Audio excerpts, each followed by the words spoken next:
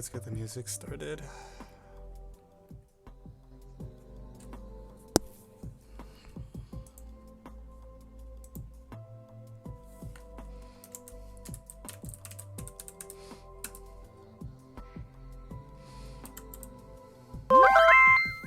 (2007) C3. Have I done that?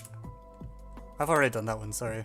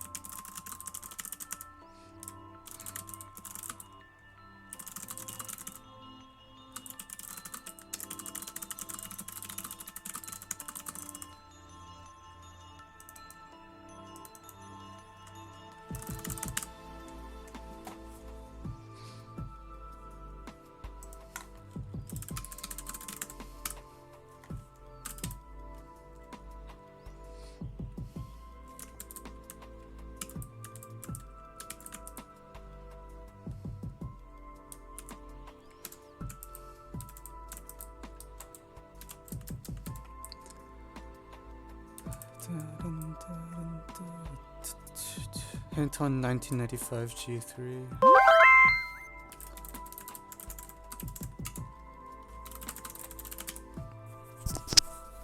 What if you tried?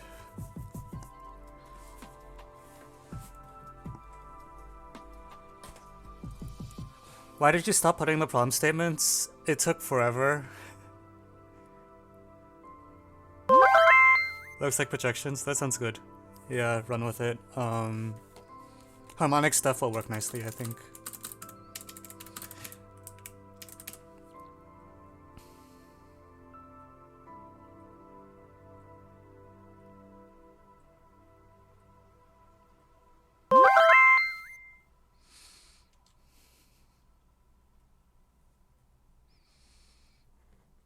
USMCA 2026. Which one is that? I think I've done that. Yeah, I've done that one. I think I quote that problem in like my USAMO packet. Yeah, no, usually I put the problem statements up, but it took me like 10 minutes to get them all, and I was just like, it was incredibly boring for the viewers. So now I gave up, and I was just like, yeah, just look it up yourselves.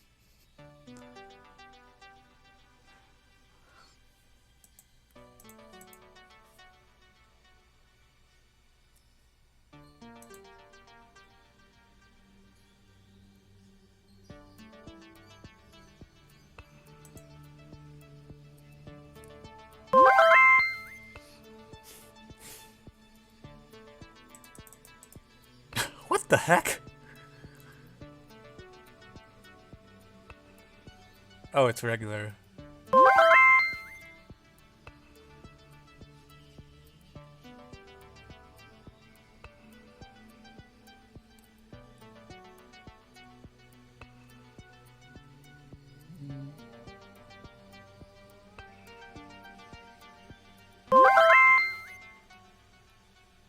We're on TST 2011.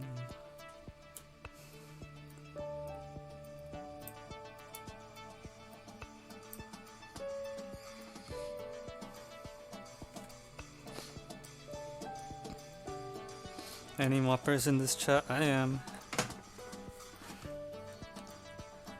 Oh.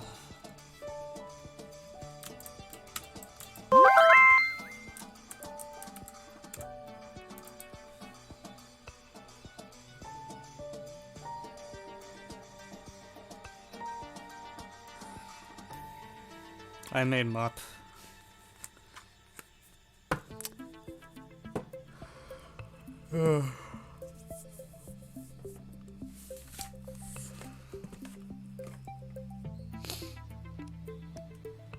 Alright.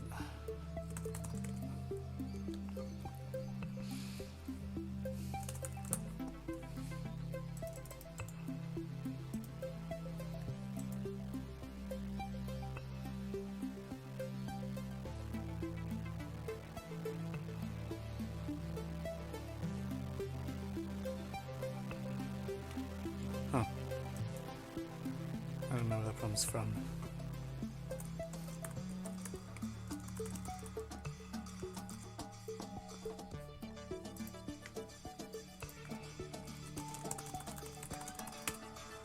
Let's see, 2000.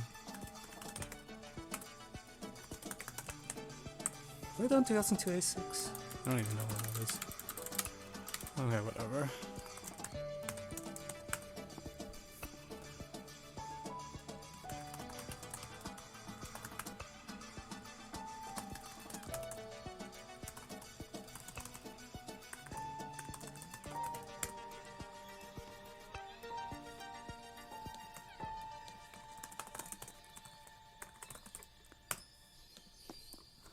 Angular.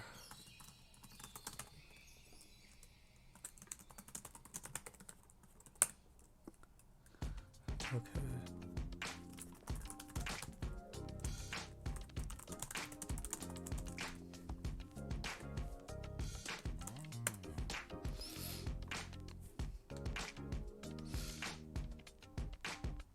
Yeah, we have 10 right now. I think I'm probably going to pause redemptions.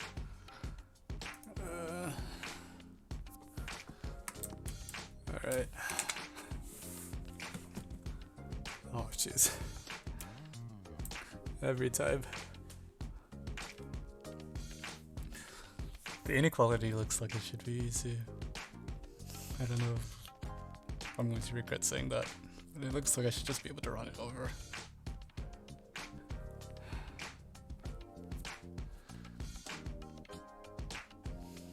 Maybe not, actually.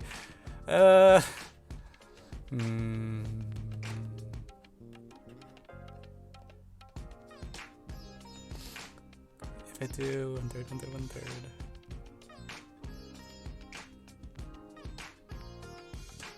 I don't know.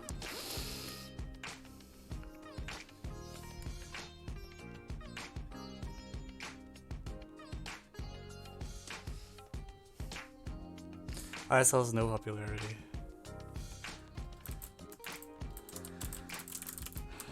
Which two are these?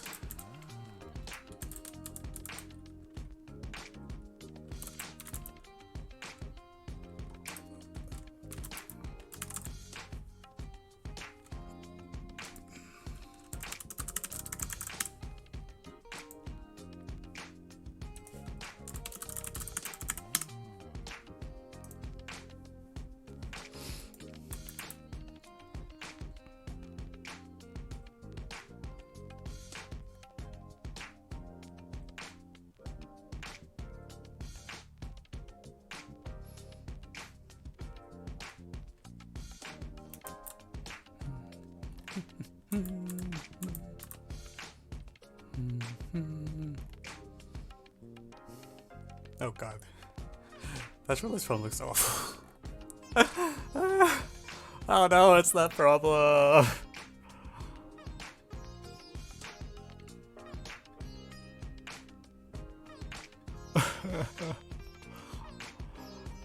Oh, Jesus Christ.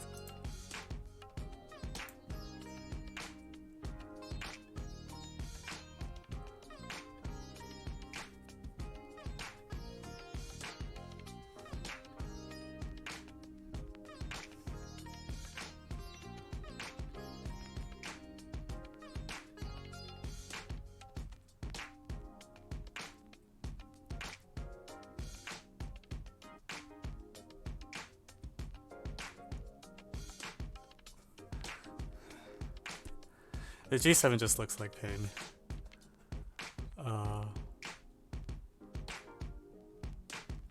Can you say bloom off, cut off? No.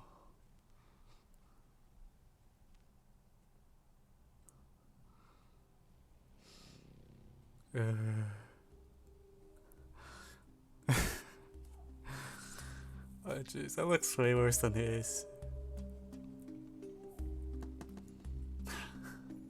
What do I want to vote for? What should I vote for, people?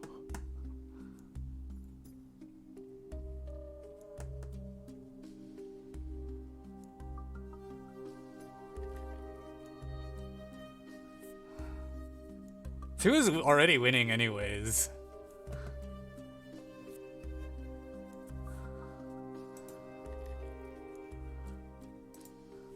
I'm gonna vote for the inequality because I want to make sure I solve something today.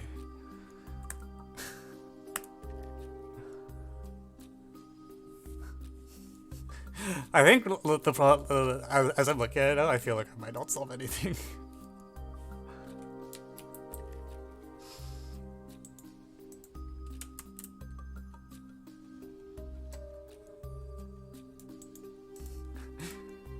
Yeah. Oh, now the inequality is tied. Alright, so... Jesus Christ.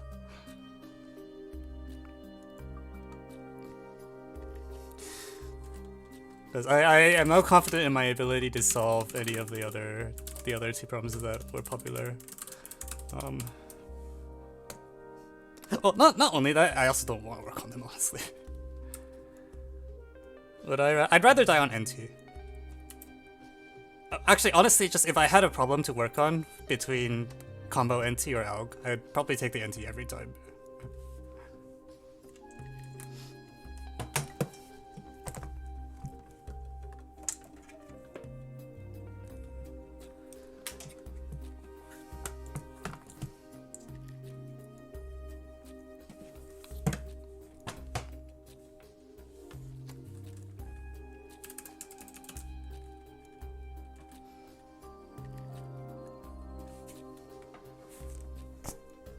Green screen's noisy today. Come on.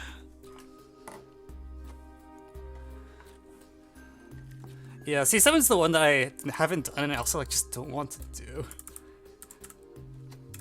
I don't know. I feel like I'm old now. I've been doing this for like 10 years, so my taste in problems is more selective. Like when I was little, like every problem excited me. And now like when I see a FE, I'm just like, oh, go ahead, it's another FE.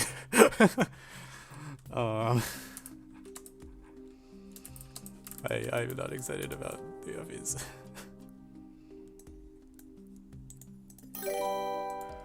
Thank you also Maya Y for the sub. Yeah, it's too bad Mob is online.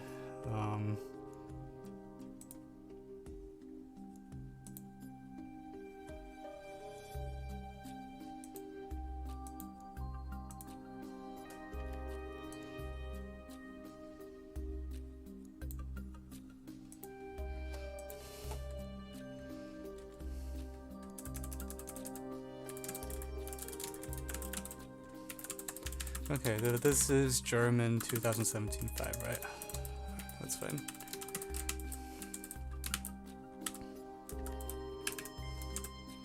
This is episode 68. Twitch solves ISL on the fine day of April 30th.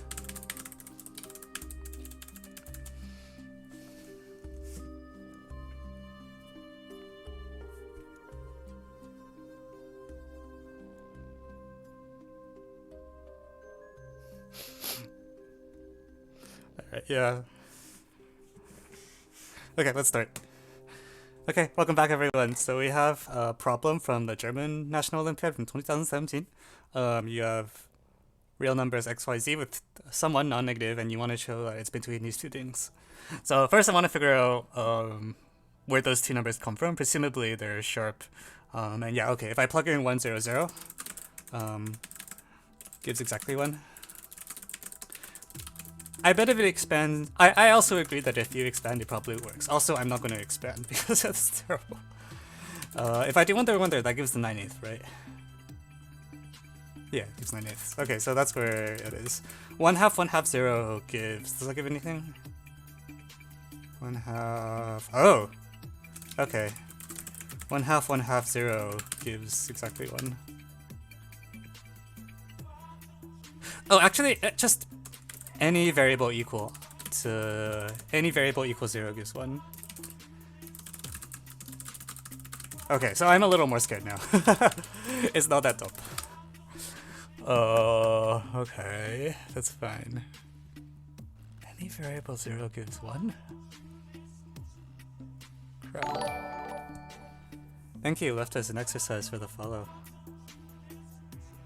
Subtract x plus y plus z. Oh, sure. Okay. So subtract x plus y plus z. gives... let's do for the left. For the left, subtract x plus y plus z gives something. It's like you want...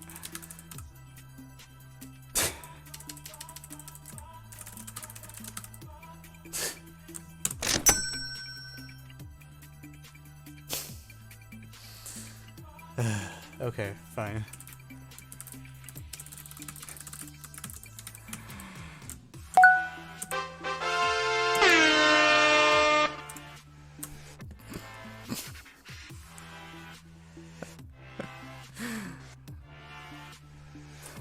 Okay, so the lower bound is... yeah. Yeah. Okay, right, that's fine. Let's do the upper bound. Okay, so...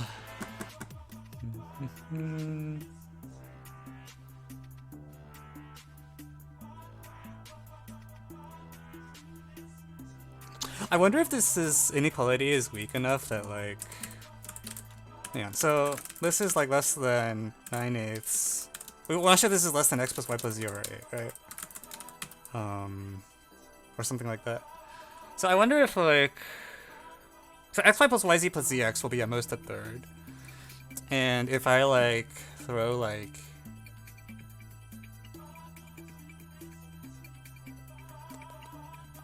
Jensen? So is t maps to 1 minus t convex? Or concave over 0, 1? Can someone compute that derivative? Oh, I'll just compute it. No, I should know the answer to this. What am I doing? This is equal to...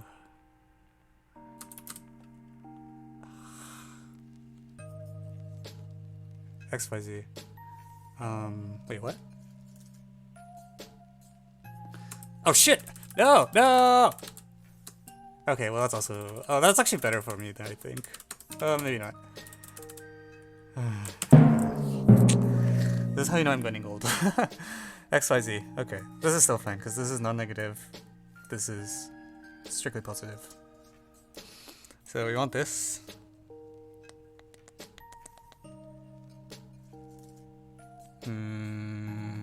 Maybe it's still fine. So... This is the same as saying I want this. Still remembering the condition. No, actually, no, screw this. I'm just gonna let this be 1.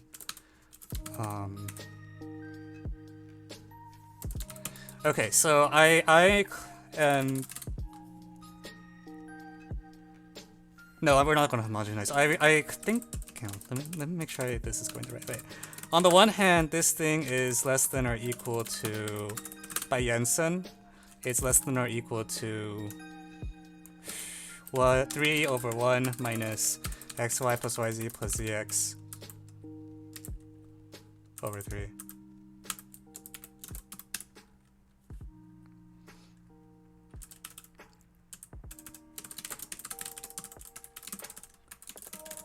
And so we write the given like this, right? And I think this doesn't look like the degree is so low that I feel like things are pointing the right way. So first, so let me write this out. First step is this. It doesn't look, I don't know, it just doesn't look that strong. Because the thing is, like, this xyz is on the bottom, right? Like, this is really, this right hand side's enormous. Like, I have a hard time imagining something being like less than 1 over freaking xyz. That's like about as bad as you can get. So suffices to prove that if x plus y plus z equals 3, then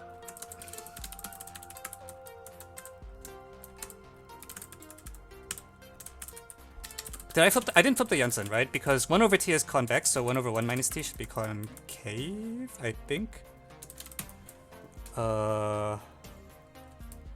Is that true? Wait, let me double check that.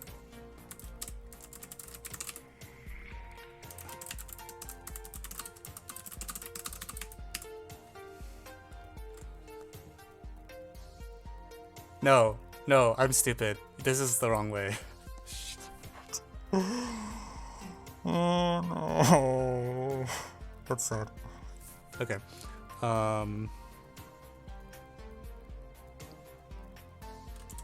Yeah, sorry, it meant one, but okay, the ensign doesn't work. I flipped the sign. Oh crap.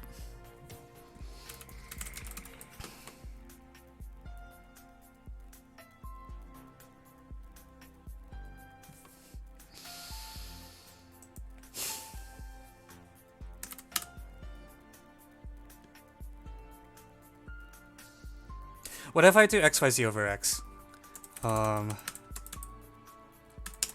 So we'll let f of t be defined as 1 over 1 minus xyz over t. Now this is convective, right? Because I've also flipped the other way. So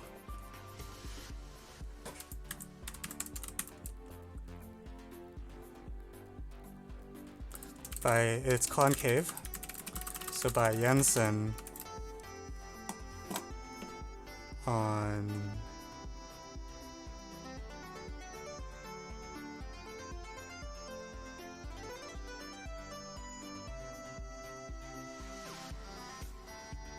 hang on. Why am I worried about this going off bounds? Thank you 3VT for the subscription. Welcome back. It's been 8 months of... Okay. That works, right?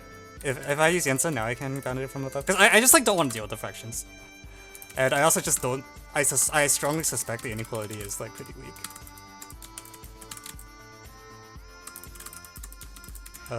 So this is cyclic sum of... is at most 3 over 1 minus xyz over x plus y plus z over 3.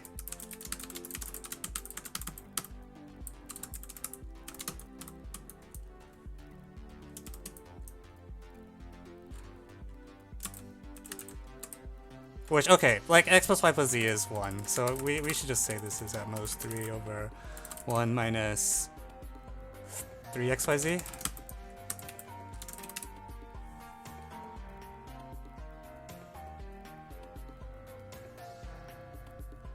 Cool. So, here's the claim. We want if x plus y plus z is equal to 3, then 3 over 1 minus 3xyz is less than or equal to 1 over 8xyz. Yeah. I mean, it has... There's no way it doesn't... Like, 1 over xyz is about as small as you are ever going to get. Right?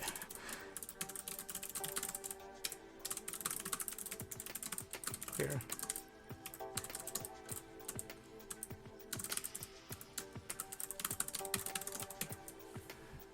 Okay.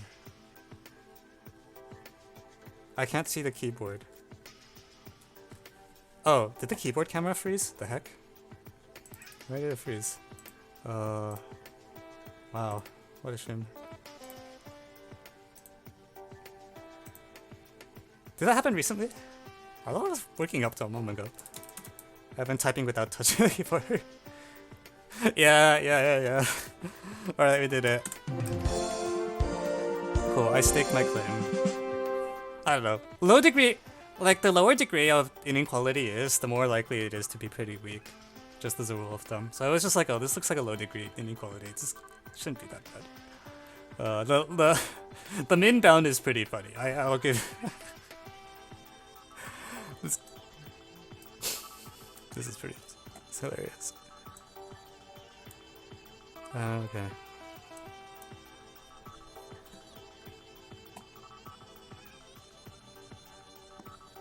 I didn't flip the sign, right? It's... yeah, the XYZs are all on the other end.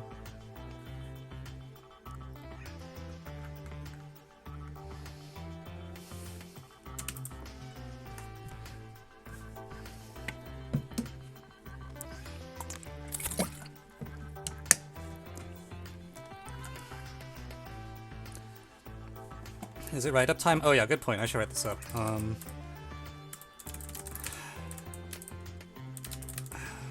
Okay. This is Germany 2017-5, right?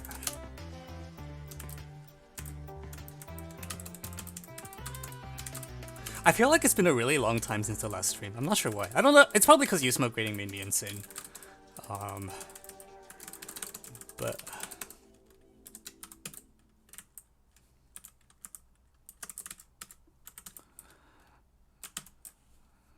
all right.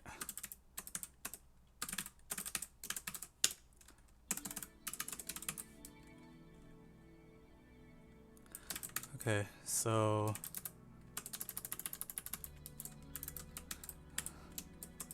let's copy what we have here.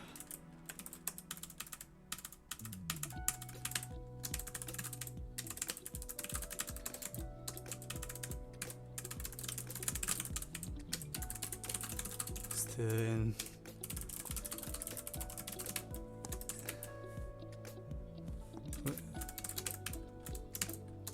oh, so I want this between 0 and an eighth. The left-hand side is now clear since max y z z x x y are less than 1. Moving points are not beginners. Shut up from its Lumi. Very true.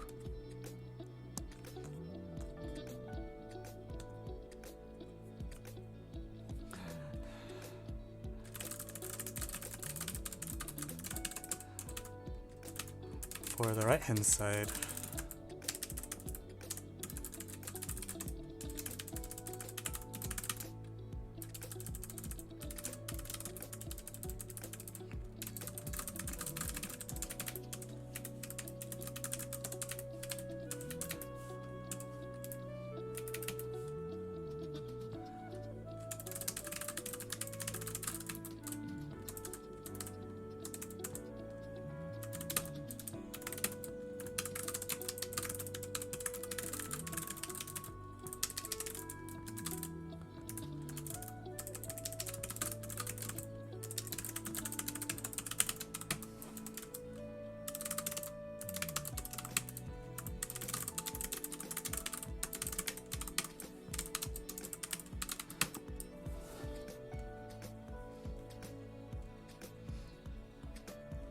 okay.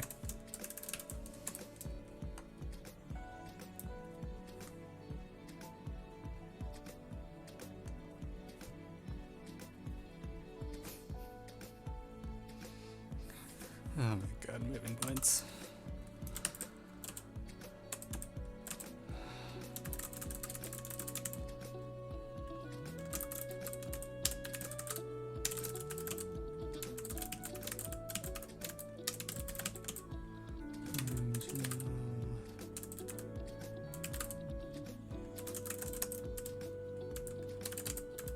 Okay, alright, time to do the problem I'm not gonna solve.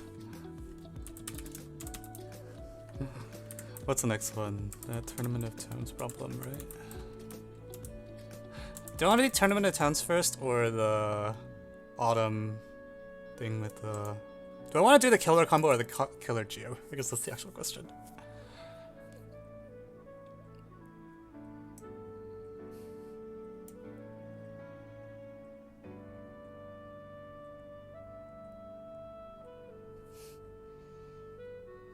Geo. Okay.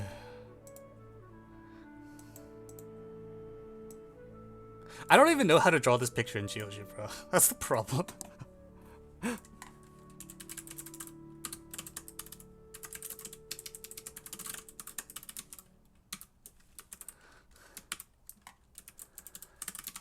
Well, actually, okay, well, let's do a poll.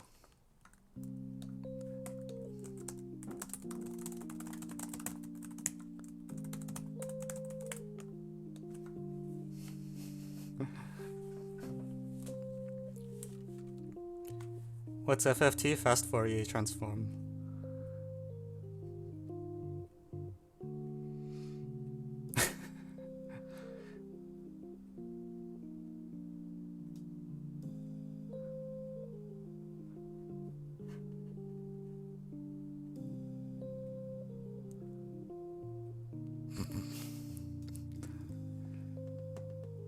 FFT and Math Olympiads when? Once the syllabus expands.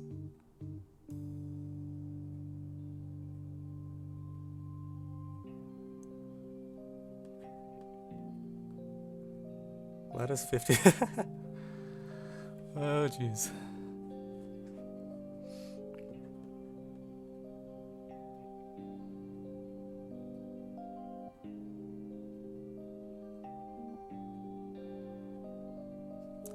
Okay, Gryffindor wins.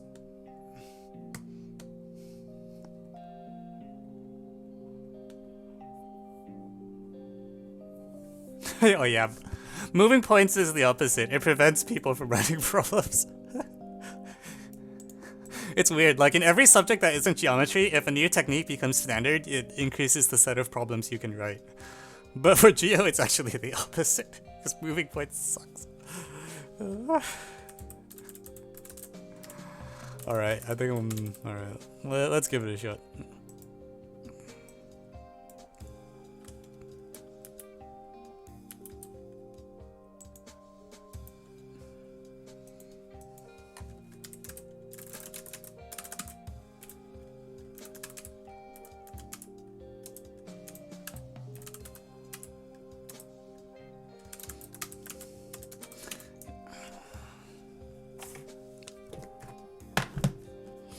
Combo no became standard.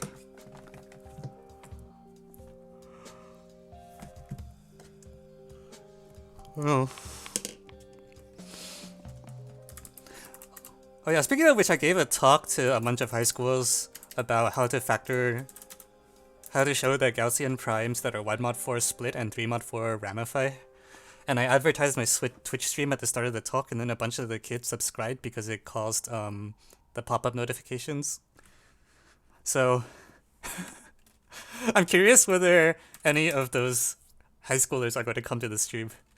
My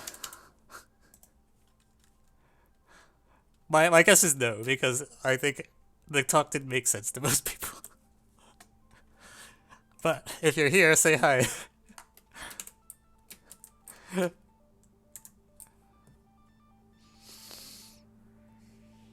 What high schools learn? Oh, it was a really simple talk. I was like, I want to, Hey Space Sam, thanks for the sub.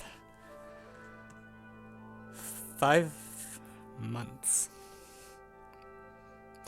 No, I was just doing the sum of squares problem. So I was just like, you want to do a squared plus b squared, 3 mod 4 all fail for mod 4 reasons. For 1 mod 4, we're going to assume unique factorization of Gaussian integers, use that to show things work. That's it. Because when you do a talk, like, you can't... Oh shoot, I might not have said non-zero in that talk either. It's probably on the slides though. Yeah, when you give a talk, it's really hard to do very much. Like, I think the less content I put into my talk, the more well-received it is. Just in my experience.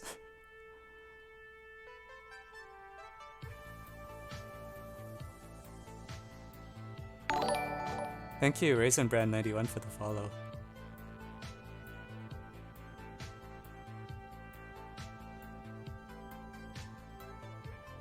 I like...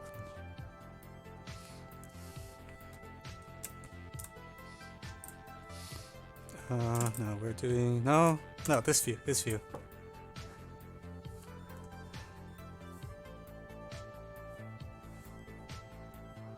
You know, I think this...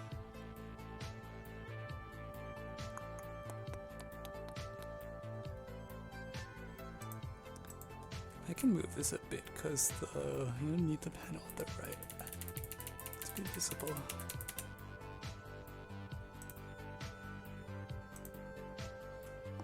Is there a source for this one? Tournament of Towns, apparently.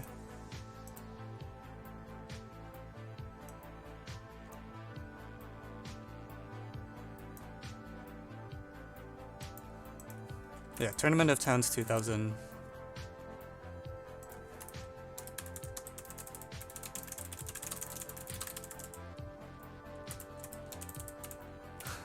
Vixra. Yeah, scrolling. For people that don't know, Vixra.org is like the archive, except there's no moderation because they are opposed to like, you know, a moderation system, free speech kind of thing, and yeah. It's fun to read through the number theory portion of Ixra. There are so many great papers.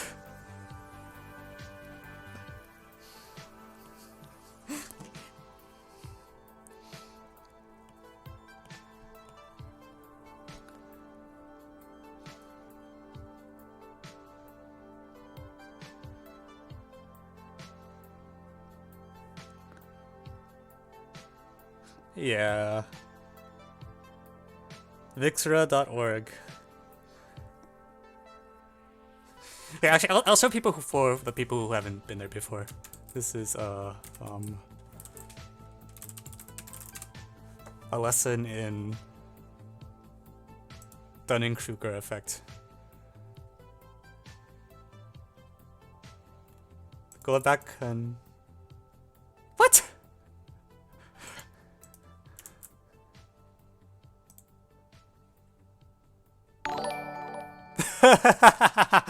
Oh, that's beautiful. The go back conjecture holds for 60 because growth.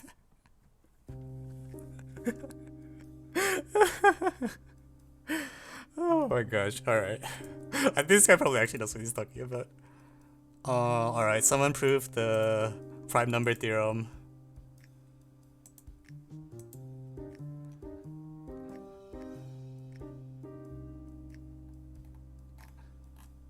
By something. Conclusion, thus the Riemann hypothesis was true. Beal conjecture proof. Oh, can you explain the joke? Once upon a time there was a story where Grothendieck accidentally thought 57 was a prime. People made a big meme out of this because Grothendieck was known for like not liking concrete examples. Like someone literally asked him, you know, can you give a specific, you know, they wanted a specific example of a prime for like something or other, and you know, 57. He gave 57. And it was just a meme. Okay, so here we have the common sense approach to Beal's conjecture. Beal conjecture proof as a 2-column proof.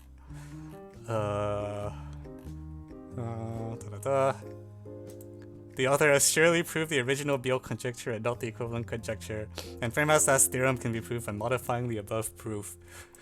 The Nicolean disproof of the Riemann hypothesis. Okay, that's gotta see this. These two papers contradict each other.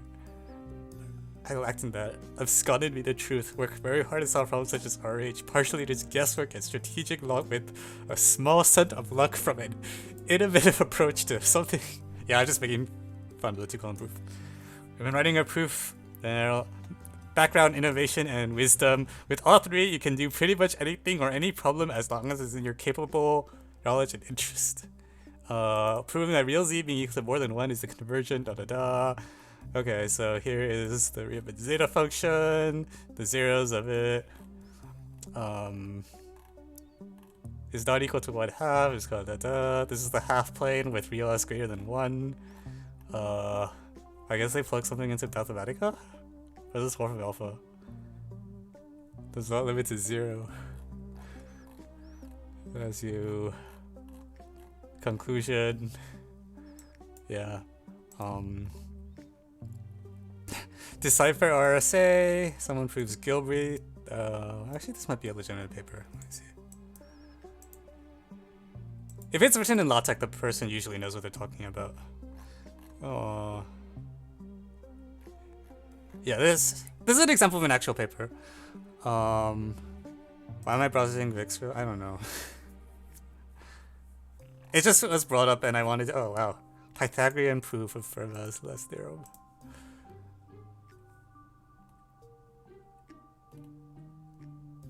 And J is 1 minus root 2.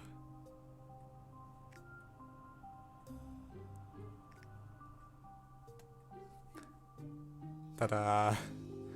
Evan, can you send the link? It's vixra.org. Yeah.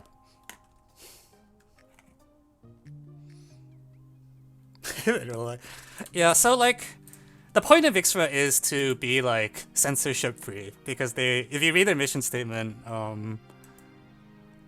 like they acknowledge that most of the papers are bogus. Try the FAQ.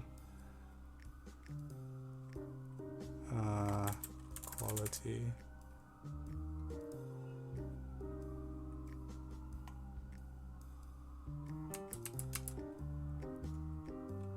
Yeah, they just like, yeah, they explicitly acknowledge this. They say like, oops, that's not what I meant to do.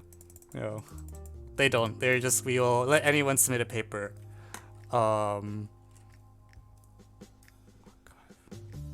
Is it Vicra? I don't know.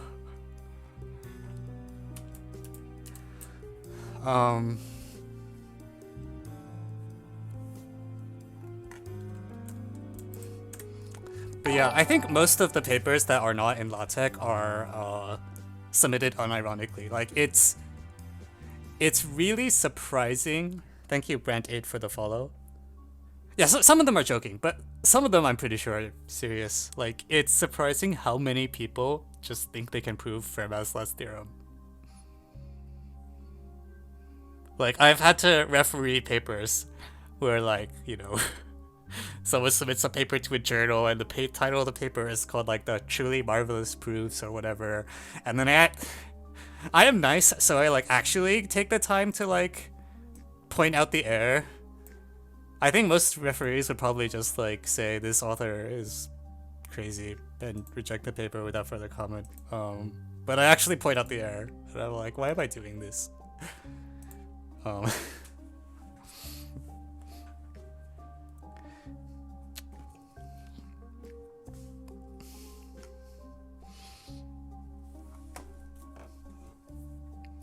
Evan is an archive moderator? No, I am not. I said a referee paper. So when you submit papers to journals, sometimes the journal editor will contact you asking you to referee papers as well. Because peer review system or something, right? Like once you're in as an author, you're also eligible to be a peer reviewer. Which I think that they don't realize that I was an undergrad or something a lot of the time. Like when I was an undergrad, I got like, you know, please review this paper from like this professor, and I am like, I don't think I'm qualified to review this paper, but okay, I will try. And then sometimes it was really easy because it was just a person who was like trying to prove Fermat's last theorem in 3 pages. Those are easy. Sometimes it was an actual paper, and I'm just like, I don't know what I'm doing. Like, help. Don't give me papers. So if you're an editor of a journal, don't give me papers to review because I don't know what I'm doing. Seriously.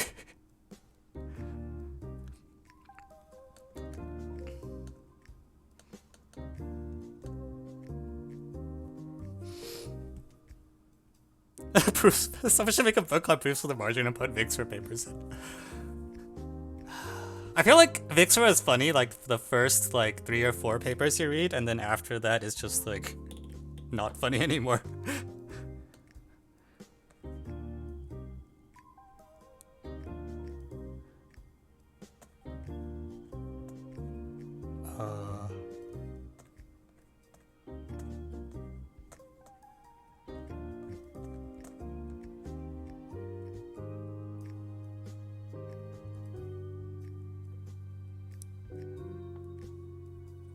Well, the paper's in LaTeX.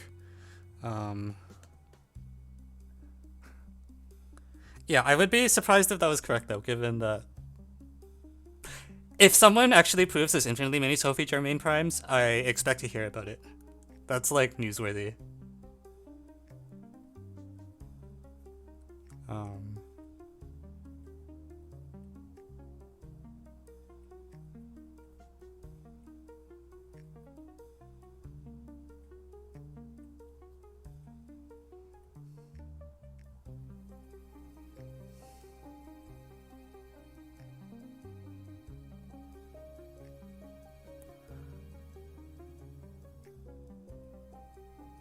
Okay, cool. All right, let's go. So, here we are. Shout up. Oh, that's it. Oh my god.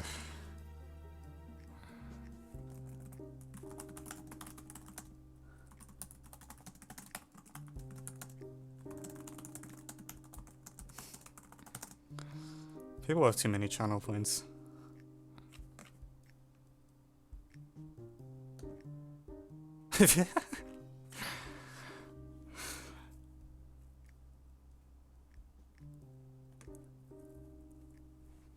Yeah, that's. Let's see if the viewer count actually. I think the viewer count might increase. Will it increase? I'm not sure. Okay, let's get started. So we have the term counts. So I want to build a black polygon whose perimeter to area ratio is more than, I guess, like random constant. Uh, yeah, by making it out of black squares.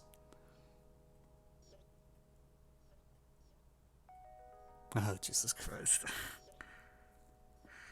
Uh...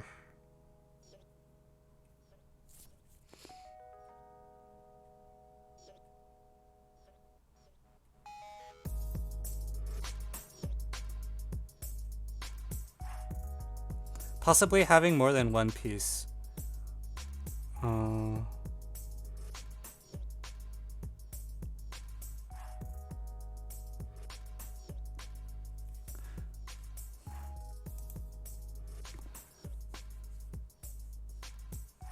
So squares can overlap. That seems important to clarify.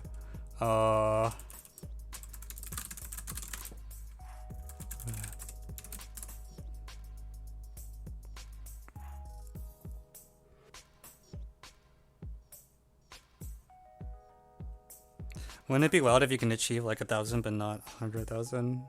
That would be strange.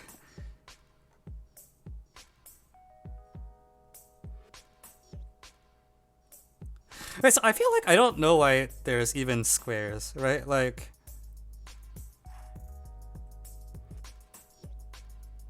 I guess that kind of matters.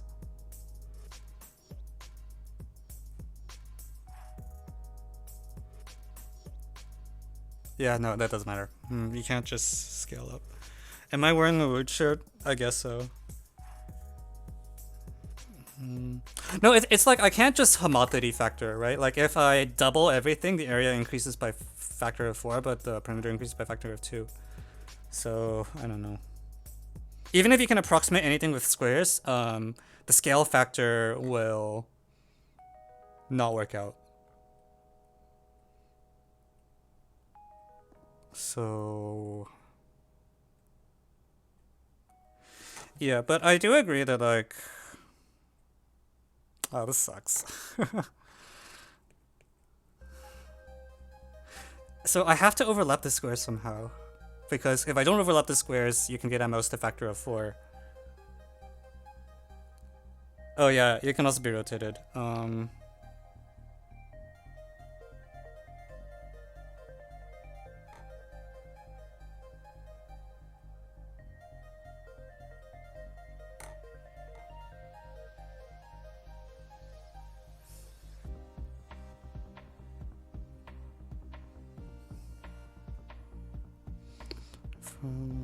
Why is this the channel name? Someone saved up a lot of channel points. Fractal? No, because the problem is like a fractal, I don't know. It requires a certain resolution, right? Like it's not like you can take a fractal and... yeah, I mean, okay. Yeah, I guess.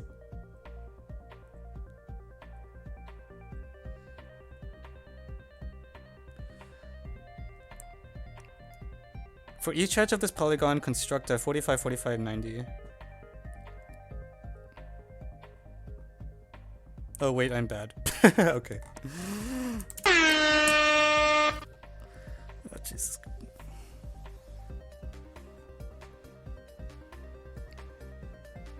USAMO 2019-3.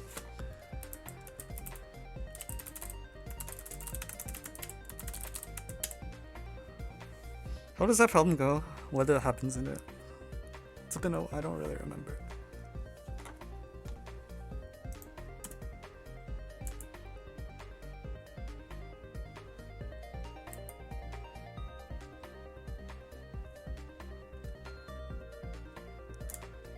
Manger sponge. Okay.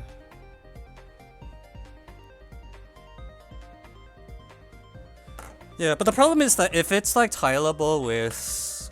Oh, actually, no. Yeah, if it's like... I don't know.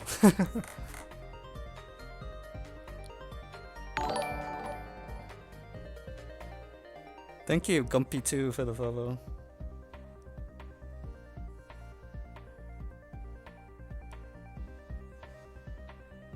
No holes is strictly better, alright? I don't know about that. If you can punch a hole in it, yeah. Oh yeah, actually, yeah, you want area down, perimeter up. So you want to make a canal.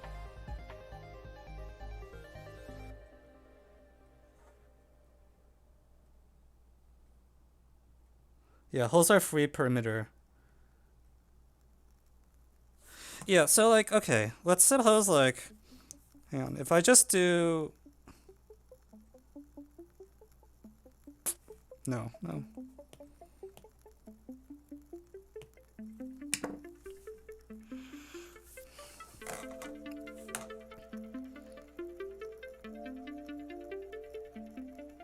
What about a big spiky thing with holes?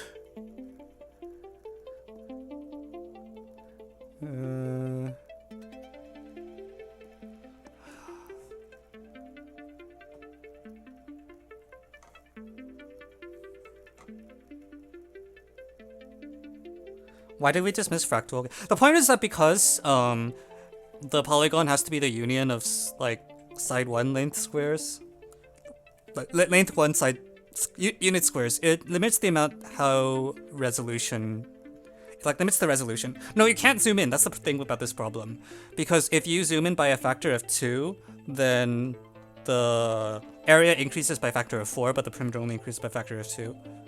So the fact that the squares are side length 1 exactly matters. You cannot just zoom in and like forget about it.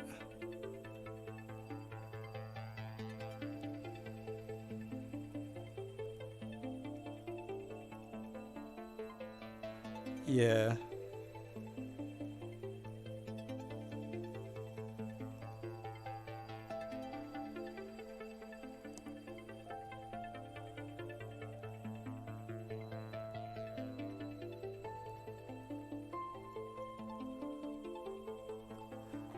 The size of the square doesn't matter that much if the question is unbounded or not. Does it not? No, it should, right? Or like, I don't know.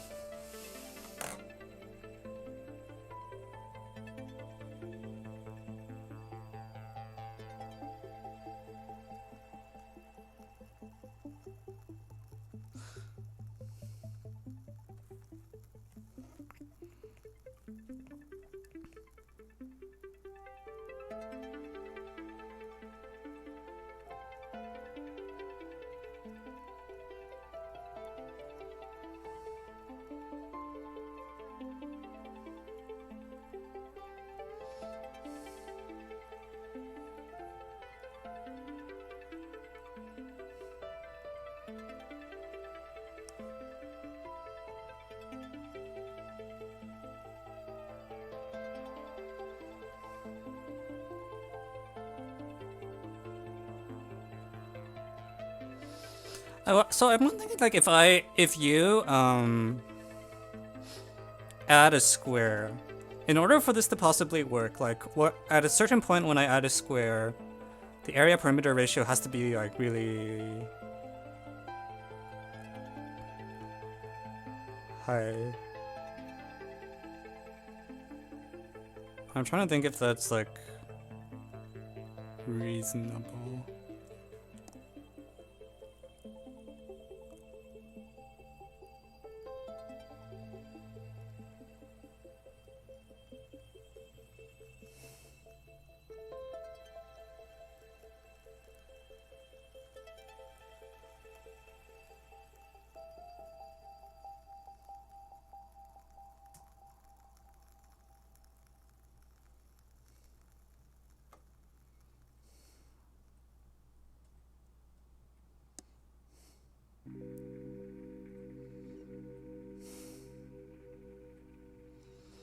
Yeah. You guys all think it's no.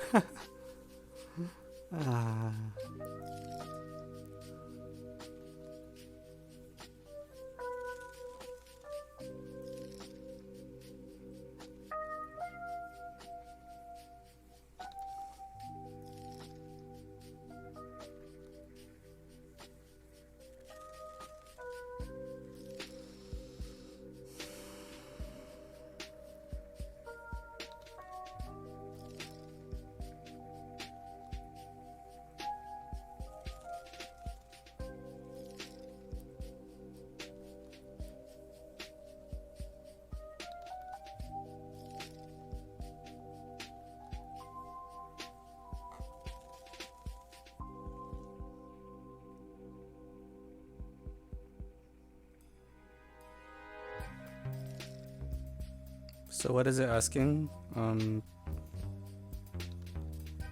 not sure what you mean by that. The question statement's on the right.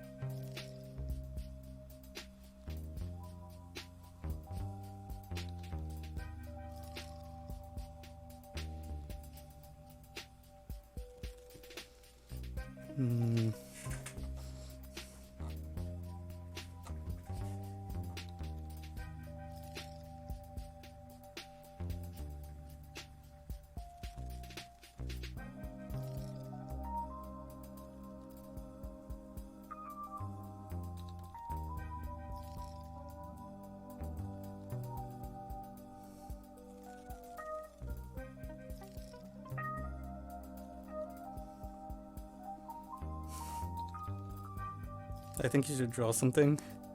Anything.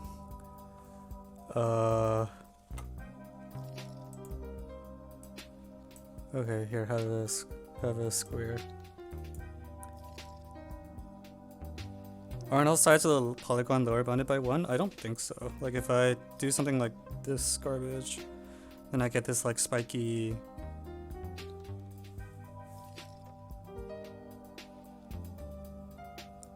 I mean, even without grid, like, if I do something like this...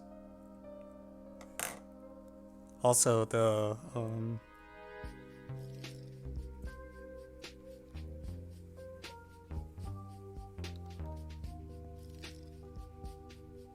yeah, if it's grid squares, then, like, you know, the area is at least 4 times the number of...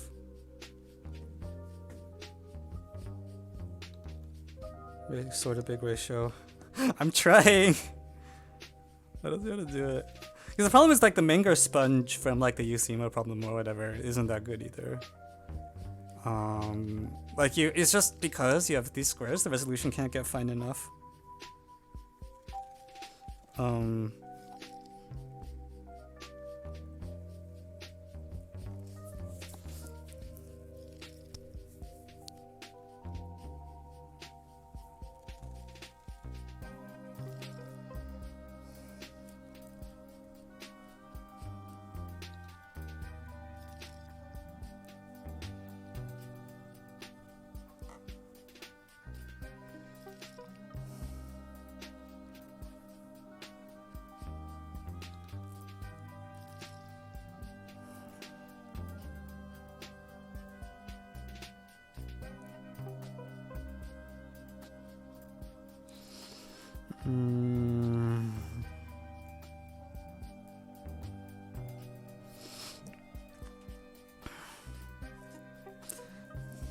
In some sense, I feel like if I can get a construction with a decent perimeter, then I can also, that's also not too thin. I can, like, it's kind of like, if suppose I have a blob, whatever, and if I add in a marginal square, like something like that, I can, like, make the contribution here where with ratio arbitrarily high.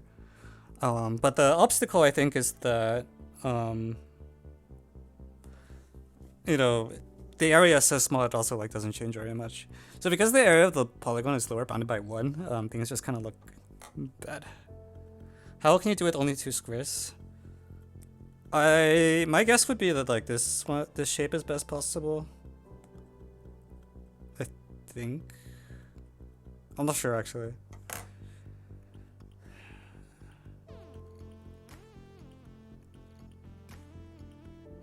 Yeah, you can rotate. Or even with access to light squares, I'm not really sure what I'm doing.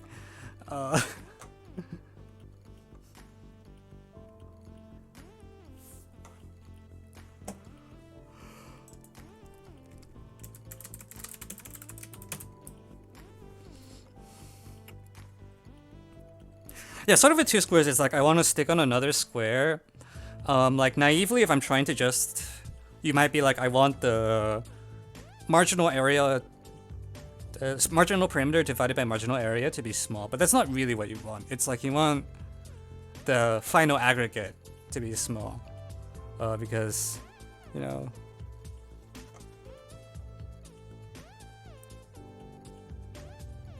Yeah, the problem is like the way that you can get the marginal thing to be small is also just like not good for you because the contribution is small. I don't see how you can get greater than 4. I don't either. Yeah, so I think adding a really small corner helps, but the problem is that I just don't think that's enough, right? Because like we're making the corners small so the average goes down, but also the corners are small so they don't change the average very much. So even though the average is going down, it's going down so slowly that we don't make it in time.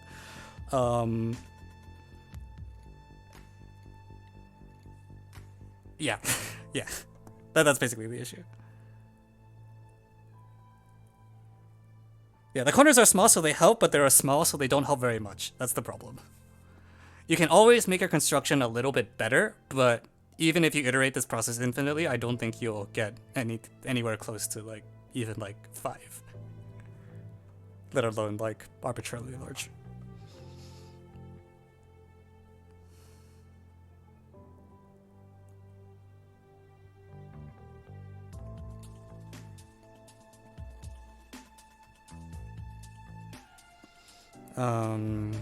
Is that true? I think that's true.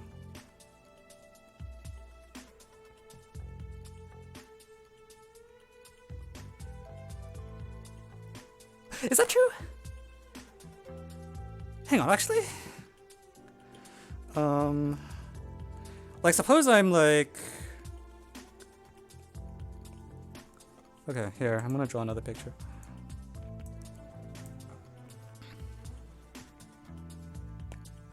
It's got to be true, but I'm trying to think. If I do something like this, so if this is like something small, if I can stick things like that, and then stick things like that.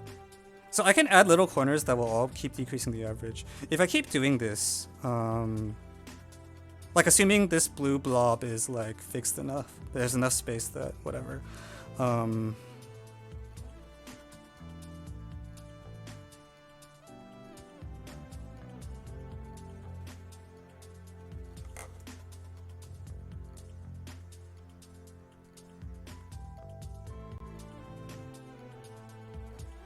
I'm just making stuff up. If I do something of this shape, what is it approach? I'm actually not sure. The perimeter of that thing is the perimeter of the is the same as the perimeter of the big concave thing. No, I don't agree.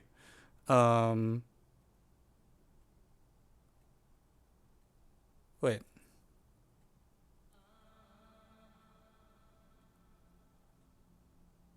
Am I crazy? Oh, okay, never mind, you're correct. Wait, why did I think this would increase the average though?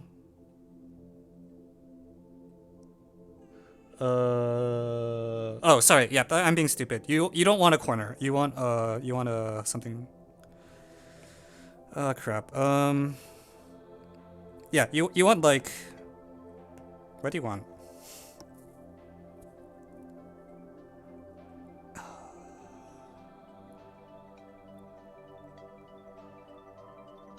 Good.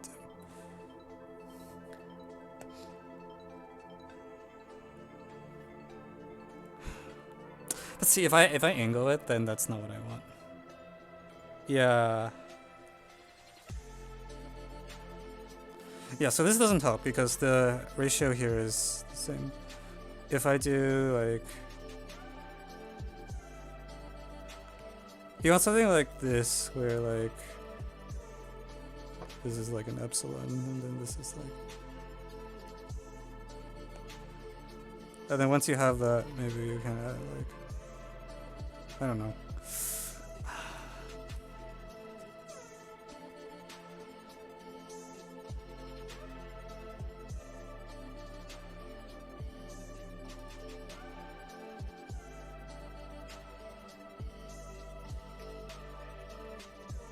Yeah, no, the best equals k, show k greater than 100,000 seems bad to me.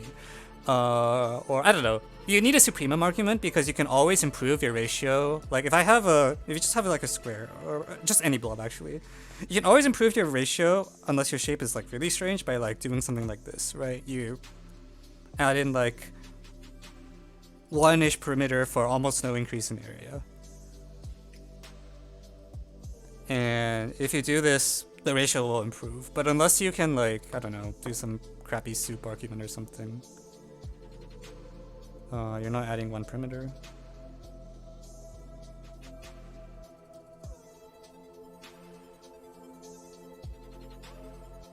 You're adding epsilon perimeter for epsilon area. Wait, what? No. Oh shoot. I'm just being stupid. Okay.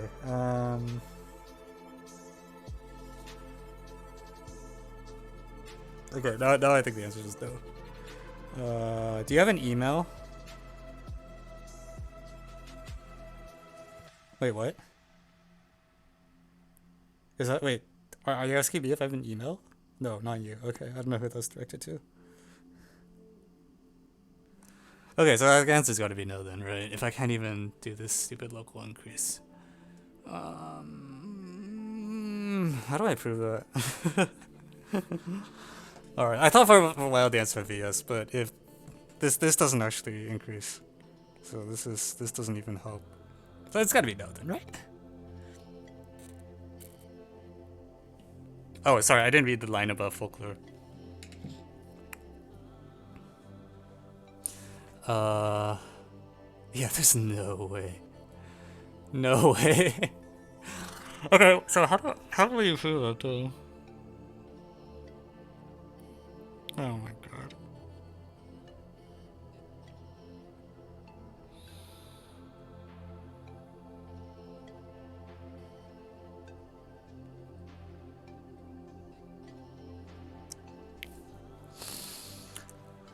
Can't we try to find upper bound and show upper bound? Cause how are you gonna find the upper bound?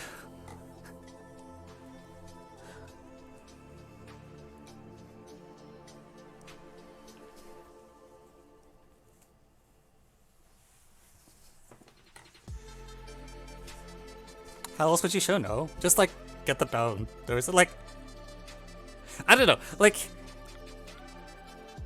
I don't think this is a situation where we can say like the upper bound is exactly so and like knowing that will make life easier. Right.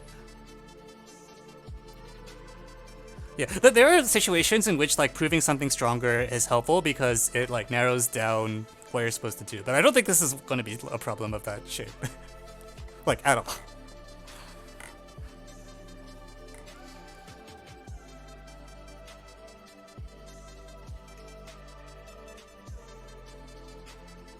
Can I even go back to the octogram is exactly 4? Wait, is the octogram exactly 4?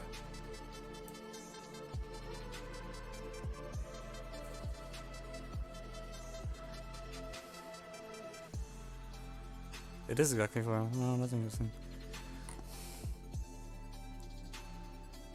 When you write Mo's for USAMO 1989? Unclear.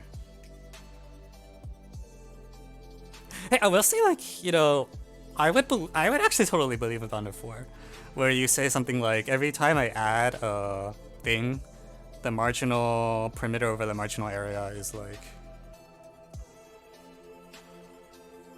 Is that true? That seems way too good to be true.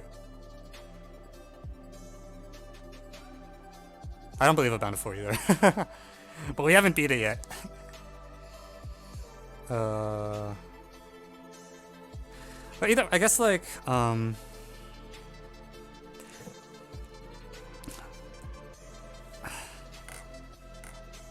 I think I would bet against it, but also not very confidently. Like I would bet against 4, but with, like, low confidence. I guess it's just like when I add a square, you get some marginal perimeter, you get some marginal area. I'm trying to think if I can say anything about like the margins you get.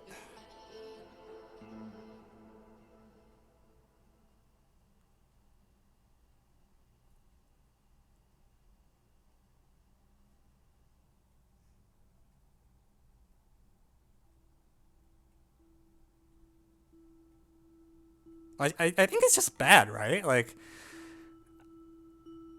what the heck?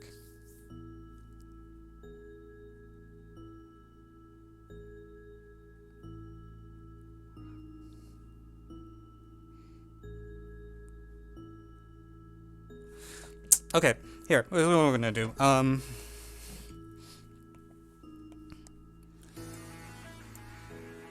Square, 1, 1.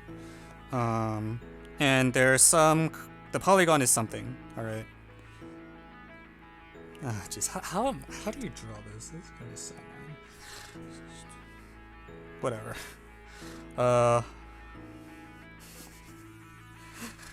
Art skills. Do you think this will trip the sex and nudity filter again? Like last time.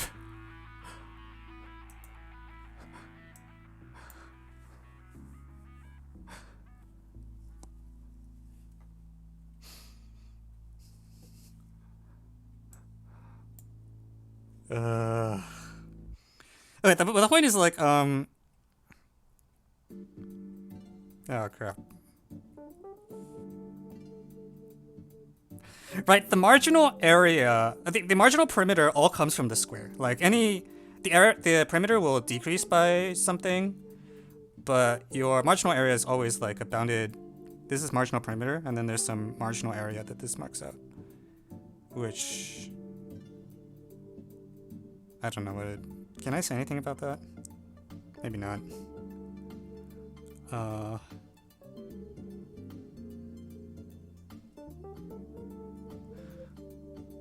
What did I just come back to?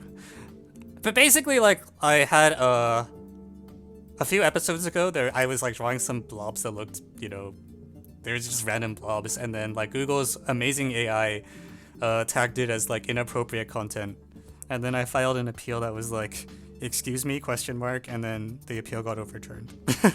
That's about it. So you get some marginal perimeter and you get some marginal area.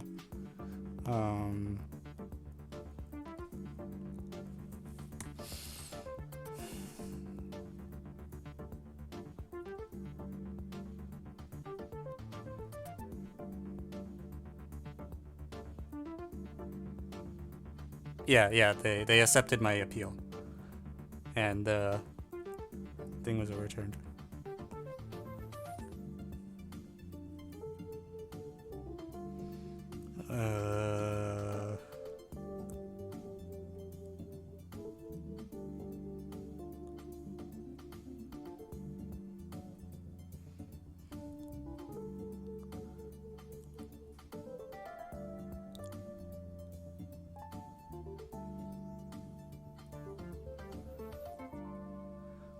Why am I starting shapes?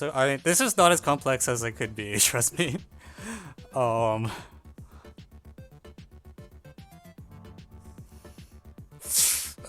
Jesus.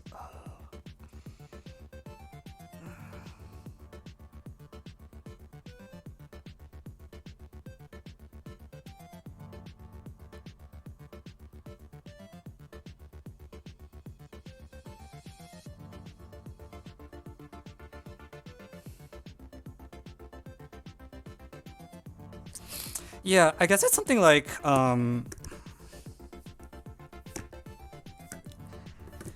it's this corner, right? Like, because this is deleted perimeter. You want to keep track of the fact that perimeter is also deleted. So,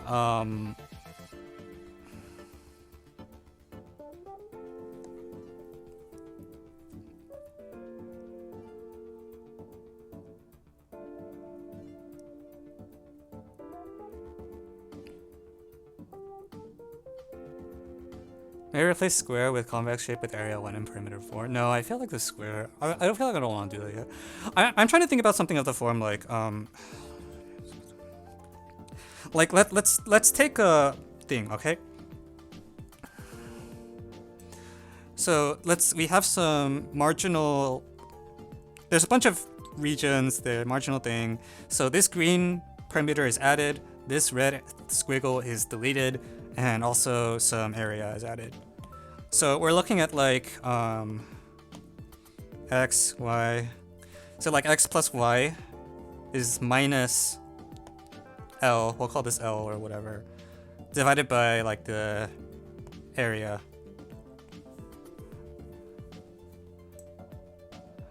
And I'd like to say that this thing can't be very tiny. I don't think this can be very small.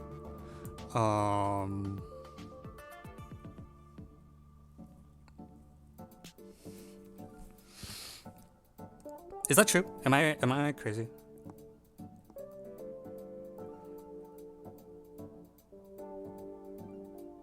That ratio can be arbitrarily large if x and y are small. But the area shrinks faster, right? If the squiggle is really squiggly, that's worse, right? So I want, what, do I want a lower bound or I want this to be, sorry, I want an upper bound. I want to show this is like less than like 100.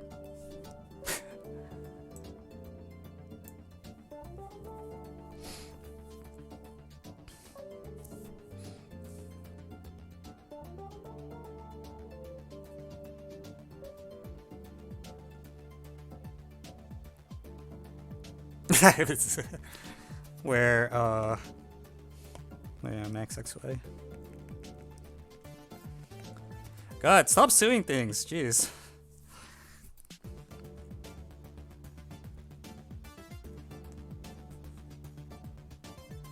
So like if the area is small, I think it tells you the squiggly thing is, the red squiggle should also be, it has to hug the green thing pretty closely, which causes x plus y minus L. Rest of shapes.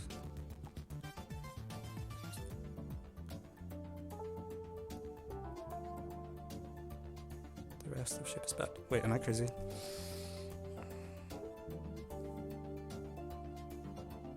Oh crap.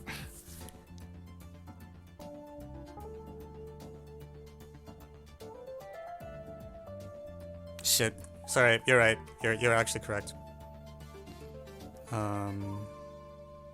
You're correct. This can be arbitrary. If L is just a straight line, then x plus y minus L is 2 minus root 2 or whatever. So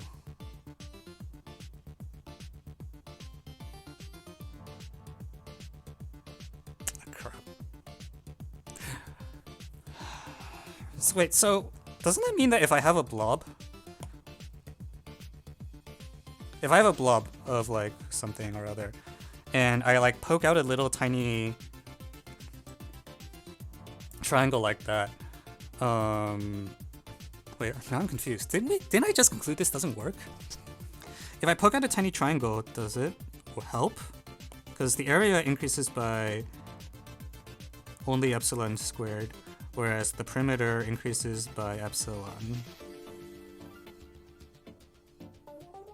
Hang on, now I'm getting confused. Yeah, I know the size of the blob matters. I just want to ask, like, is it true that you can increase things by...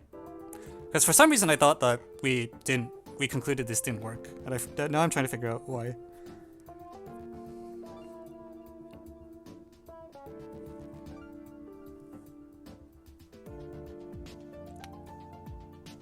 For this test. Okay. For some reason I managed to convince myself that poking out doesn't work at all.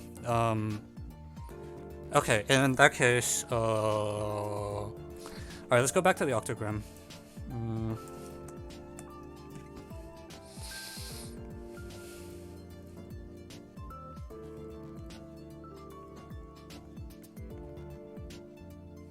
I can't believe this is actually exactly 4 as well. It's sacrilegious.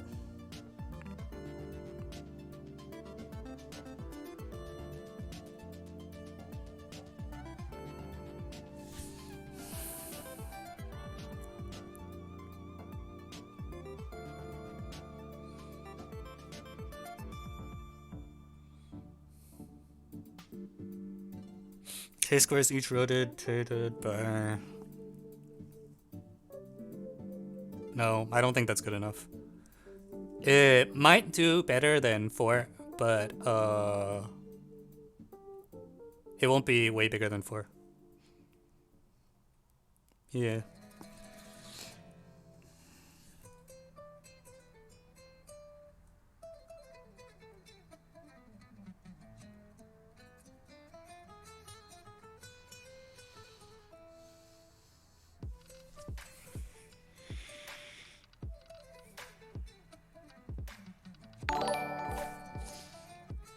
Thank you, Wash Your Wish 12 for the follow. Yeah.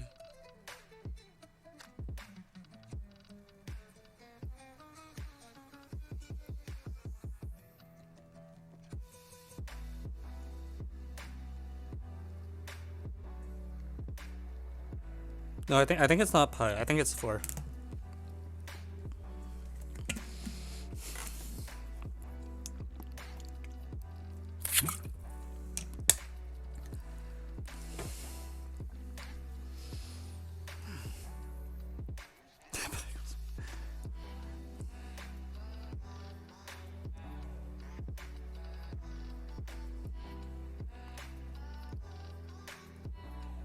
Let's prove the ratio is invariant at 4. That would be amazing.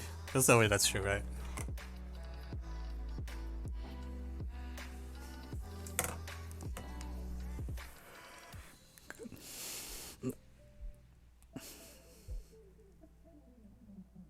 Yeah, okay. Oh, I thought you meant like L always at most 4. So far we still have a construction for that, but I don't think there's a... I don't think it should be bounded by 4. That doesn't feel right to me.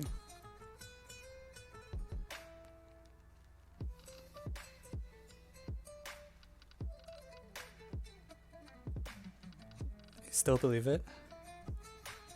Okay.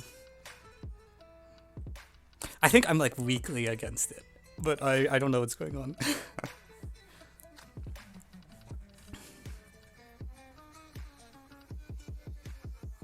Yeah, for 2 squares, yeah, but like...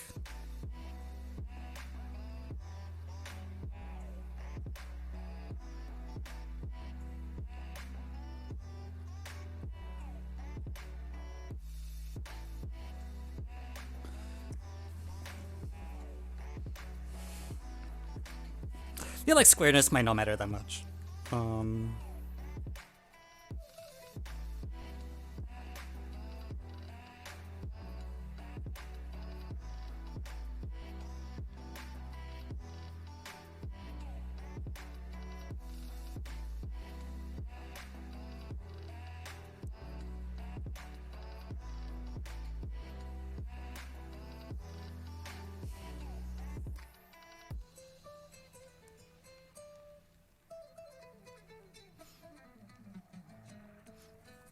What? No, like, shape... It's a question of, like, how much the shape matters, right? Like, obviously you can't say any shape, but you might suspect that maybe all you need is, like...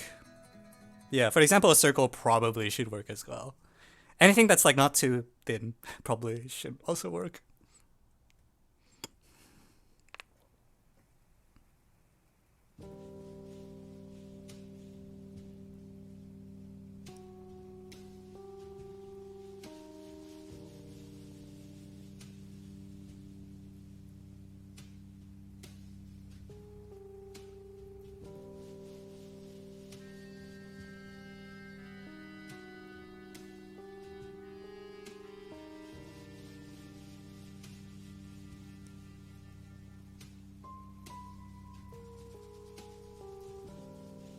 Am I frozen? Or I think I'm just sitting really still because I have no idea what I'm doing. From each edge, erect a rectangle of height 1, okay? And show that.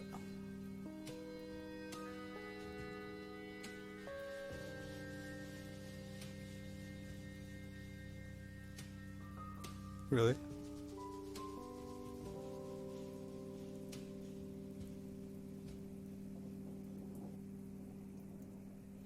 This probably isn't true.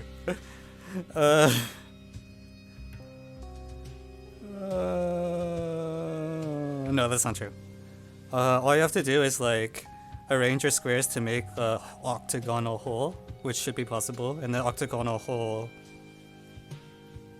right? Like you can like make a big blob and then try to set it up such that there's a hole in an octagon shape, and that octagon shape can be like whatever you want. That doesn't help. Wait, what? Now I'm confused. The claim is. Now I'm confused.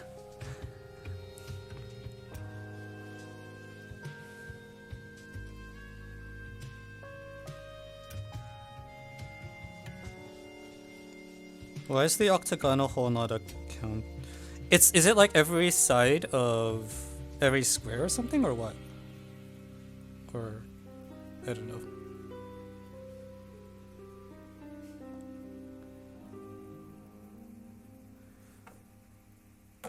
The intersection idea is wrong. What's the intersection idea? I think I missed the original. More intersections equals more perimeter. I agree with that, but I don't know what to do with it.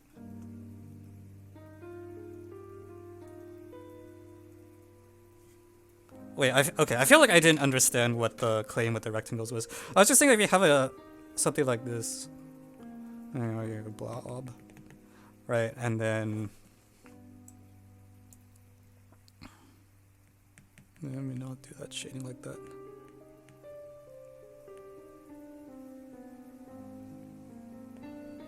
Then you have like rectangles like this, right? And that's not good.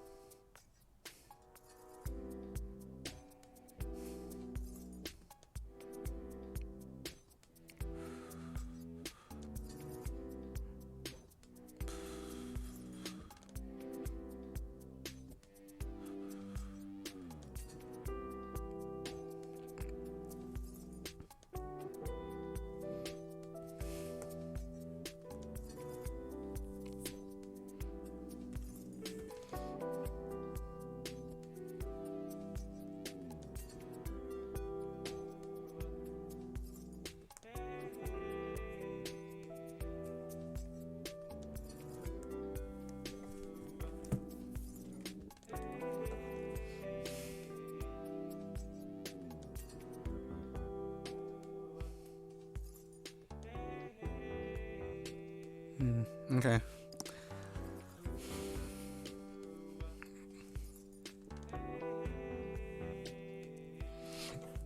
Alright, I'm gonna take a quick break. Anyone have an ad break they want to redeem?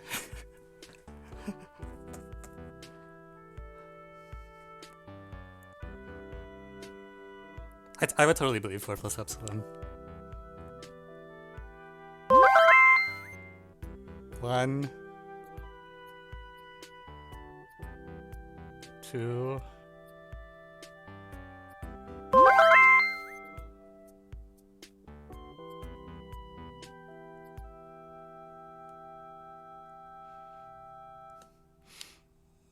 Right. Be right back.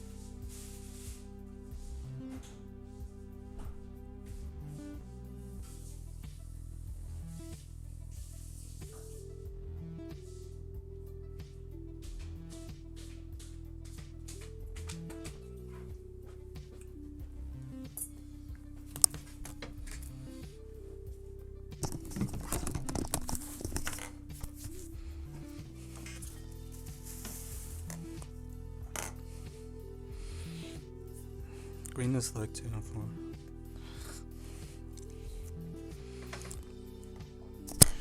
I don't know. I actually think it's, from a test design perspective, I think it's better for green to be 3 problems. Like, I think it's good to get in the habit of trying to solve a lot of problems earlier.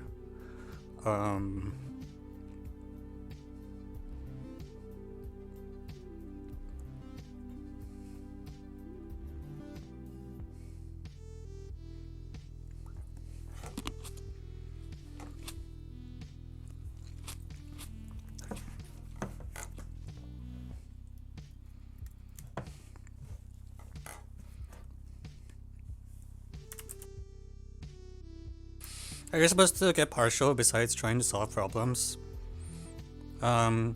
Just like work neatly and like whatever you have at the end just turn in. This is why it pays to be neat. Because, you know, the grader might actually look at what progress you have. If it's just scratch work, it's much harder for the grader to see what's going on.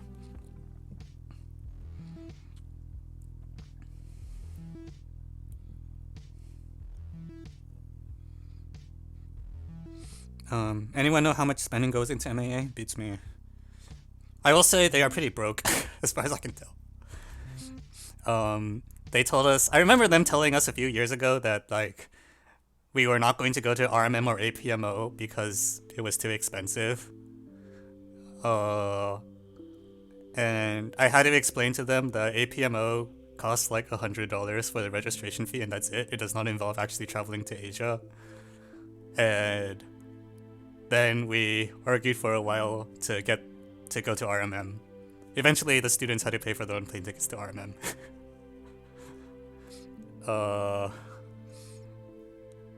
I don't know if that's still true, but it's apparently we can't afford to send a team to RMM.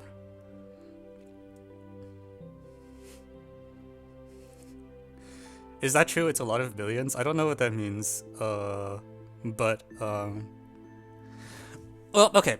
My understanding is that the MAA competitions department does not get very much funding. The MAA as a larger organization may or may not get more than that, but I don't know. Is the budget of MAA in million level? I have no idea.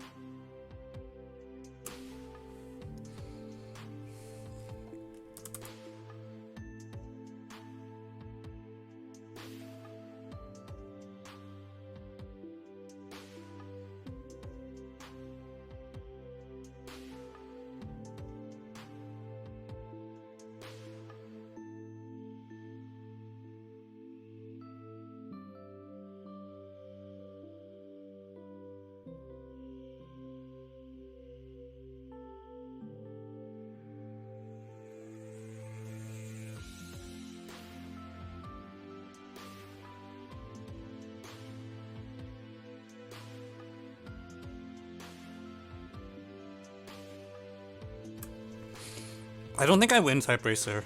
I make a lot of typos.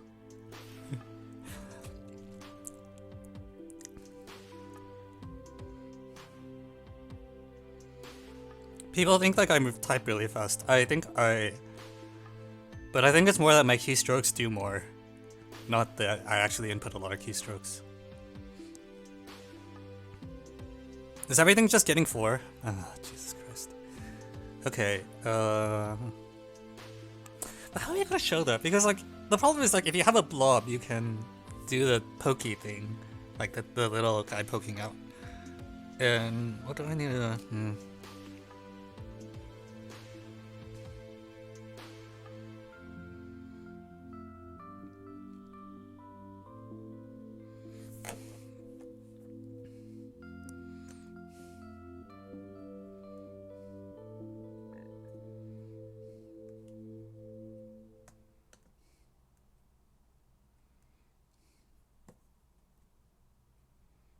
A false sense of security.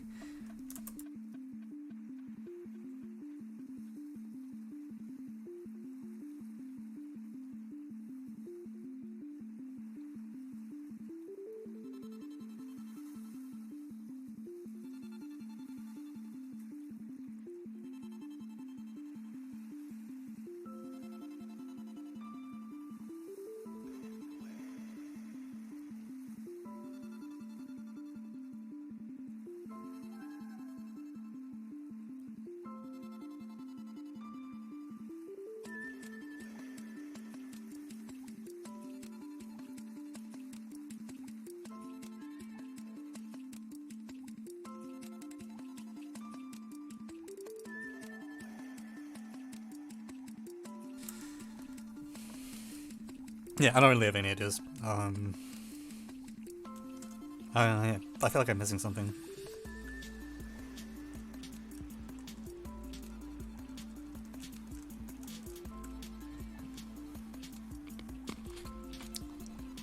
We gave up on the x plus y minus l over a thing because it's false. I thought that this might be bounded until I realized if x and y are both about epsilon and l is a straight line, then this thing can be as large as it wants. So you need to say something about the fact, like, the blob, if it's really looks like this, then the blob is, like, already kind of fat or something. Which, I don't know. It seems really hard to nail down. I don't see how to do it.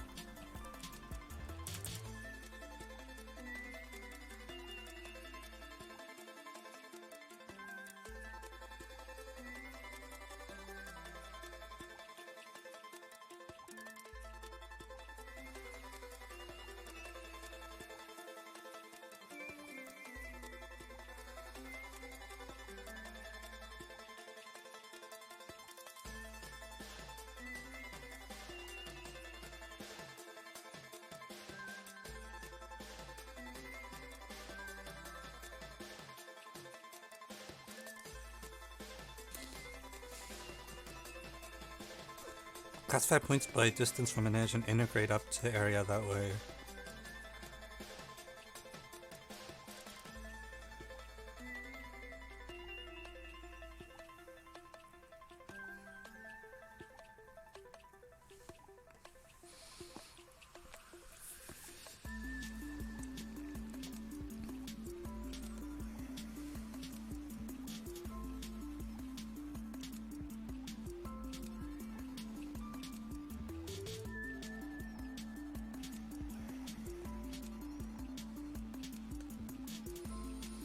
Why do we believe the answer is no? It just seems totally implausible. Your first instinct might be to try to make a fractal thing, but the problem is you can't zoom. That's why we think the answer doesn't seem plausible. It's more than 4. You just need to believe. I think none of us believe. Oh, geez.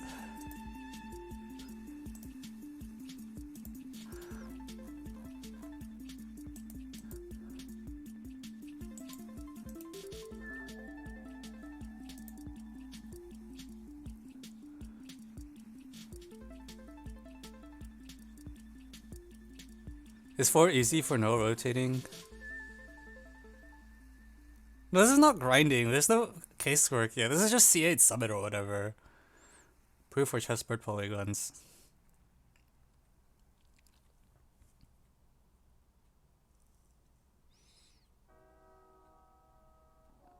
I think for chessboard polygons, the thing that I'm trying to do here will work.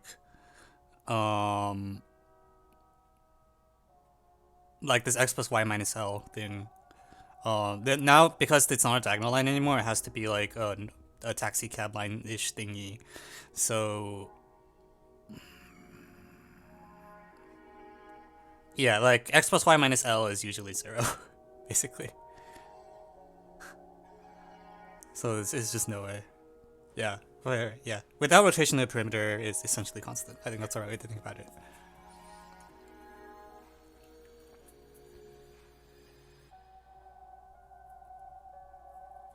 I mean, I guess there are holes, but like whatever. The outer one is just the bounding box.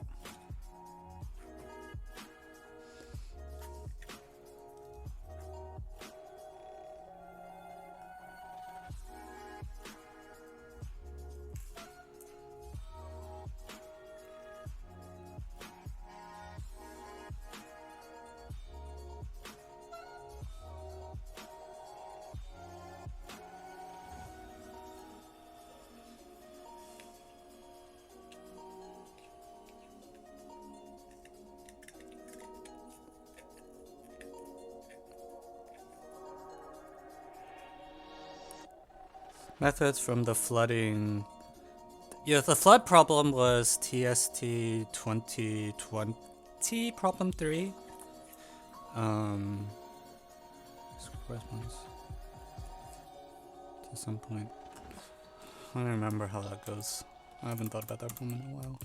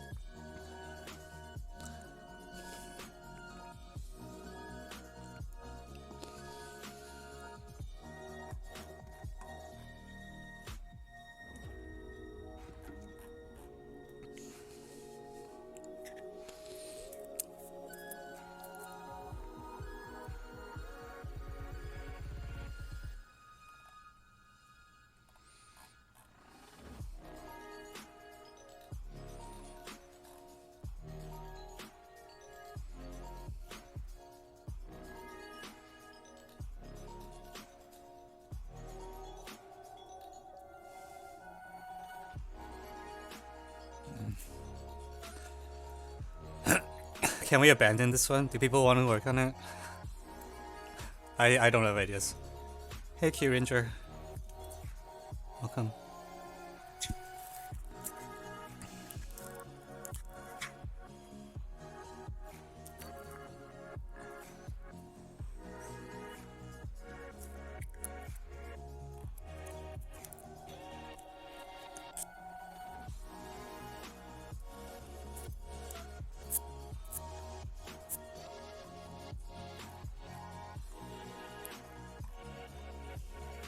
I feel like a lot of progress was made. I don't feel that way at all. I feel like we got nothing.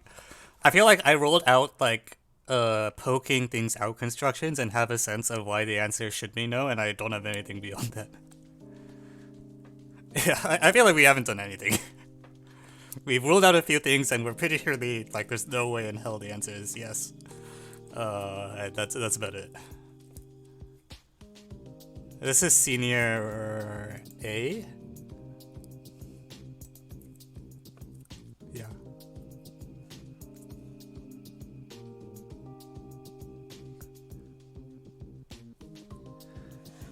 And we still believe. Actually,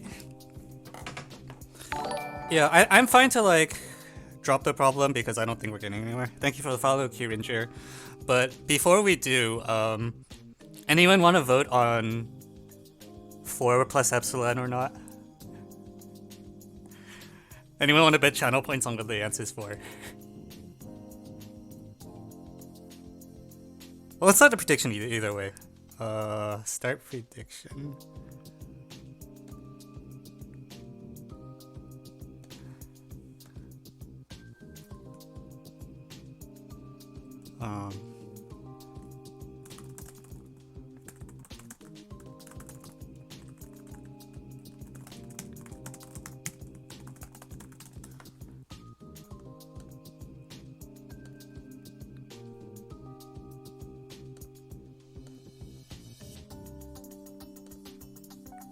Alright.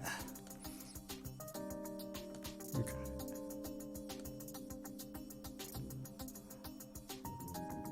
Oh, I made it out shorter than I thought it. I thought I made it 60 seconds.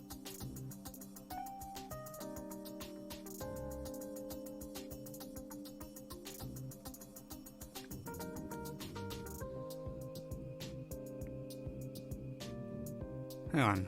What is it?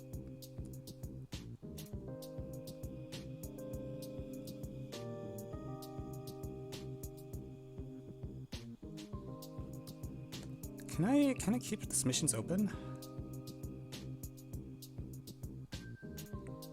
Oh crap.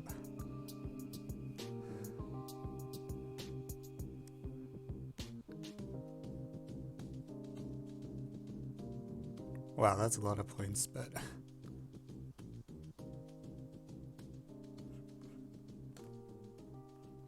okay, I guess I'll... What is this? No, it's just I'm just goofing off. All right. Okay, let's see.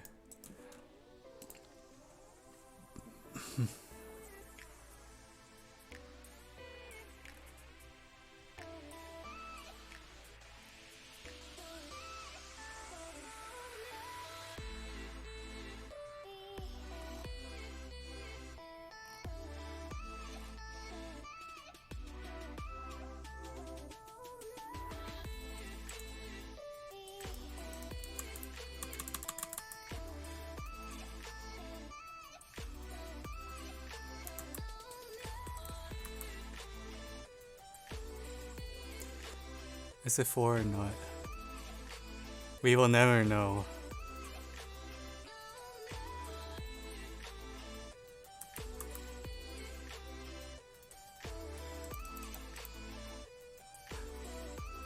There are easy examples where the ratio is greater than 4, but not much greater. Okay.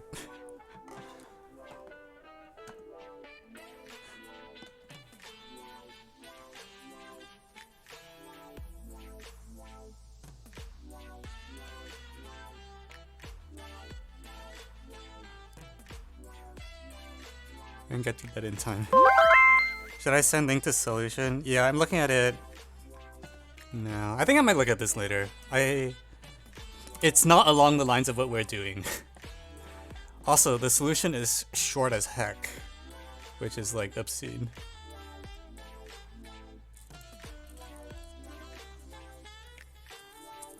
And gives a bound of 16,000. I'm sorry.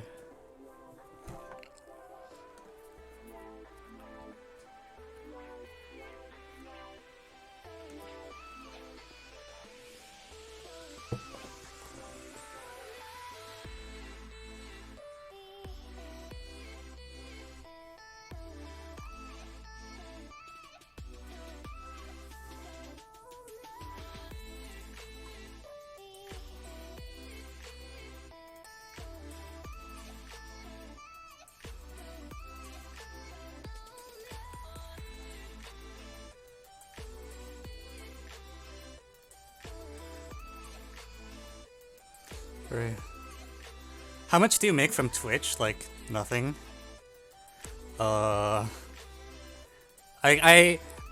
gotten about $300, so that's over like 70-ish streams. So it's about like I make a little less than $1 per hour. About, give or take.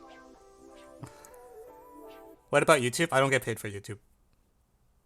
Yeah, it's the stream is definitely below minimum wage. So when people tell me to stream more, I'm like, no.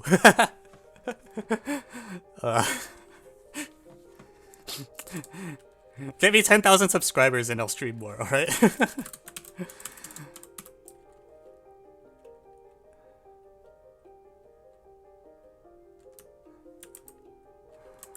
Alright. That was worth a shot, but I don't think we're getting anywhere. I don't want to review a solution on stream, because I want to read it myself later, and I also don't want to necessarily spoil everyone.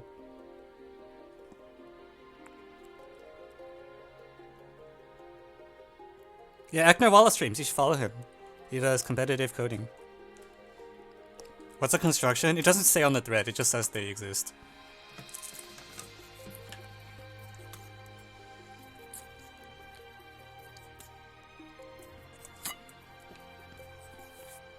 That's not fair. Scam. I'm sorry.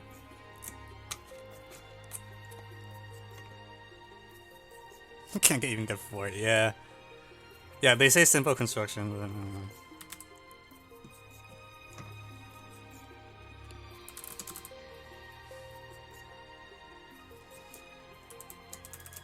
we could have used A and B as hints, but I don't know. I was kind of tired of the problem because we're just getting nowhere.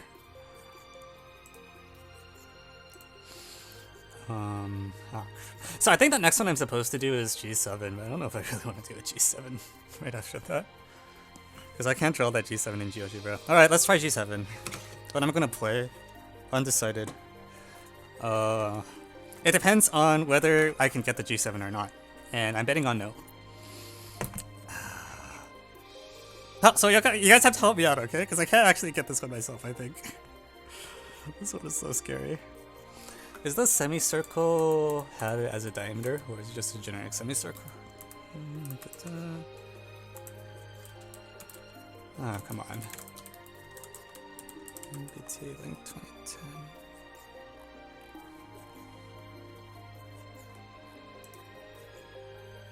Oh wow, there's a big Otis party. I know. Why am I pinged in so many places?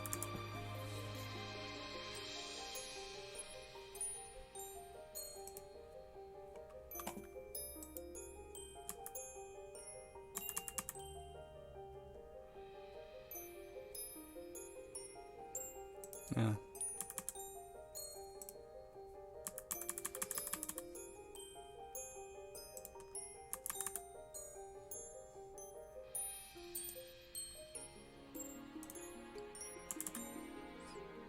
Where was I?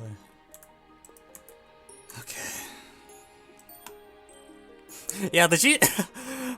I actually recognized the number because I've been putting off doing this problem for, like, forever. Like, I saw this in the shortlist and I was just like, oh, shoot. So I know... When I saw it was 2010 G7, I knew exactly which problem it was. I was like, oh, God. It's here! I'll just draw a diagram by hand.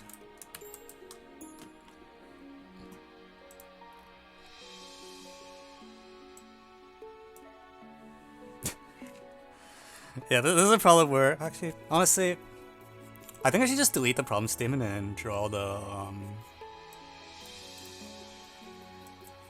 figure instead. I think that's better.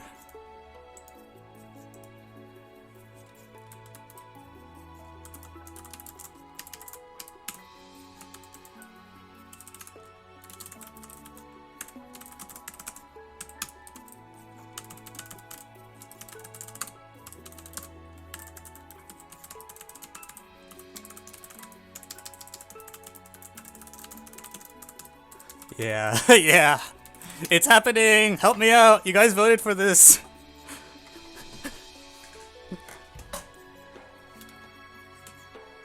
No, I'll draw the figure for you, okay? So you don't have to read the English.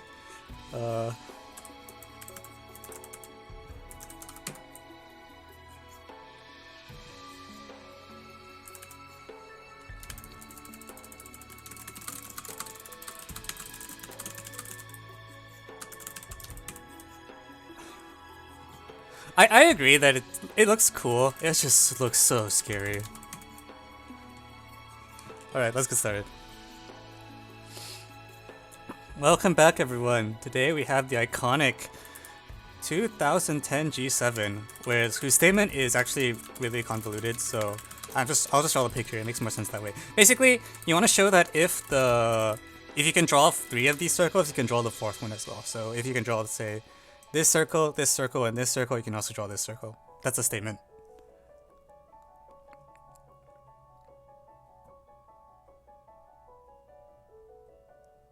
Yeah, so if you're an extra quadrilateral, this is a theorem, and you can prove it by just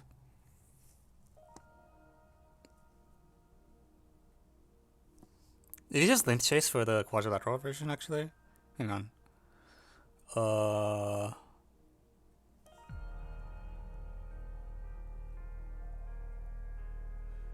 Can you pull out something about CP2? Maybe. Right. So you want to say there are conics.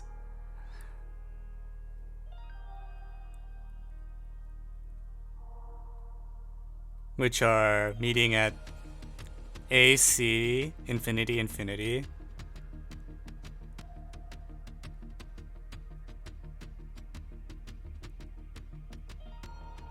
It's not a bad idea. So let's see what the generalized version looks like. So, where is my cursor? I lost track. Yeah. Oh crap. No, let's make this a little smaller. If I have A, C, infinity. Is it infinity? Is it alpha or infinity? Let's call it alpha. Alpha bar. And then you have like these. You have a line here. You have B somewhere here, and then you're given like.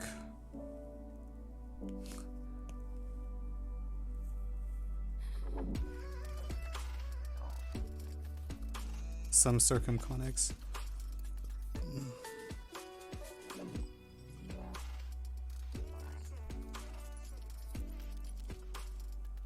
That's not good. This is really hard to draw in a legible way.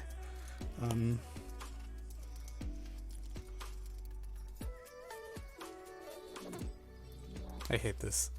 I I don't think this picture is helping me. Crap. Yeah. Okay, never mind.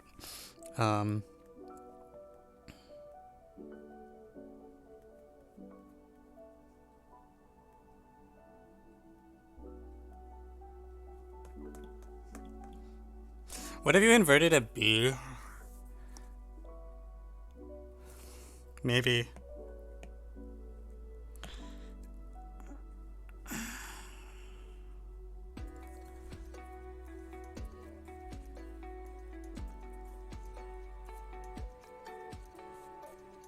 You get the same picture. Yeah, but that's a good thing. Like, problems that invert to themselves is helpful. I don't know if this is such a problem. Do you really get exactly the same? If so, you want to whenever that happens, you want to overlay it, right? Like if you get the same picture when you invert, that's a good thing.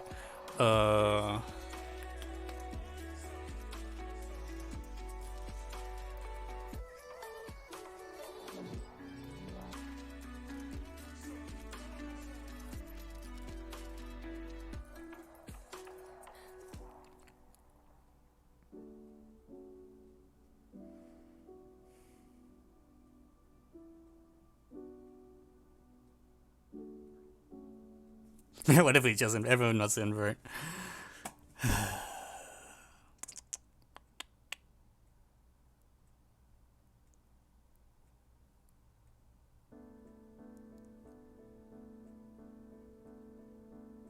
This.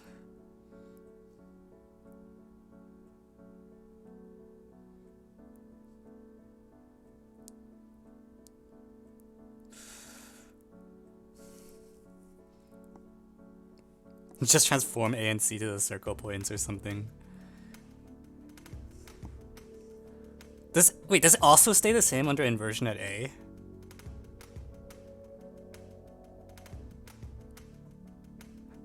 Invert at every single point until something happens.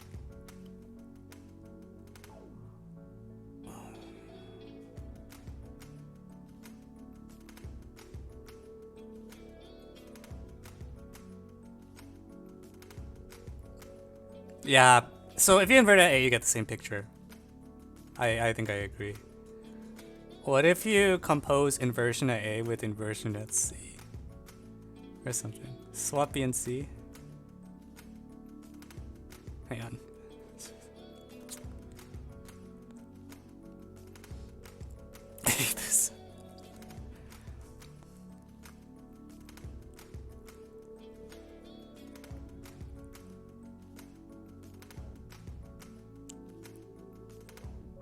can't give. No, inversion A gives the same picture. It's just not one you can overlay easily.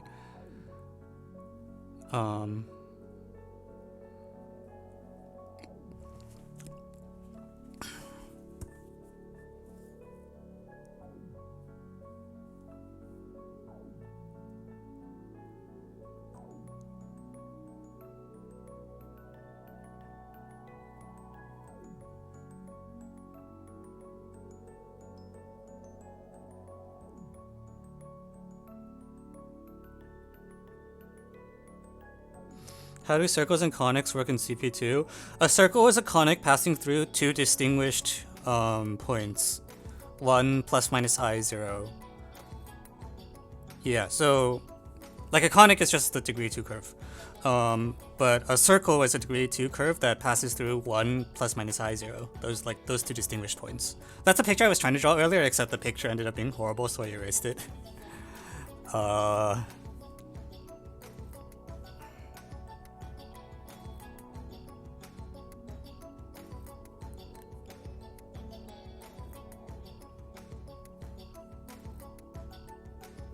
Can we use a non-Euclidean plane?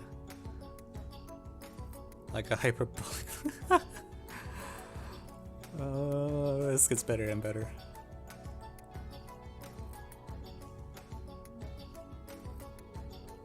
I was in a lecture by Zeb at some point and he was talking about the circle points, but I think all of us were too dumb to understand. I think I was in the same lecture. I remember that too. I think we were in that lecture together and I didn't know what was going on.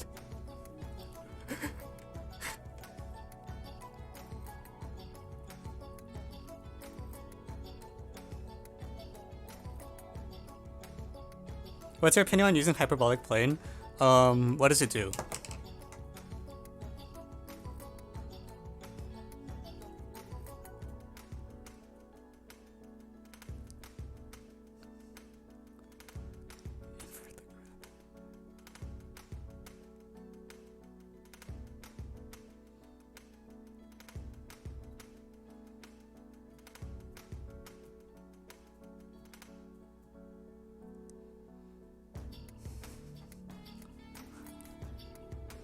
Can you map the shapes to quadrilaterals? Where does that run in the circle?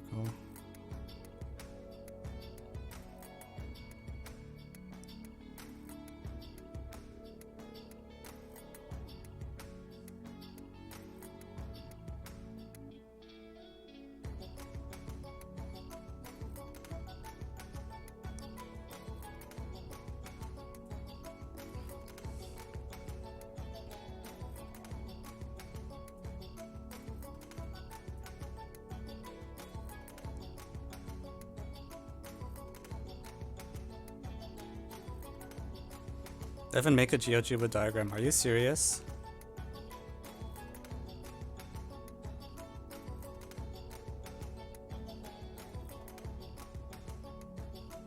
Circles concurring at 2 points. I think what you're saying is essentially invert if you invert at a point on line ABC that is not B, that is not A, B, or C, you get the same picture except the 3 lines are replaced with circles.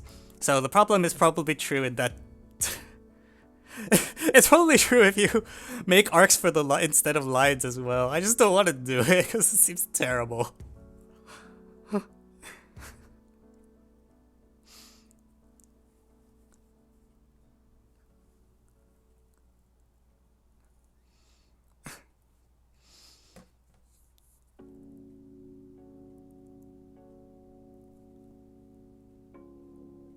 What does tangency mean in CP2? It means exactly that. That's a double intersection point.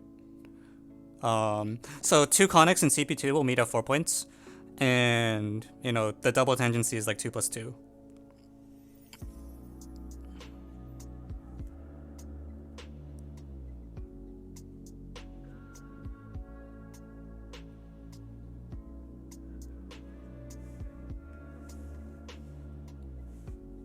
Okay, I will pause redemptions for next week. Or probably just reject them. Might be easier.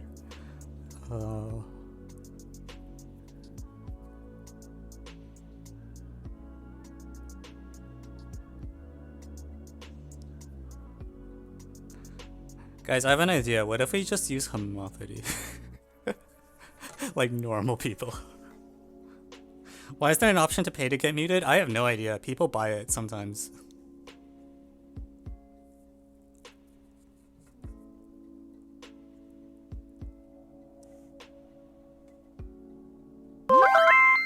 Like that. See, there you go.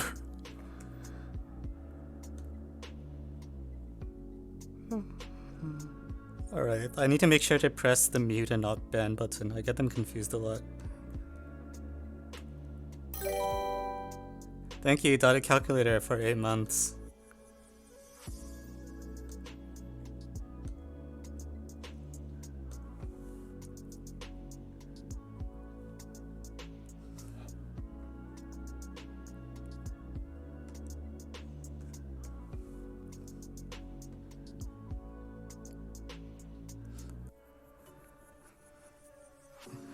Yeah, I was thinking like, so is there a homophily that like, I don't know.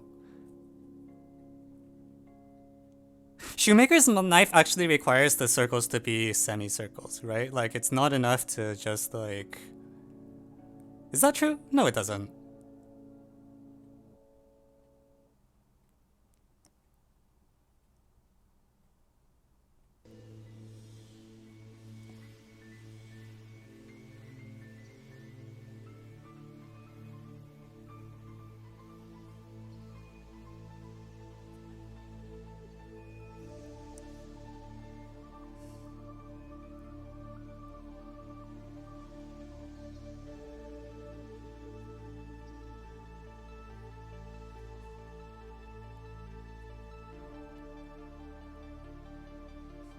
Yeah, I don't even know how to draw this in Shiju, but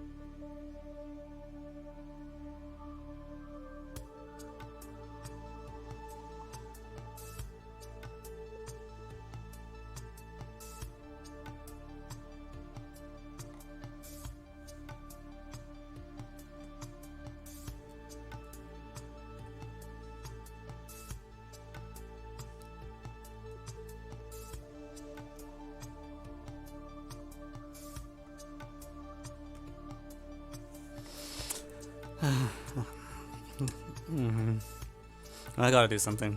I haven't written anything down yet.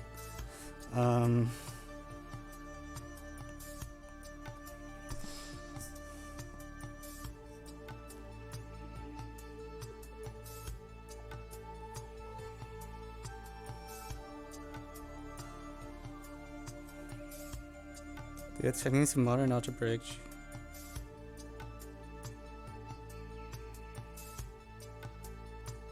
Why is degenerate so simple? Good question. Okay, I'm gonna go back to fish and fish bar. I'm just gonna draw these as circles. I don't know how else to draw them. Or not circles, thingies.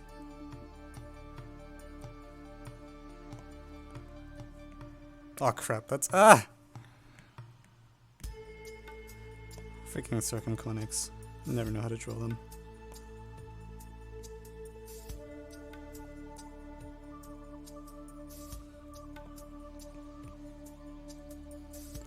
Okay, so then there's like a gazillion more. Okay, let's see.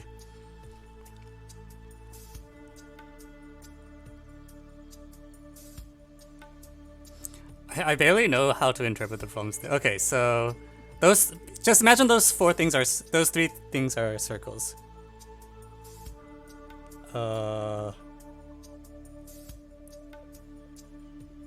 And then there's like supposed to be. I'm just goofing off at this point. Oh my god. This is supposed to be a line, and then there's like 3 lines or something, and then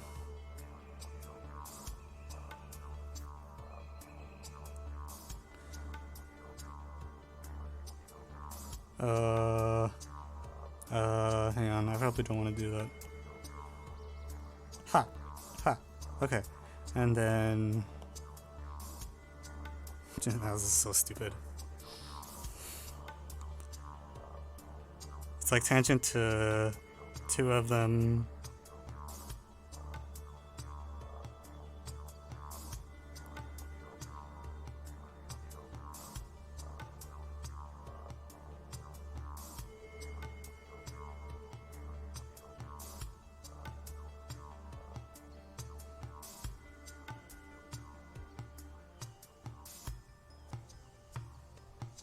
I don't even think I can draw the picture correctly. I'm trying to do dumb stuff in CP2, but I don't think I know the machinery well enough to actually carry anything out. Even if I can, like, I can't even draw the picture, and I don't know why the picture would help anyways. So... Like, I feel like there probably is a solution that is basically just, like, throw algebraic geometry machinery at it, and I'm also not the right person to find it because I hate algebraic geometry.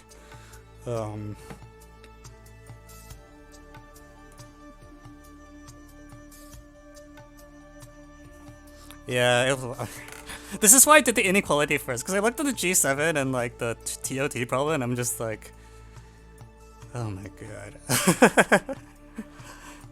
So... Yeah, I don't know if David had ever said on this. Okay, that's so the other 2 broad things are like the only 2 things that like could potentially work are invert and like I guess Casey could work. Is combinatorics anything like this?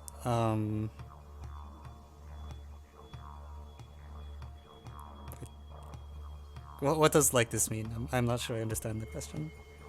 Yeah, I think it's like either homothety or inversion is probably the solution route. Casey is plausible, actually, though. Now that you mean, I don't like the Casey that much though, because the Casey is tangent to.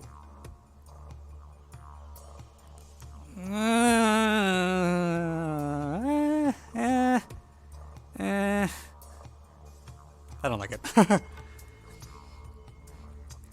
Did we solve a TOT? No, we gave up after doing absolutely nothing for an hour. 11.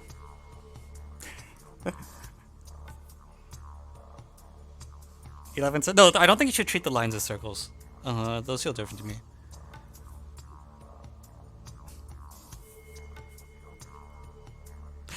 Hey, is it true? It should be true that there's a... Now that I think about it. Let me draw the picture.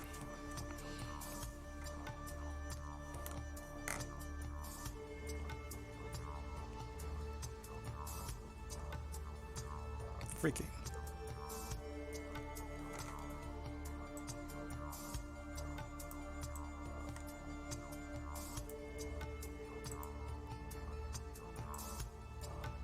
So now that I think about it,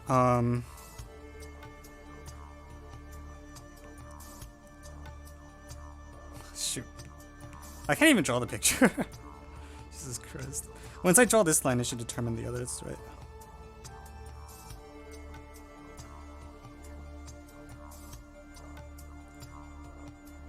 I'm just gonna fudge this line so it fits.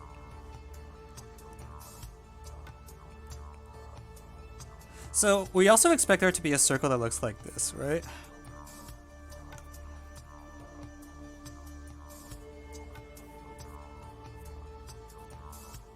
We expect that circle to exist as well. These are the ugliest circles I've drawn in a long time. I don't want to redraw the circles.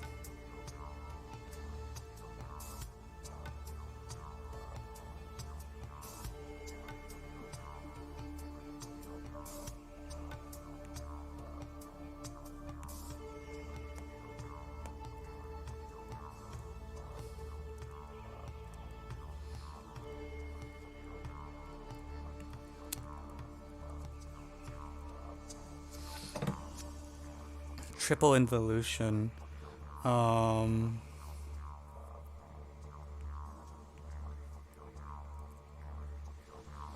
Yeah, we expect this circle to exist. I wonder if I can show that first.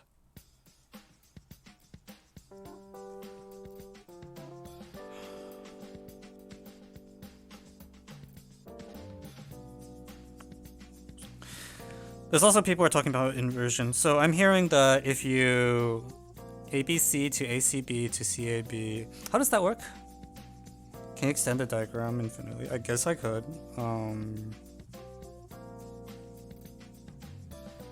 I mean, you can do this and get another pair, but...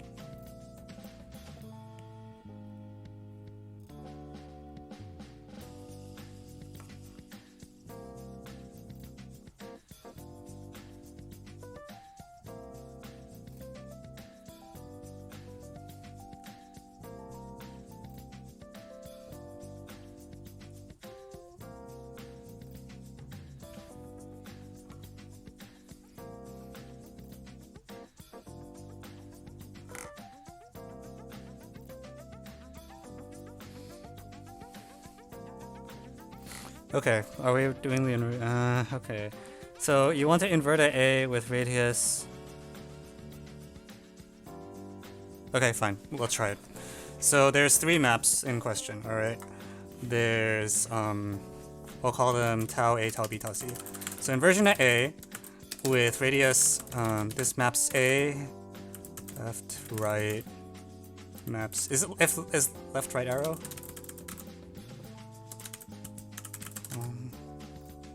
A infinity and B long. Okay, actually, you know what, Egnorwalla, I think you're right. You should treat it as 11 circles. I take back what I said.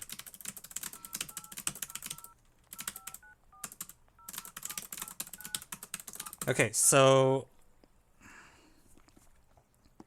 these are all inversions along one particular line. And if you compose no,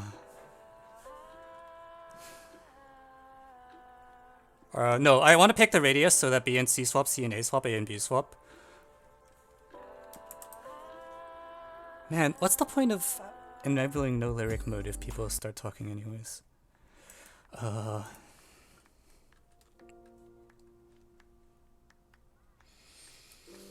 Okay, so if I compose A with B,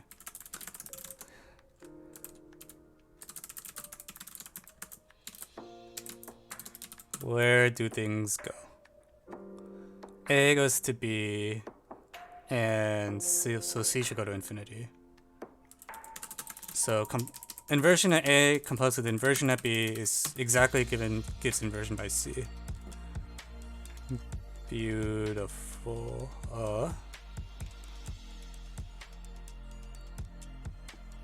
Rays from B map to the same arcs between A and C. Am I a crazy person?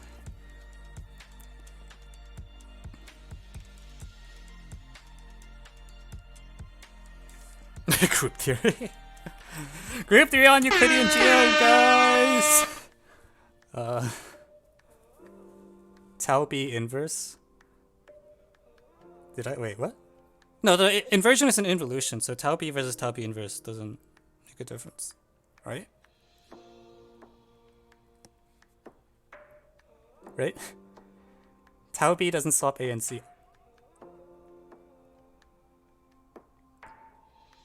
Why not? Can't I pick the radius such that... Yeah, I can pick the radius, right? This is a negative inversion, so it's like, I don't know. People were just saying to invert, so I'm like, okay, let's start composing and see if anything happens. We call it negative radius, even though you're technically correct and it probably should be imaginary radius. But we always call it negative radius anyways. Negative inversion. Basically, when you do a negative inversion, normally when you invert, it's like things go like this. When you have a negative inversion, the things go through the point. You can think of it as an inversion composed with a reflection around the point. The case where if you move A to infinity, you get the same problem back with I mean,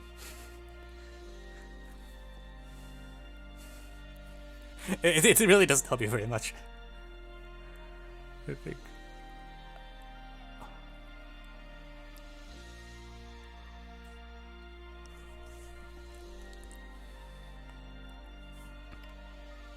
Correct. And negative inversion is inversion composed by rotation by 180, if you want to call it that way. Yeah, then the lines need to be our circles. So, like, really the true form of the problem is, like, there's 2 pencils of circles, and then there's, like, another, you know, gazillion. I don't know. I don't know what to do with it. Do you think that circle version is better? I feel like it's even worse. 11 to circles.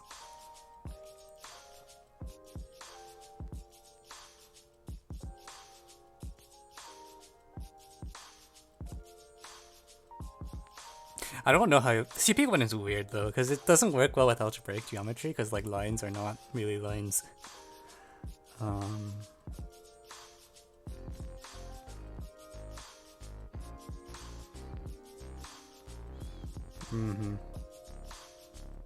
Sure.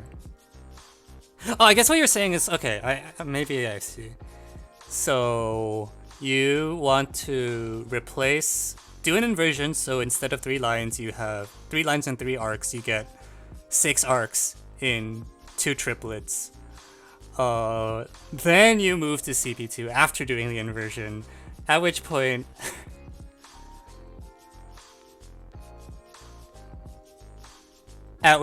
now you have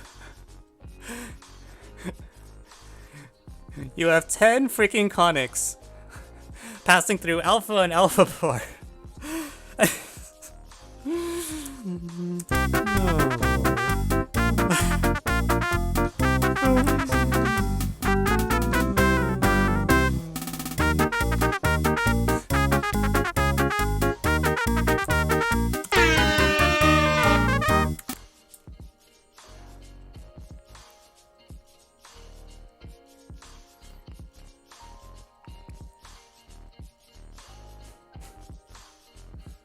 No. What you do is, like, I was complaining earlier that CP1 felt bad to me because of the lines. But what you can do is you can do an inversion so that all the lines become a circle except line ABC. And then you work in CP2. Perhaps you can MMP this? Be my guest. be my guest.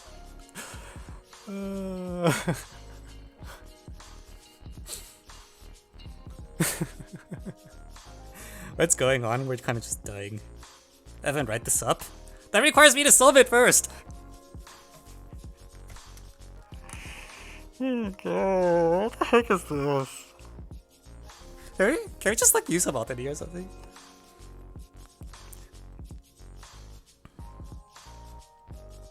Are that the air horns? No. No. What?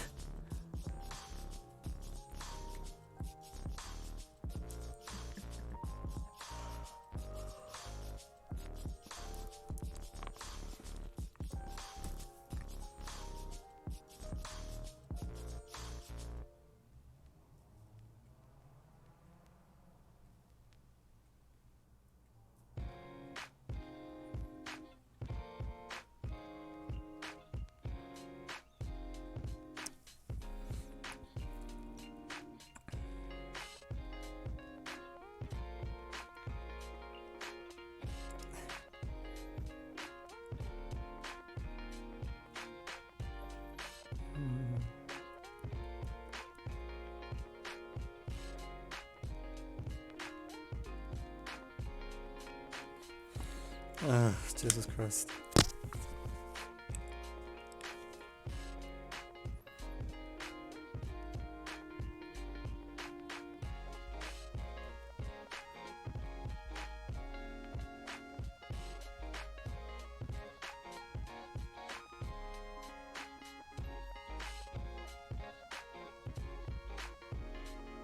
There's gotta be... It has to be homopathy, right? I don't see how... There's a homopathy... Okay, yeah. I should start actually doing the problem, right? When you have two circles that intersect like this, what does the homotopy centers look like? Like, okay, yeah. Let me actually start drawing the tangency points, right? So boing, boing, boing, boing. I'm gonna draw these ones in green.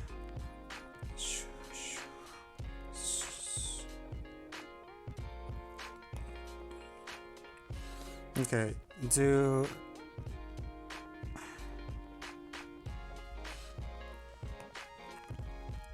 When you have coaxial circles, can you say anything about the homotopy centers of coaxial circles? Do they do anything good?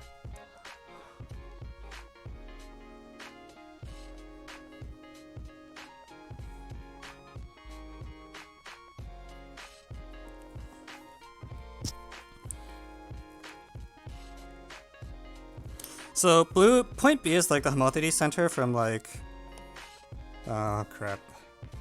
What are the circles called? I'll just call them 1, 2, 3, 4. Okay. 1, 2. So B is the homotopy center of 1 to 2. And then I want like, oh crap. Monster-Allenberg goes the wrong way. But like there's this line should do something, right? So there's a negative, negative, and plus. Oh shit, the signs don't match. But that's gotta be superficial, right? I should be able to work around it. Maybe not.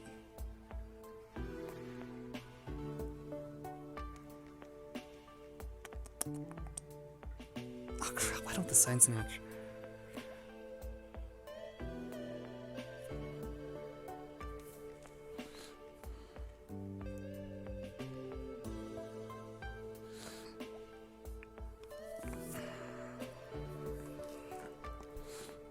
Hyperbolic plane does work.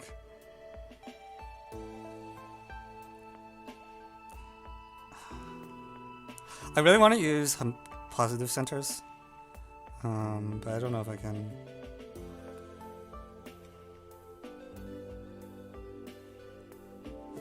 Like, so this red line should pass the harmonic conjugate of. Okay, but this one.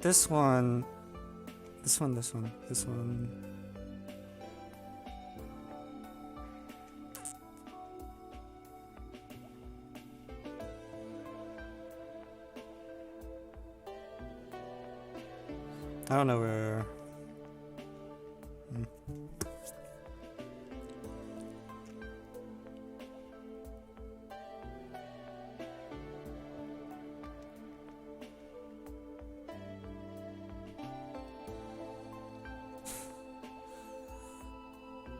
I hate math.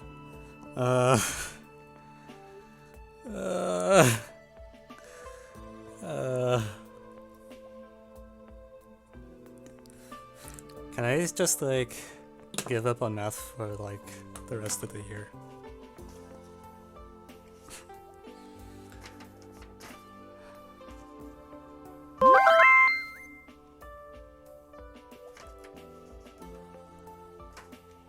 Calculated.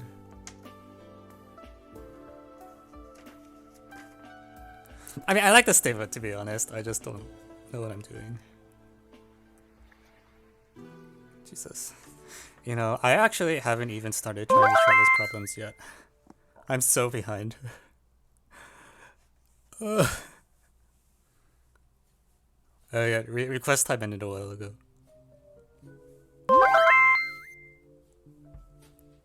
Jesus.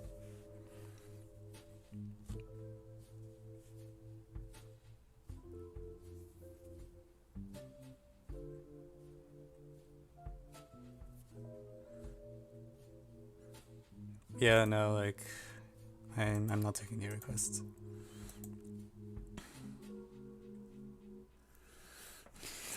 Okay,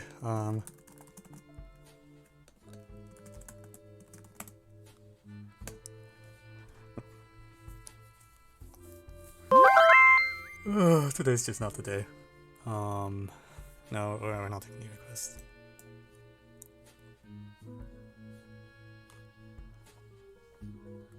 Submit it next stream. I'm kind of dead.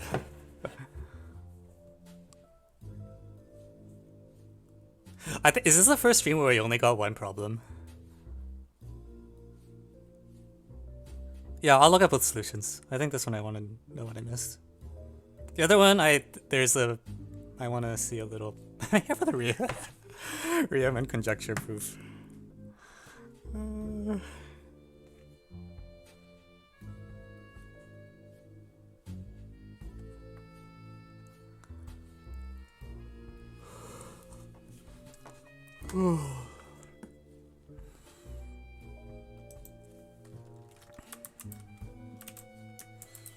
Alright, the eyes have it.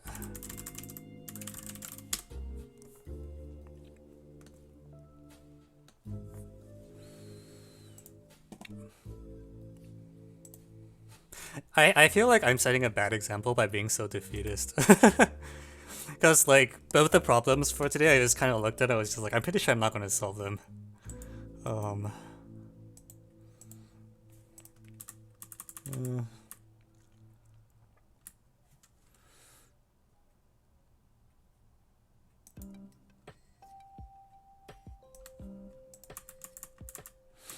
haven't finished writing up the...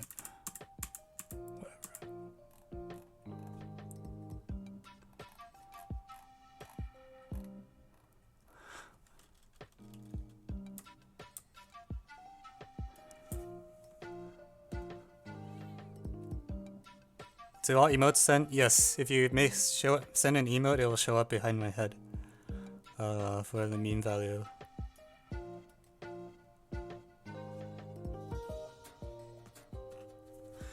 Okay, so what is this?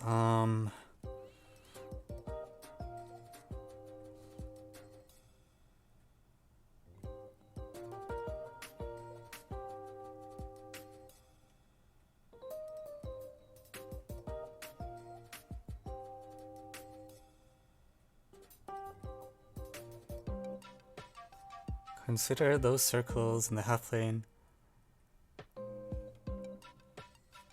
RUJ, what? Oh, actually, I should start reading. Why is the keycam frozen again? Jesus. Technology.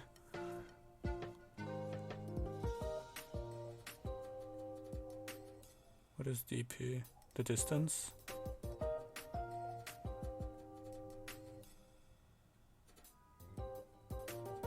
What is R? Oh, the radio. Okay, fine. Length. What the heck is this? It's an ellipse arc. Wonderful.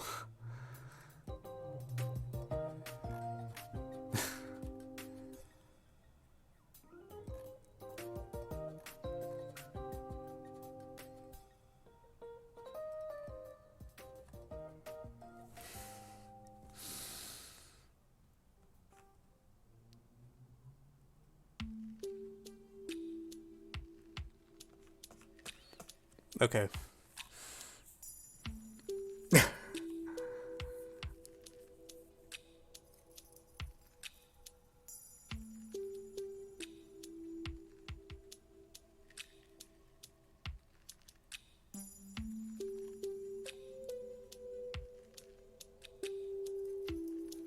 These.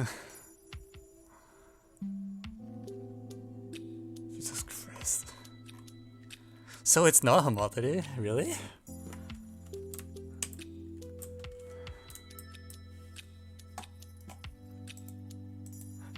Like okay.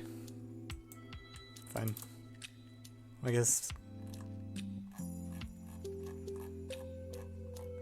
Actually, no, let me read the thread. I feel like there should be either a homotopy or inversion approach for something.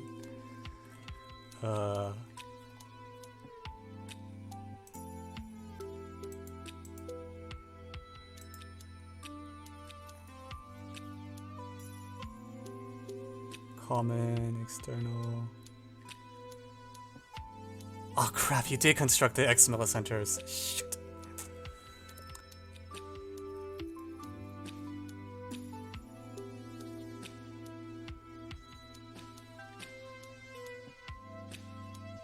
It is X millicenter.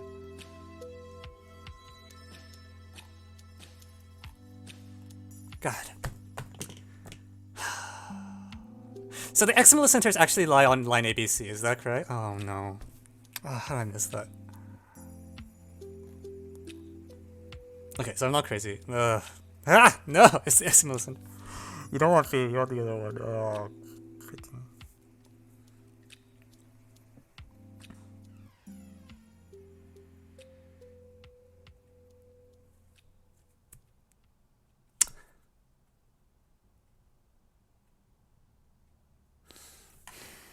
Can you share this? Okay, sure. I'm mad. No, I feel like I should have been able to get this. Like I was thinking about drawing the X millicenter of these two circles, and I was like, no way that actually works, right? So I didn't draw it because I didn't think it would lie on line AB, but it does. So actually, like I think if we had drawn it with GeoGebra, we might have gotten somewhere. Because then I would have actually been motivated to try, yeah, seeing if that claim was true. But yeah, the X millicenter is on AB always, even without like a line tangent to them. So that's good to know. I'm surprised I haven't seen that before. Now that I'm thinking about it.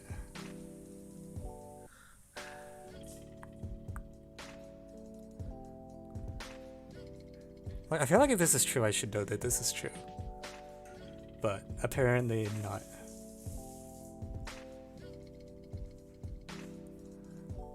Yeah, I should have drawn in GeoGebra before giving up.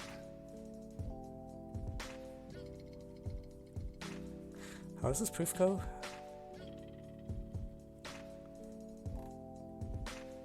There's an okay. I see. These guys are cyclic because there's an inversion.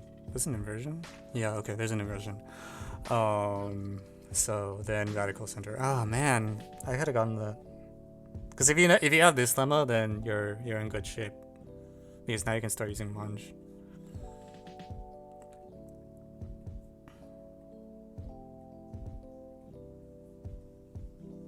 Ah, damn.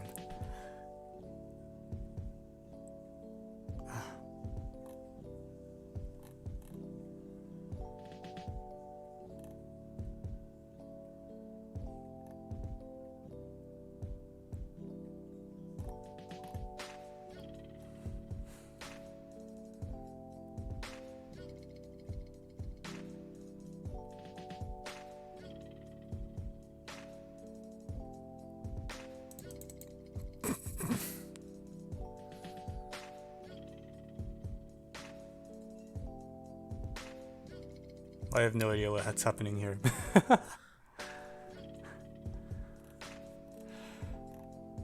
Okay, inversion. Yeah, this lemma is so important. Oh my god. That lemma is actually true?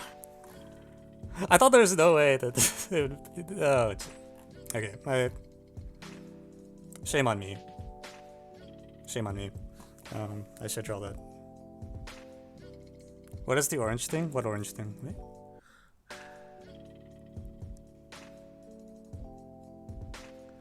I might have, yeah, I should have done this before the tournament hit tons. The lemma is, oops. This. If you have two circles that are tangent to two circles like this, their x millicenter lies on the radical axis. I was thinking, and I was like looking at this picture thinking like, I feel like this x millicenter might be on line AB, but then I was like, I feel like if this was true, I would have known about it already. But it's actually true. So I learned something new today.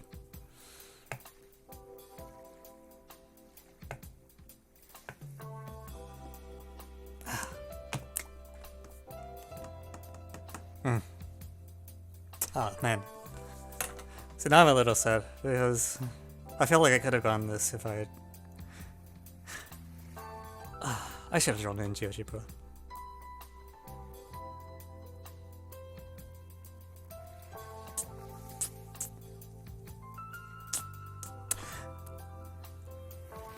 We're contesting only exam. Yeah, that's rough. I don't know.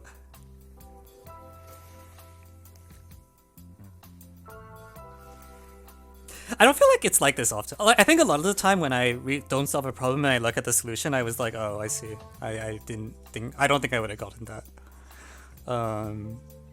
I think just because of the style that I have, it's pretty rare for me to look at a problem and say, oh, like I should have gotten that though. That was silly of me.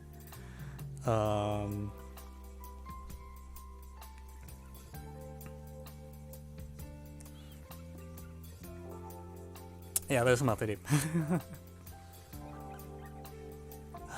You need the XML center. I was drawing the wrong one. Because I was trying to draw the XML center here, between these two circles, because I knew they're on B. But you want this pair.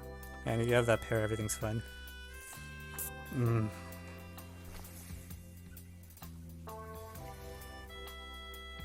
How do I get a style that makes it unlikely for me to think, oh, I should have gotten that? Just have no creativity whatsoever, and then you'll probably have that property. Is it true the big curve quad can be inscribed? Oh, I think it is. I don't know how to prove it offhand, but I think it should be true. How do you show that?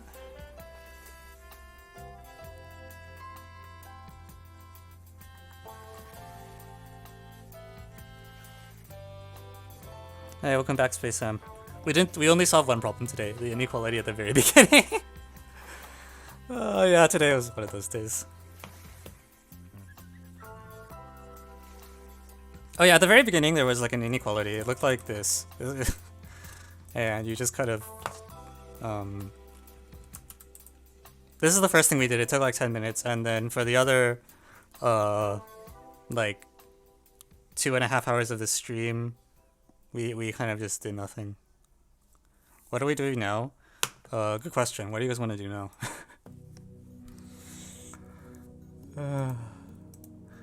We can try 2002 A6. The G7 is too weird. That's an idiot one. Can I trade it in? Oh my god.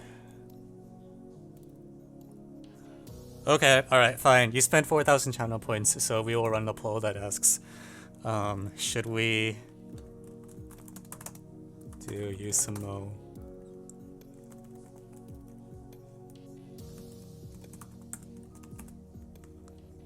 The most expensive way to get a problem request.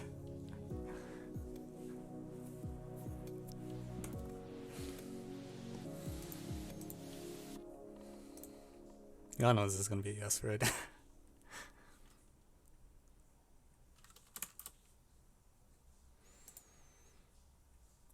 Man, why didn't...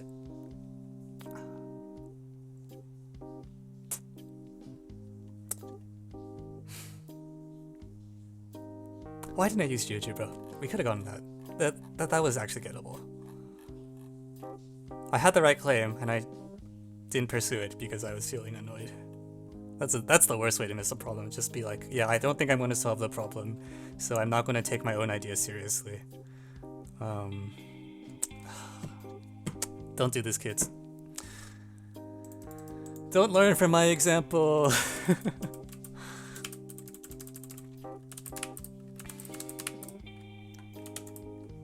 God, actually, that... Whoa. Oh, wait, the vote actually evened out? I just assumed for sure people would want to, like, kill an easy problem. But yeah, so what you've learned today is that if you think that you're not going to solve a problem, that contributes to you not solving it. Because I had an idea and I just didn't bother chasing it because I was like, I'm not going to solve it anyways. That is your wisdom for today.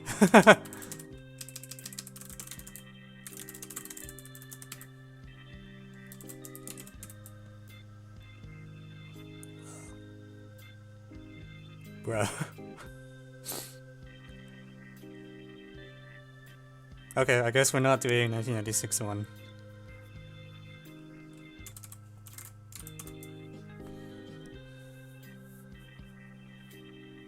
Or maybe we are. Okay, you know what? This problem's gonna take like 5 minutes. Let's just run the problem over, okay?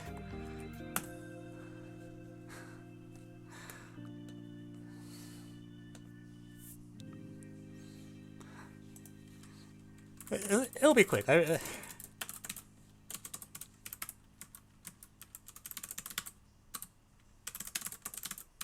Actually, maybe it won't be quick. Let's find out.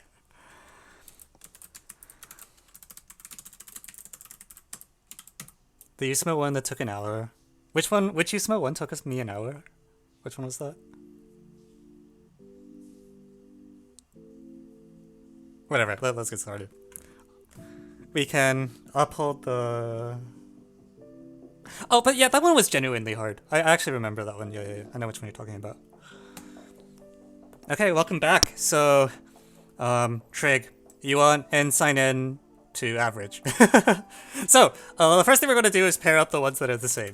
So you have n sine n degrees plus 180 degrees minus n times sine 1... Wait. No, it's... Hang on.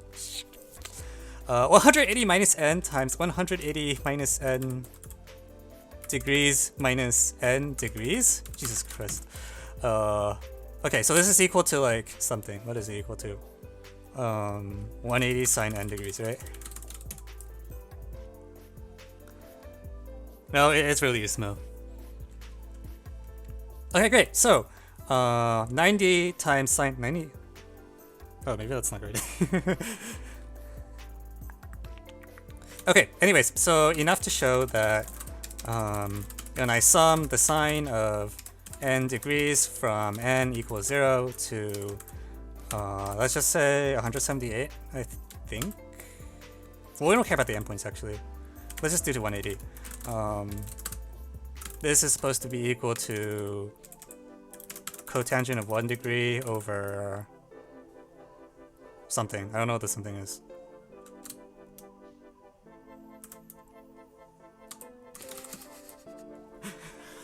How many things are there? We're dividing by 90, we think. Over 2, I think. Is that correct?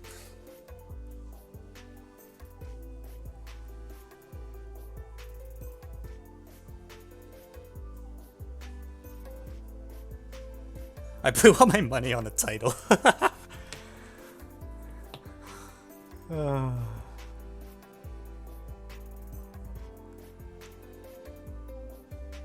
Okay, hang on. There's 90 numbers. So if I double it and add the other way, I get 180. There should be just there's no 2. I think it's just 1.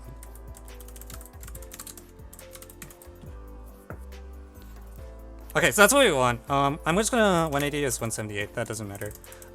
You're right that it's steps of 2 though. So let me 89. 2 n degrees.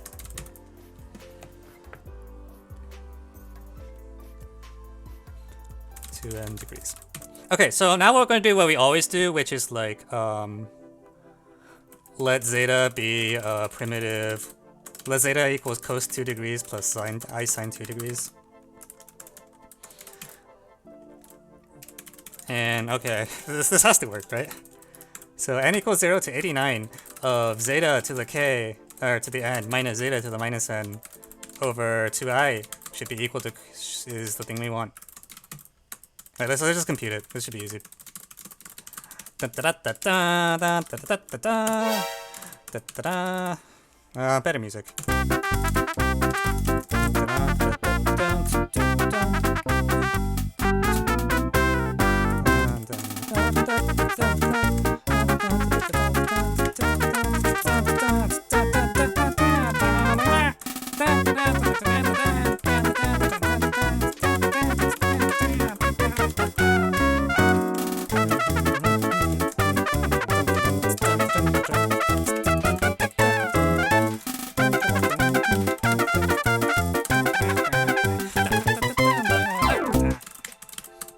Okay, so this.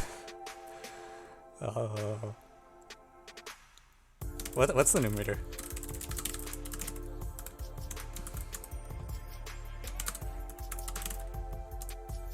Yeah, so zeta to the 90 minus 1 plus zeta to the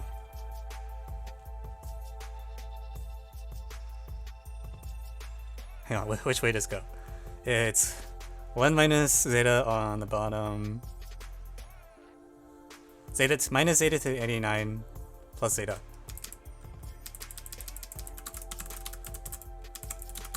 Ja.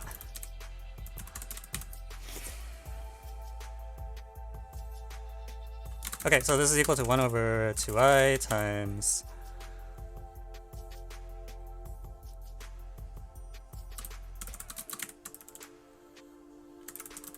zeta to the 89 plus 1.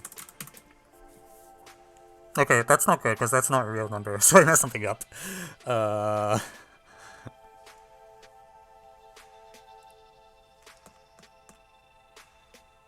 my god, there's so many clips. Oh god, you kids are having fun. Shit, there's a minus sign. This is zeta minus 89.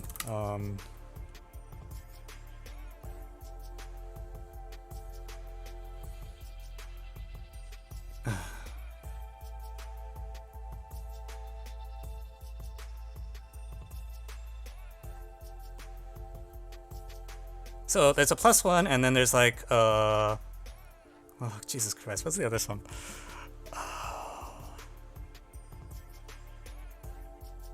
Well, I'm pretty sure I flipped the sign again.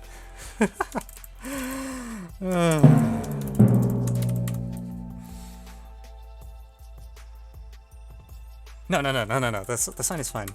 Crap, what is it?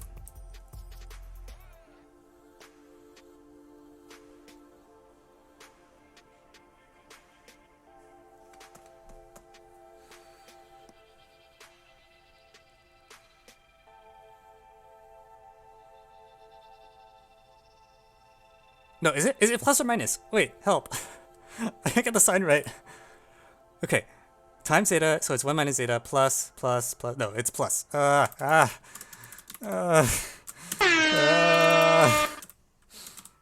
hate calculations. Oh my god. Okay, wait, how do I simplify this?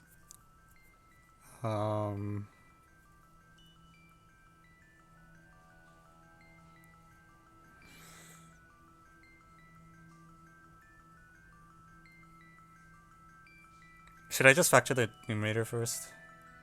Z equals 1 is a root of the numerator for sure.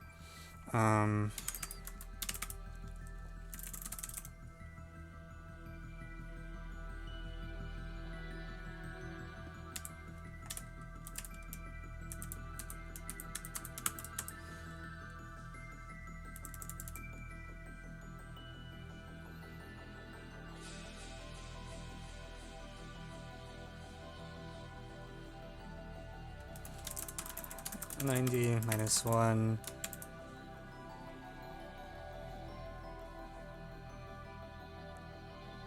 One.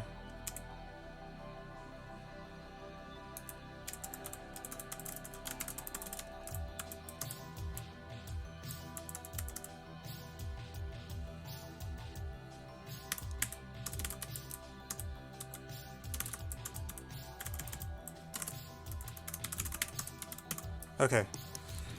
So that's a closed form. Yeah, factors. That's what I thought I should do. Actually, really? Yeah, I guess factor to begin with.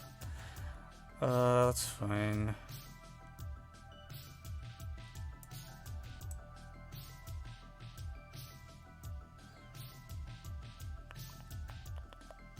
So do I just let zeta equals psi squared?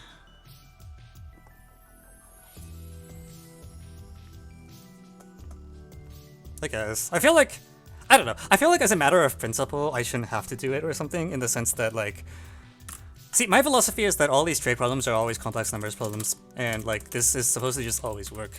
But I guess it's maybe not that fun to share this thing as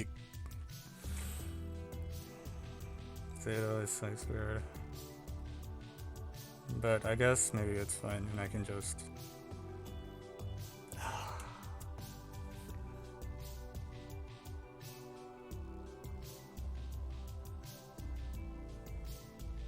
Yeah, but the thing is, like, trig requires thought or something. And I have no brain, so I try to do the things that require the least amount of thinking.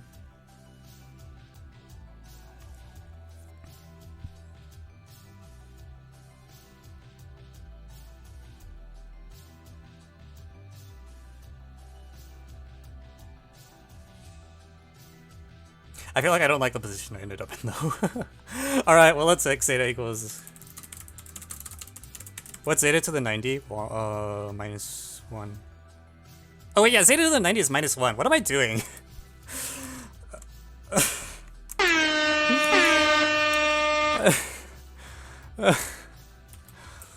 Oh my god. See, this is what I mean when I say I have no brain, like...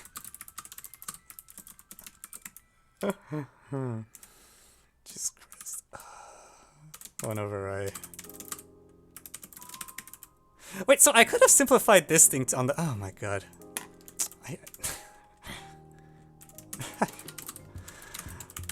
Oh man. Okay, that was ill-advised.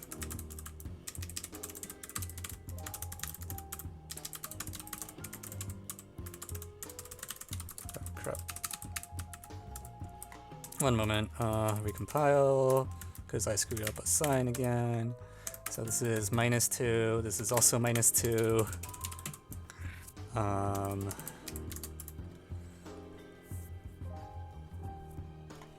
Okay, so this is equal to 1. Alright, so now I'm going to screw up the signs again, because that's what I do best.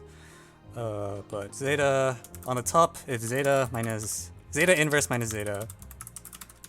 Here, on the outside, I have 1 over minus I. And then on the bottom, it's zeta minus 1, zeta inverse minus 1.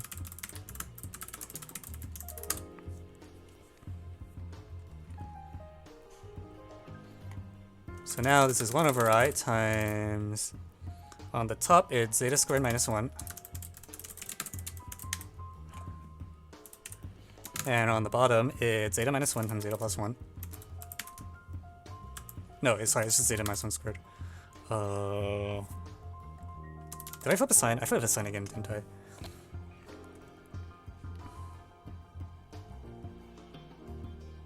Yeah, it should be minus I.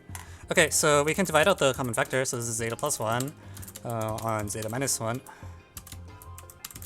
Okay, and that should be fine. Because, like...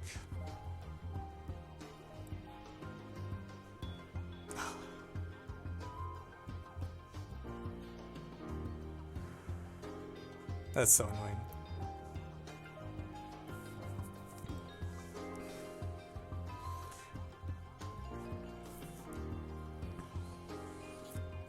Yeah, but this should be fun.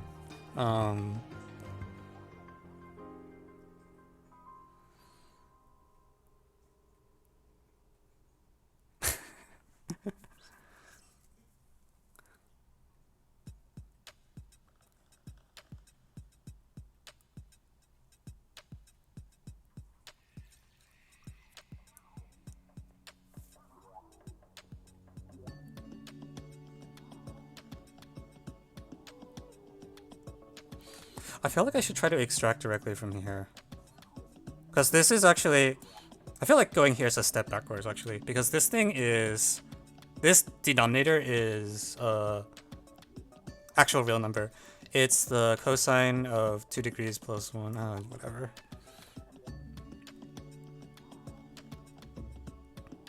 Yeah, actually that's probably the easiest thing to do. Cot 1, cotangent 1 is equal to the cosine of 1 degree over the sine of 1 degree, which is equal to... Alright, you want to get it in terms of 2. So we'll just do some double angle crap.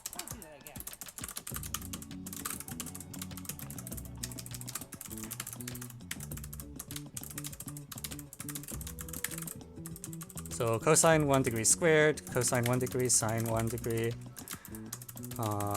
So this is equal exactly to cosine of 2 degrees. Which way does it go? Plus 1 over 2? All over sine 2 degrees over 2.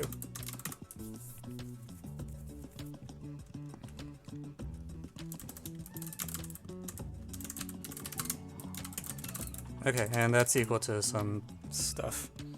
It's equal to half of zeta plus zeta inverse plus 1 over 2i zeta minus zeta inverse So these should be the same thing, right?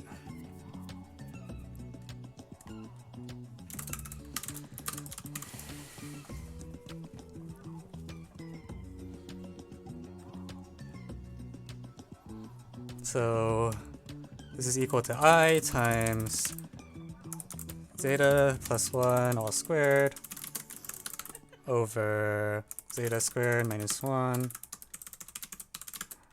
Okay. We're done!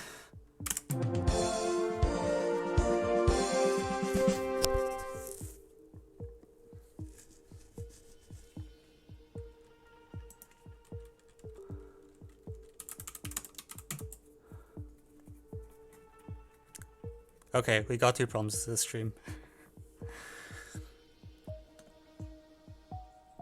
Post here. Let me convert this into my database format first.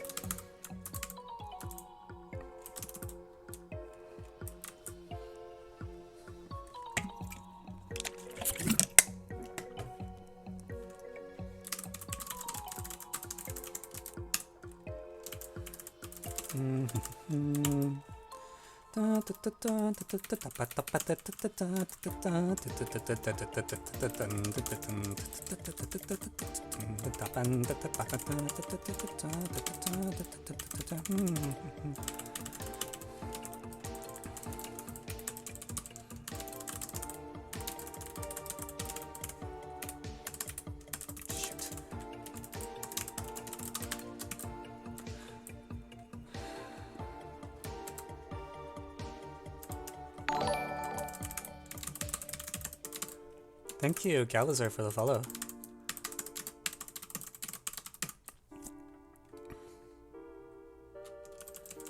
I probably don't need a new line there.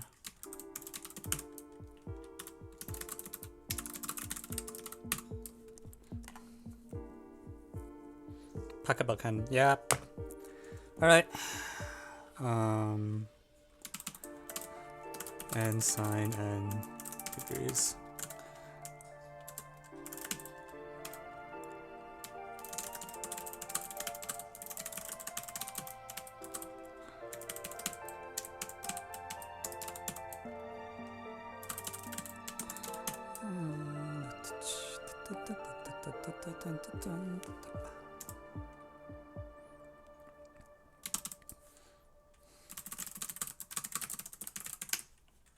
Okay.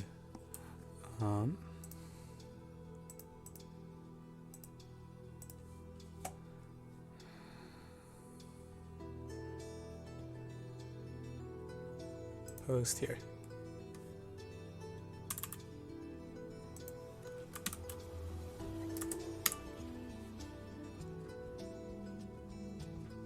Oh, I forgot to actually advertise the stream in the post.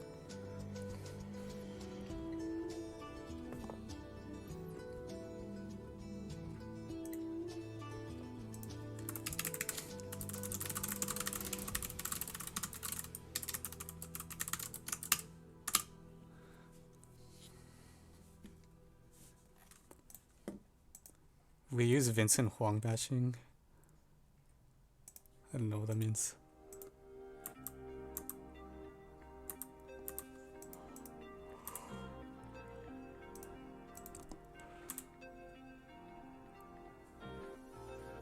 What? Okay, that's good to know.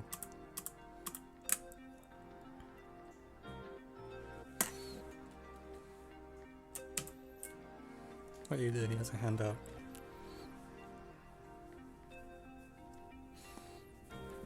What will CMC do if AMC 1012 is in November? Well, I guess they can have CMC in December.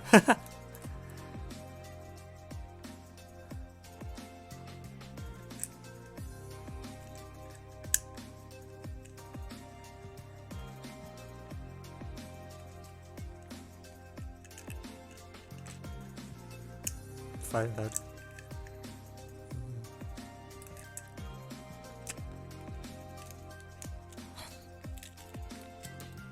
Yeah. I don't feel great about the AMC moving to November. I think February was a better date for the students, but I mean, if they say they can't make they can't make February work, I guess that there's nothing else to say. But I'm still disappointed. Because it used to work.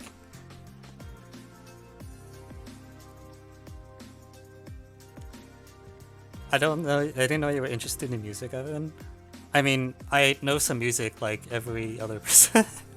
I don't know what interested in music means in particular. Like, I play an instrument, I guess. I haven't played it in a long time because I don't have access to a piano here in Boston. Oh, orchestral.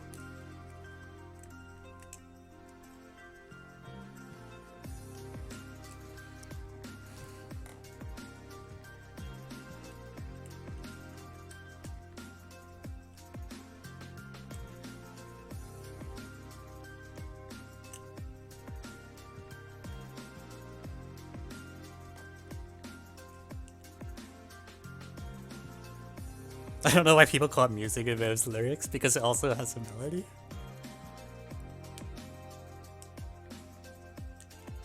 Oh, I thought it was like song is lyrics, piece is like not lyrics, and music is the union of those or something. That's what I thought it was. I might be wrong about that. But seems like music is supposed to be the largest term. It would be very awkward if there was no term for, yeah. I thought any sound is basically music.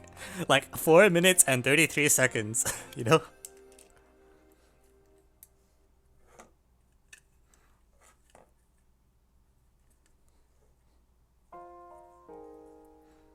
I think if someone makes a sound and claims that it's music, then, like, it's music. It just might not be good music.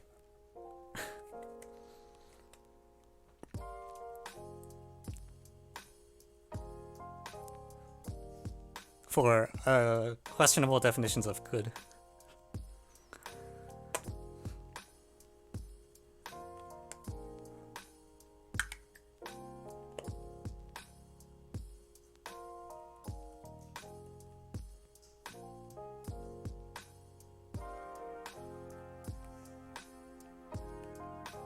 What lemma was Evan talking about in 2010 GSEC? It's I don't know if I still do have it open.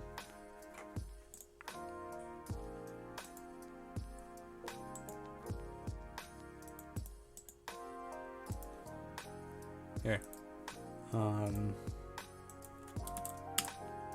That picture.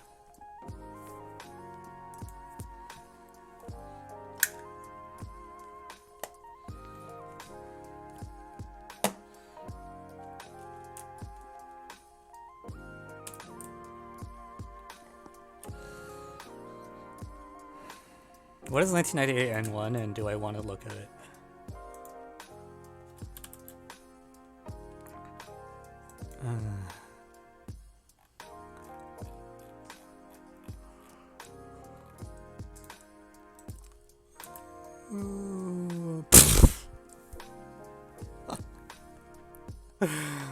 Oh yeah.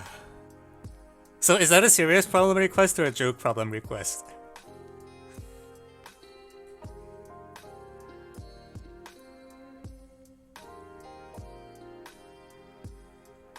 I admit I actually haven't done this problem yet, but also, what the heck? What editor? Vim.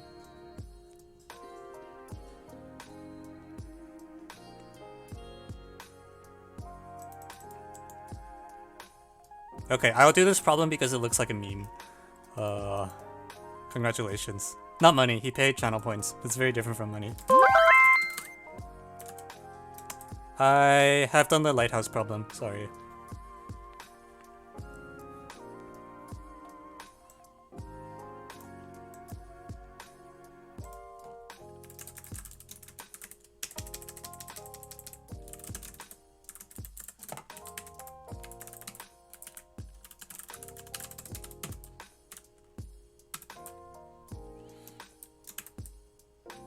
Evan's V-Bucks are more important than real money. I'm glad you feel that way. Pay $5 to get double V-Bucks. It should go in Euclid Ogg. Oh, okay. Alright, welcome back everyone. So today we have a problem from the IMO shortlist, which occurs depressingly infrequently given the name of the stream. But you want to find pairs xy such that you have this random divisibility. That's the problem. Okay, so x squared plus x plus y divides xy squared plus y plus... Oh, I already flipped it. X squared y plus x plus y. Do I just subtract?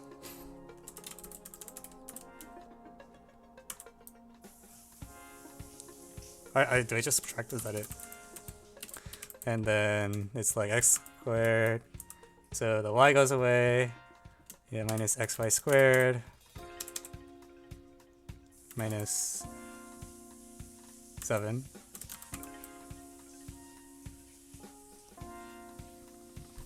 Okay.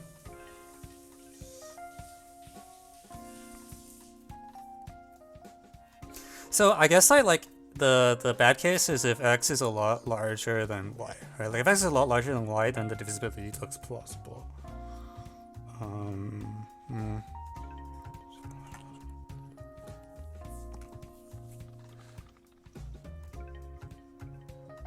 Wait, where did my x go? There's supposed to be an x here, right?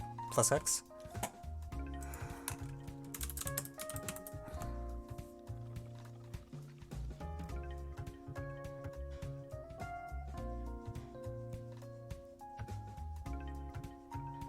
The 7 is so... Why is there a 7 there?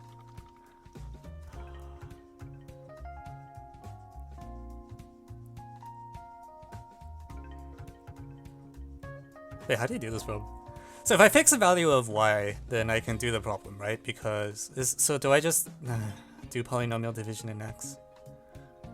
That just seems so heavy-handed. Alright, we're doing it, xy plus y squared, and we did subtract once. So... Oh wow, that canceled really well. So now I just get y squared minus 7x.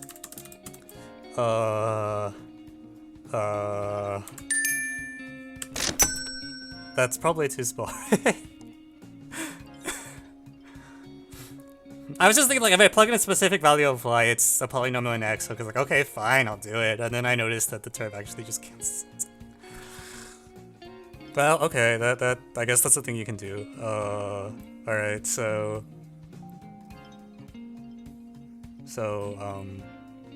now you just bash, right? Because if... So this thing is certainly strictly less than this, always. So y squared minus 7, on the other hand, 7x is at most like minus 7 times this thingamablob, or whatever. So it's like y squared minus 7x is certainly less than xy squared plus y plus 7 by like a lot. But it's less than or equal to minus 7 times xy squared plus y plus 7. So now there's like 6 Diophantines, I guess, to solve. Do I have to do all... I don't want to do all 7!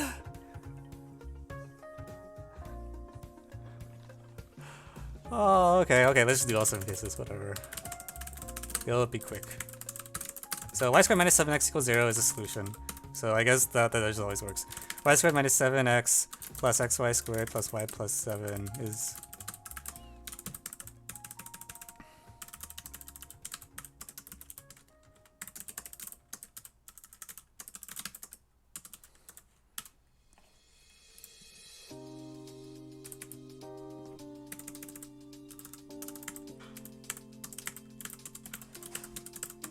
Okay, so we get these 6 things, right?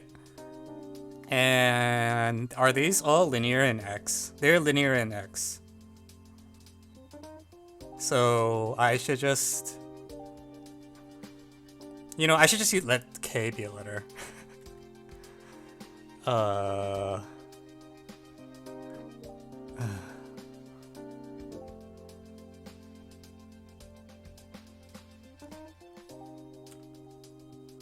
Okay, fine. Well, let's say k is a letter. So k is a number between 0 and 6 inclusive, a positive integer. And if I solve for, there's no quadratic extreme anymore, so if I just solve, it tells me x is given exactly by y squared plus k times y plus 7 divided by 7 minus k times y squared. So if y equals 0, I get solutions. If y equals 1, there's not that many solutions, like y equals 1 or 2. If y is k. Okay, so let's just make a list of solutions. I think we're fine.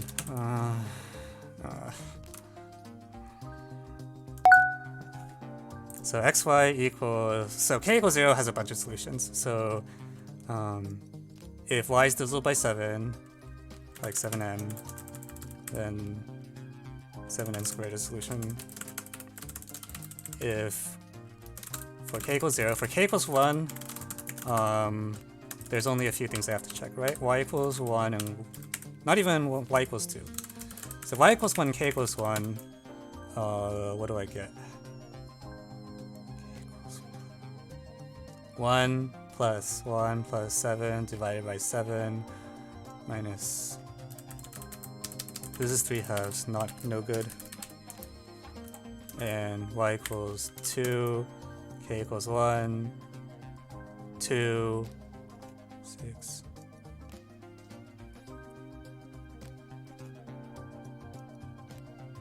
(13 over 3). That's also no good.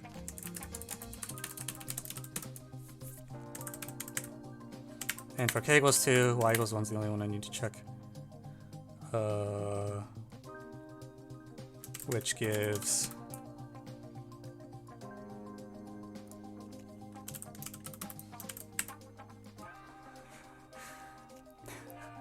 3, 1, 2, 9, 9 times 2 plus 1 is 19 thirds. Something's off. Yeah, these are... No, I think something's weird actually, because I'm surprised that none of these are working. It feels like there should be another solution, and I am just clowning, but...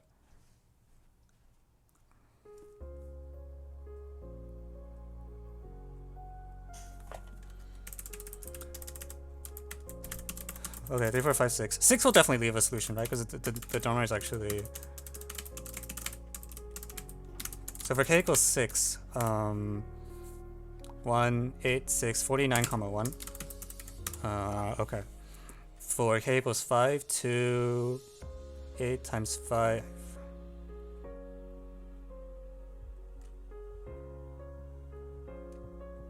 (41 halves), no good.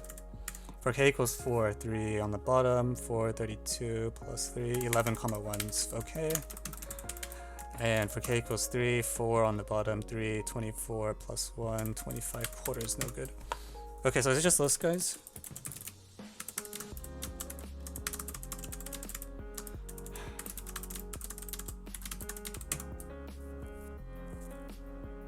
Did I actually get the solution set right? I feel like I definitely made a mistake. Because I don't trust myself to do like 8 computations like this and not screw up. Did I miss any?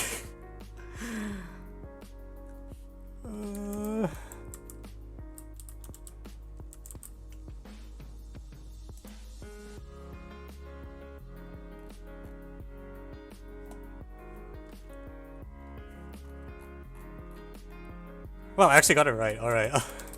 Amazing! Alright, cool. Yeah, I thought things were going to get really annoying when a bunch of terms showed up when I subtracted, but it turns out this xy just kind of disappears. Yeah, it lines up exactly. Okay, well, that...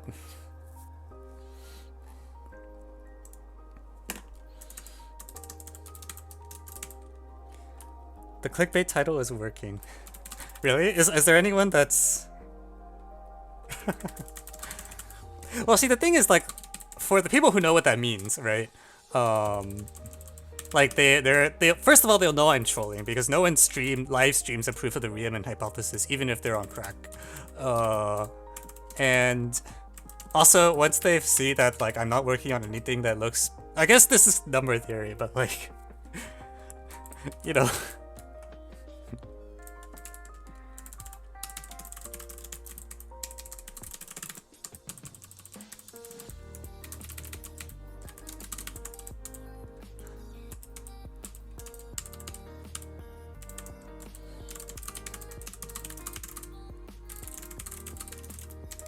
Equations.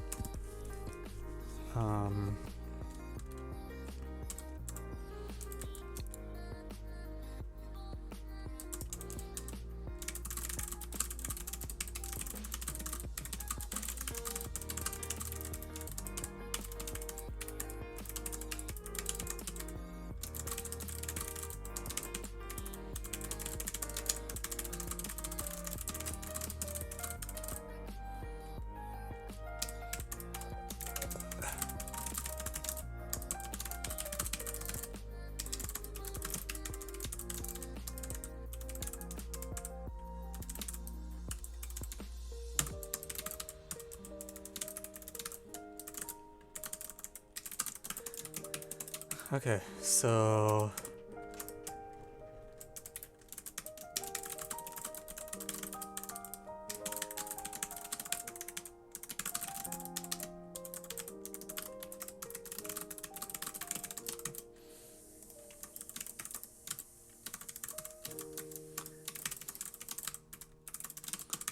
okay, so there's the write-up. Pretty simple. Ah, crap.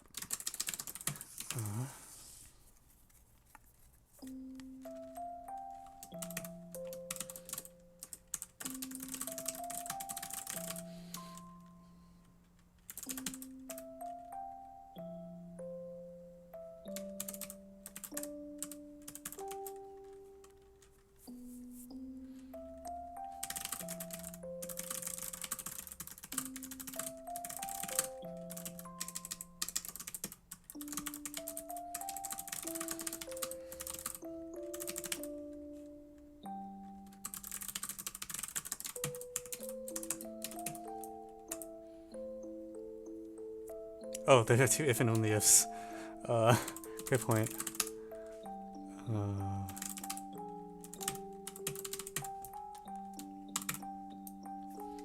What was the equation with the k? It just tells you that x equals y squared over 7.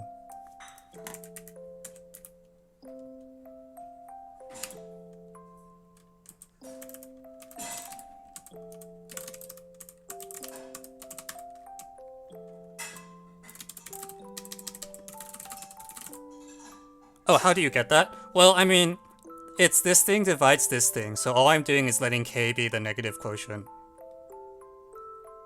That's all. You can actually delete this whole sentence. It's just, I think, if I write it here, it's a little clearer that why we should be close to done, because you promise that this denominator is positive, so there's not many choices. But it's just saying like this divides this, so let k be the quotient.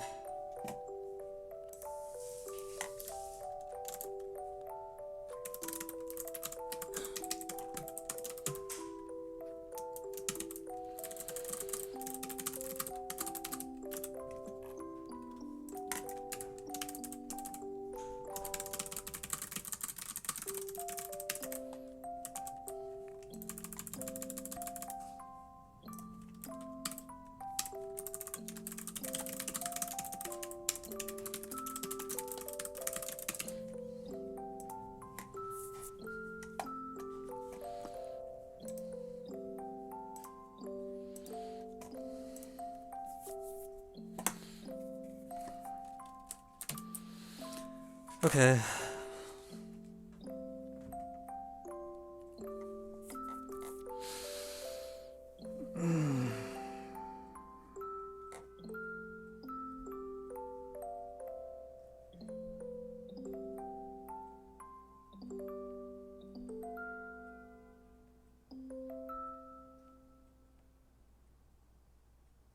Why is it taking so long to post? That's weird.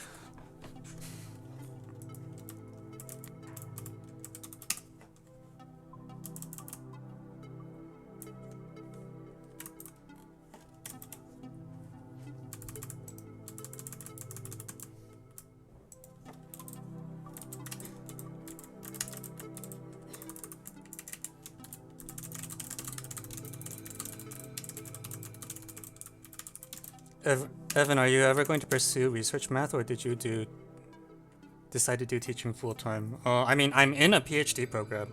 I mean, I'm on break until the pandemic ends, but what do you mean I can't post so soon after my last post? It didn't let me post. What the heck? Or did it show up? Oh, it did show up. Okay. I don't know. The ops glitch.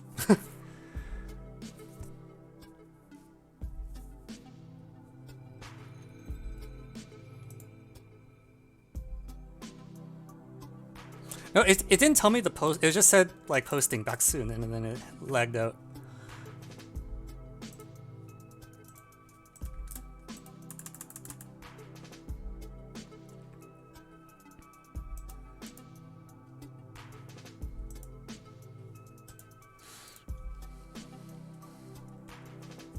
Needed before you could start. I needed to pass qualifying exams, but I mean, I plan to do so because that's part of being a PhD student.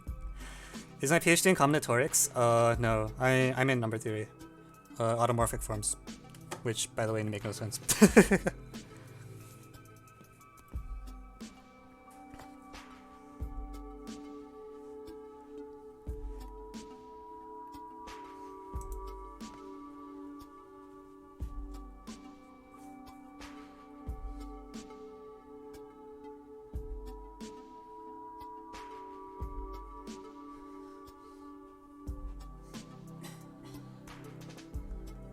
Wasn't combo? Combo was my weakest math Olympiad subject, I guess. I'm not totally sure that's true. It could have also been algebra. I think combo I was more variable as a student. My combo was more variable, but I think if you take like average, it might have been algebra that I was the weakest. I was like never good at FEs.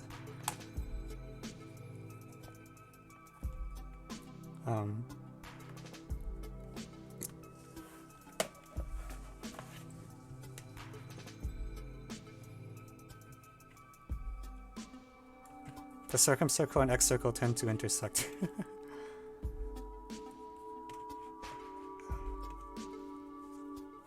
Oh, I was talking about like as a student.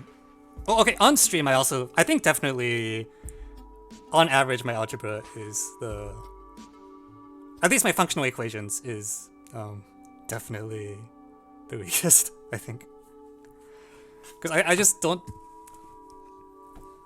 Every other subject, like, for the problems, I can talk about, like, some conceptual thing. Like, I don't know. Like, the problems, like, have a...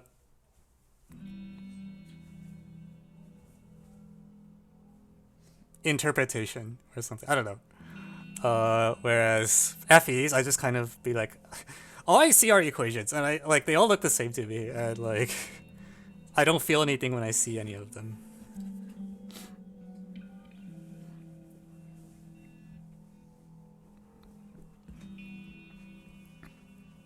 So, I don't know. When I don't have intuition to guide me, I feel very lost. And FEs are sort of they're just these equations, and so I'm just like, I don't know what I'm supposed to do.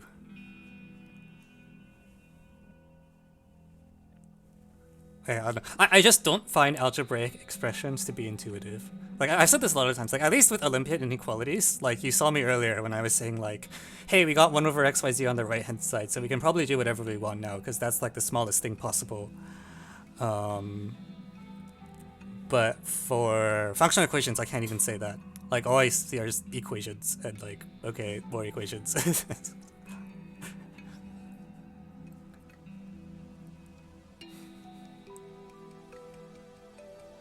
Oh man, IML 2017. 2012 N1.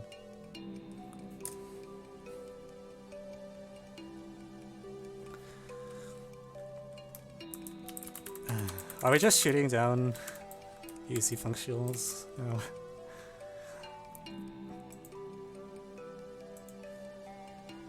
Wait, which problem? Is this the admissible one or the...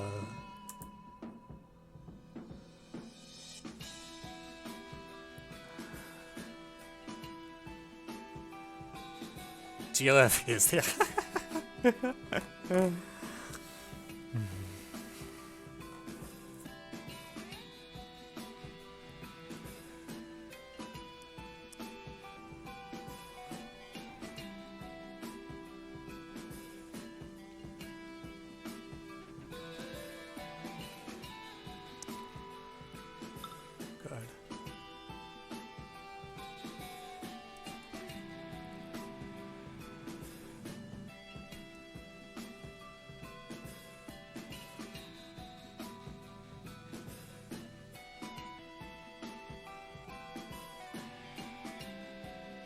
Doesn't that mean I write GOFEs?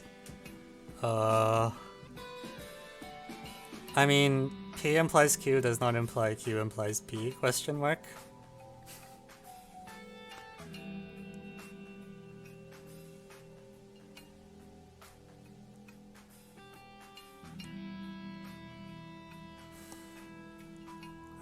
Is the N one fast?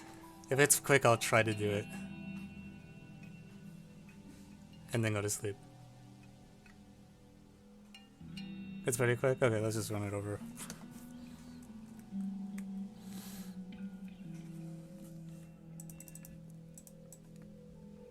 By the way, now that I'm looking at the 2012 shortlist, I don't think I ever did N3 either.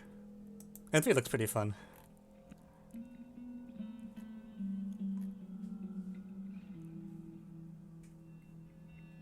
Yeah, right, because this was the year that I was at RSI, so I didn't get to do much of the shortlist. Because in I got to do most of shortlist 2013 in team selection tests, but I didn't get to. I really didn't touch the 2012 shortlist much.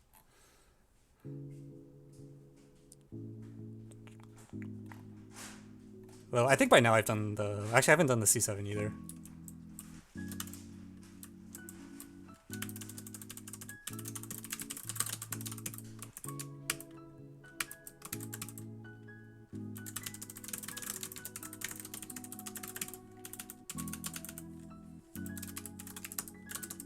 Yeah.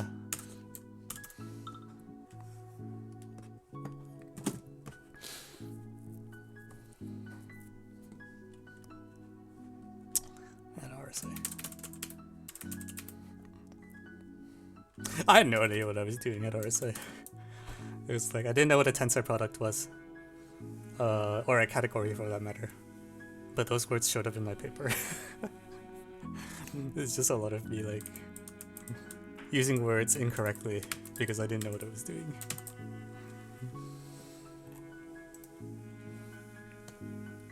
Okay, everyone, welcome back. So today we have another IMO shortlist 2012 and 1, where basically you start with M and N in some set A, and if they're in there, then more things are in A. And you want to say, okay, when does this force everything to be in A? Thank you, Deadnock, for the follow. So actually, first of all, if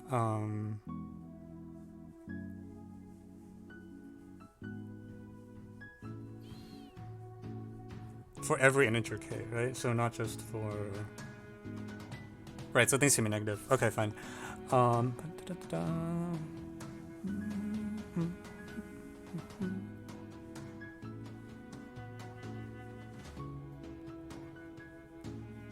So if GCD of M and N is non-trivial, you are dead.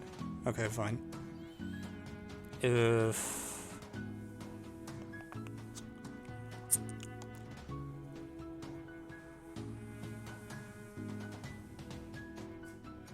Is that the only mod constraint? Because if x times y is non-zero modulo a prime... Yeah, so if GCD m n greater than 1, you can't do anything. Can't do anything. You lose. Well, that's just the way you lose. So otherwise,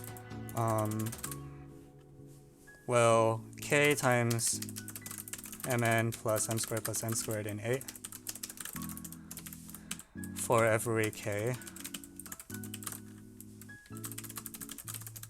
Okay, so we'll let like d be the absolute value of mn, and then we have some residue, everything in C mod D for some fixed C.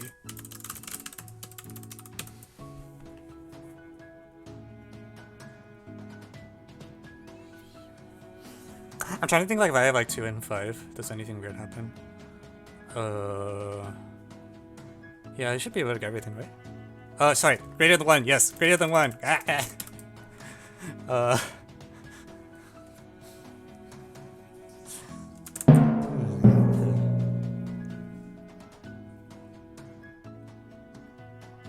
Everything is some residue plus, but also,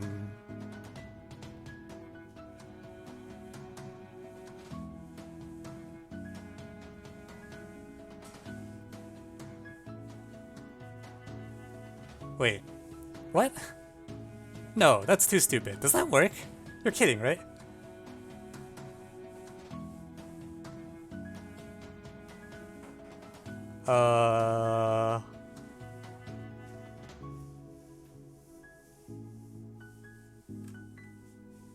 Okay.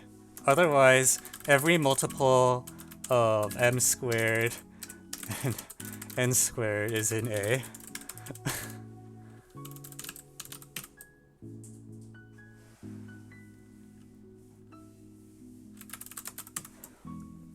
And then, like,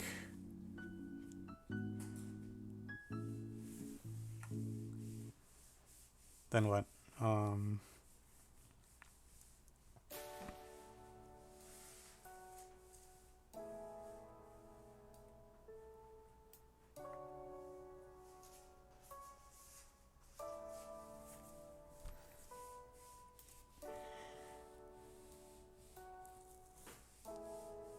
So what does that mean? That means if I do am squared and bn squared or some garbage like that, or let's do like p of m and then like k and cn squared or something. Yeah, we're just gonna pretend this is nothing now. No.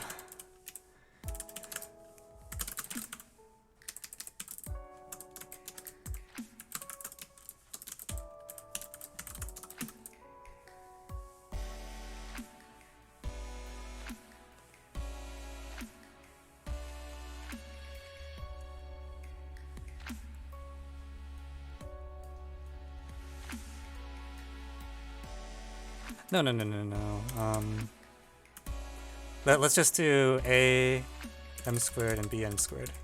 Alright, and so a m to the 4, a squared, m to the 4 plus k, a, b, m squared, n squared.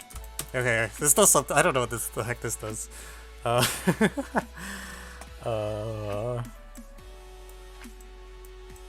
But I have like 3 degrees of freedom now. Does this cover all integers? Probably not. This is too stupid.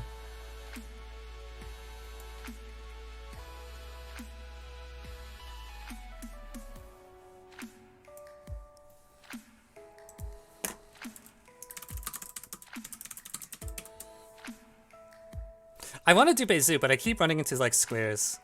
am plus bn equals 1. Oh, that's true. The point of this thing is supposed to look like a perfect sphere. Okay, am squared plus bn squared plus k minus 2, ab m squared n squared. Yeah, I forgot. That seems important. Okay, so I agree. So this can be any number because m squared and n squared are relatively prime. So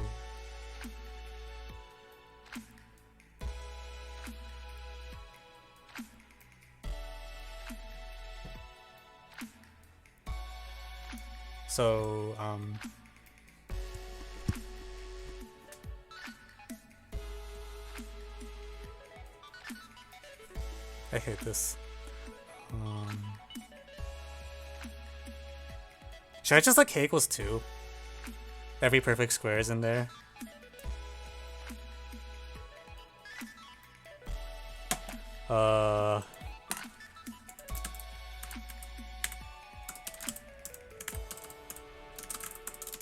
Shows every perfect square is in A. That seems like a good way to start. Notably including 1, yeah. one is a pretty important perfect square. I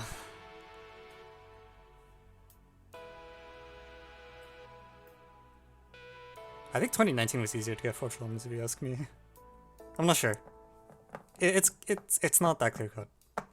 But I think if for me personally, I would have gotten 4 problems in 2019 the most easily. Because I'm not good at problems like 2021-5. Or even 2021-2 for that matter. Those are not quite my style.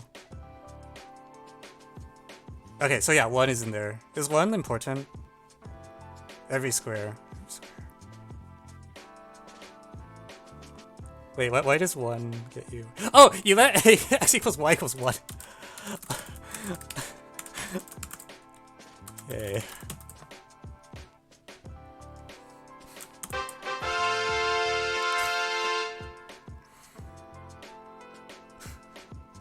Thanks for the assist.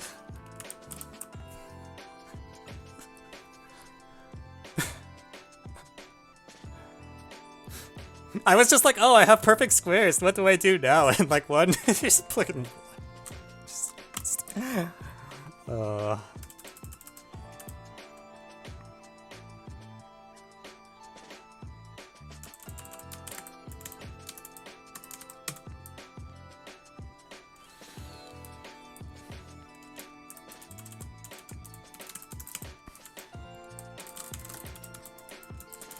I guess it's a number theory problem. I feel like I don't understand the point of this.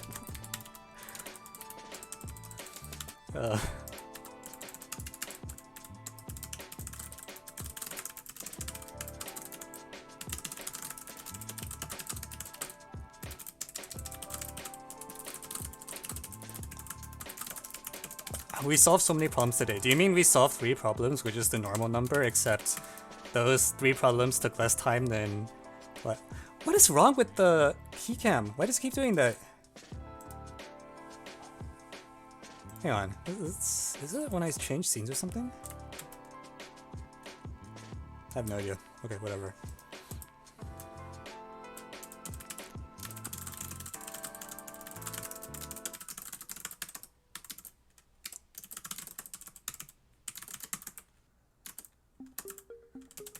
What? P, X, Y, K be the statement.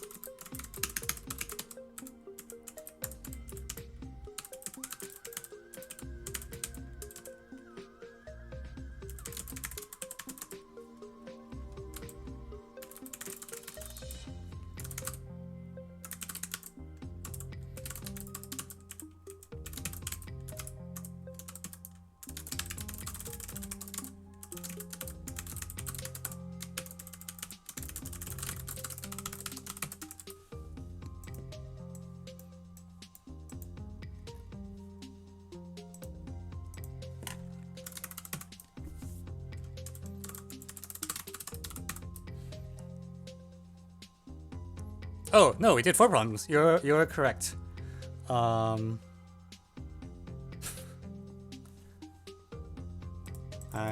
never gonna figure out what's causing that. Maybe it'll go away when I reboot. Something wrong with the video feed. What is your favorite anime? Oh, that's tough.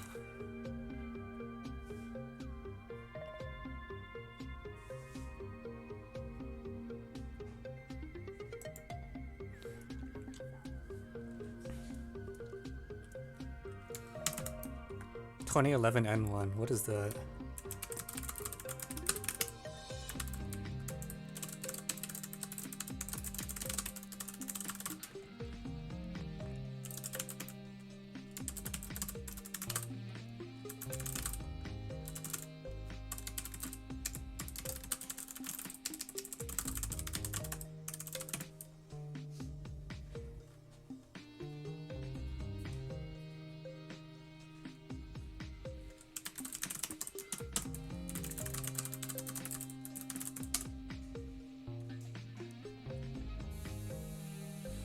Wait, what is 2011? What is this 2011 N1 that's so scary?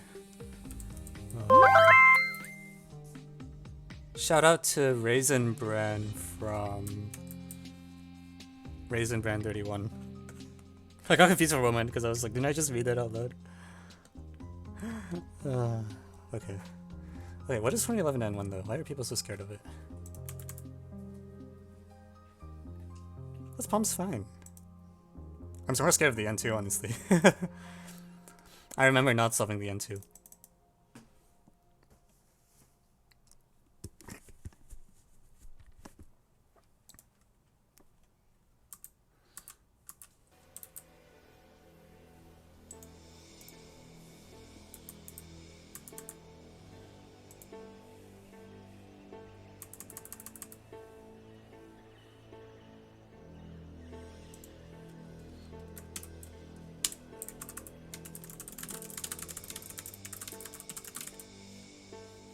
So I've actually done the 2011 N1, even though it's not in my database. I remember the solution.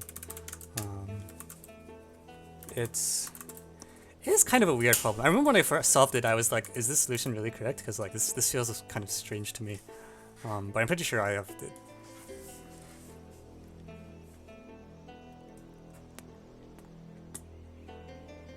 I haven't done 2011 N4 though. That one is... I remember I got it on a mock test back when I was still a scrub, which meant that I didn't actually look at any of the...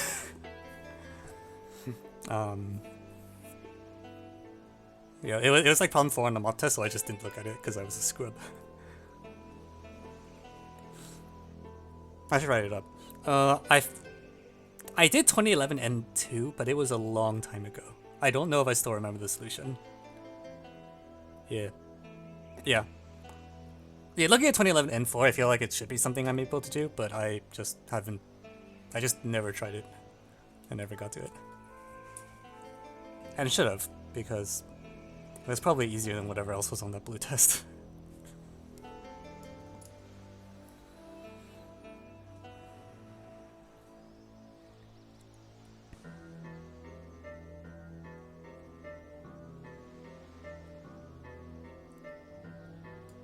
Yeah, I was in blue mop in 2012. Though actually, I'm like 90% sure I made it to the green cutoff, but somehow I got placed into blue anyways. Yeah. I'm pretty sure I made the green cutoff, and then like whoever made the rosters thought it was a good idea to bump me to blue, thus causing me to die on all the tests. Those were the days.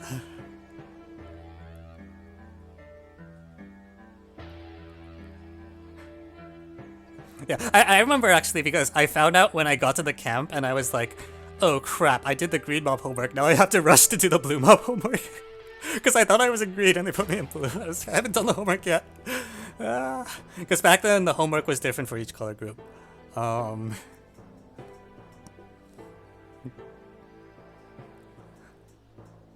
So the first day after orientation, I stayed up most of the night, like rushing to do the homework problems. Because I did the wrong group's homework.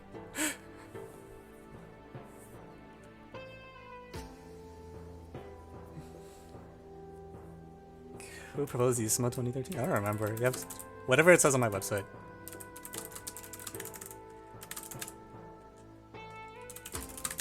Yeah, Karen's problem.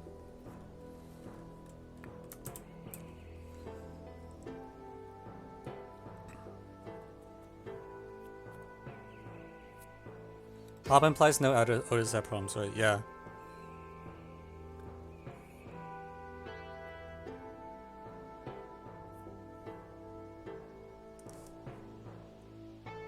How do the color groups work? I mean, there's just different tracks.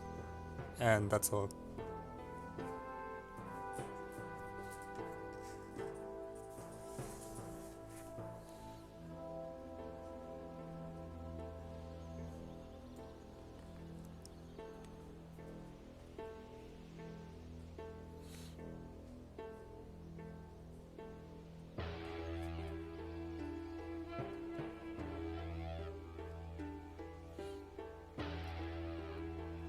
Yeah.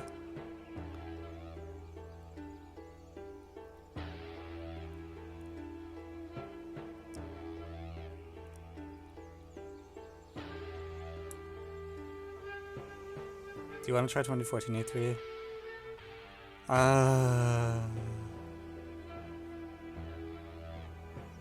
Yeah. Honestly, not right now. I'm still bummed out that I didn't solve the G7. I should have at least tried to draw the GeoGebra so I could check my claims. Although, honestly, I didn't want to draw it. But I can't blame anyone for not getting it, because I should have drawn it.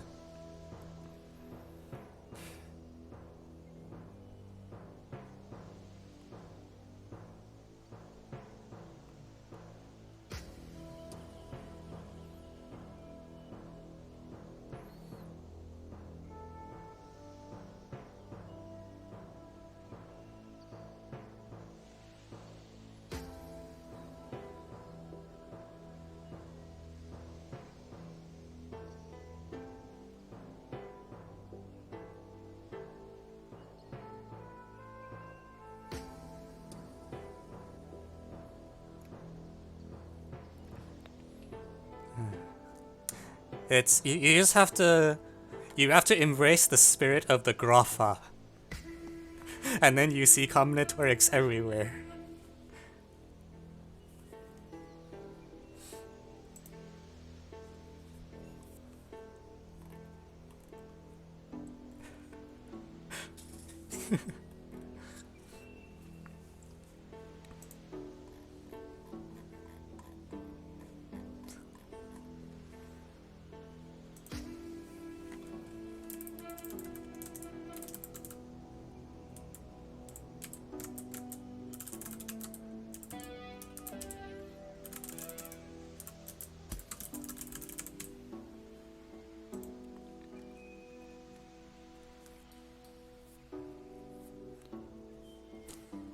You have to fix IMO 6 to reflect this discrete geometry. Nah.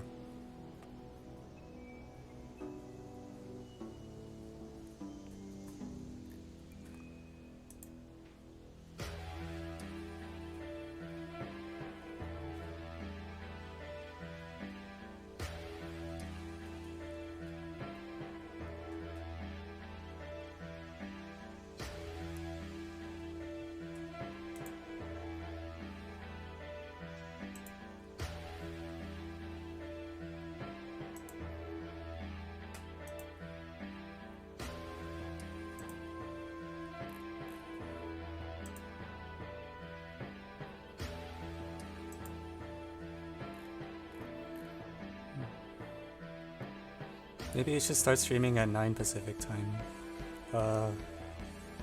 30, this is not that many people. I don't know. The problem is that, like, I need a lot of sleep. So if I go to sleep too late, it's rough the next day. The heck? Keizu lasagna. They all tuned in for the Riemann. Alright.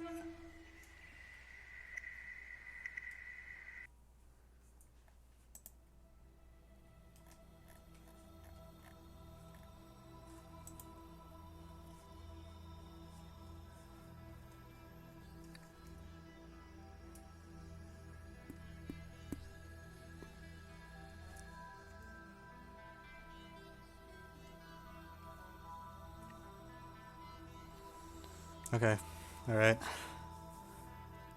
Okay, 4 problems is not too bad. They were all easy though. Alright, I think I'm rejecting the others. Next time.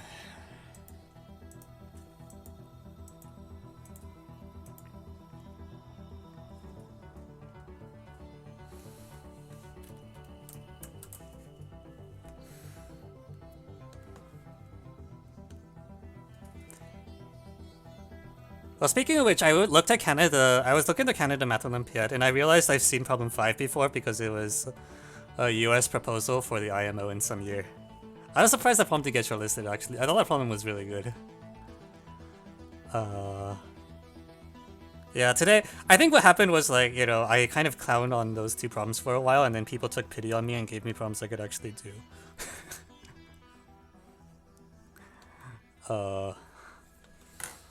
Yeah, I don't know. I don't know. People really like giving me hard problems, which, I mean, is fine, but I think is not that instructive because you see, if I solve it, then it's instructive, but the problem is I usually don't solve it. Because I am old, and also solving on stream makes you dumber because you can't really use paper. So you're constrained by like how much stuff you can put on the board while trying to explain stuff out loud.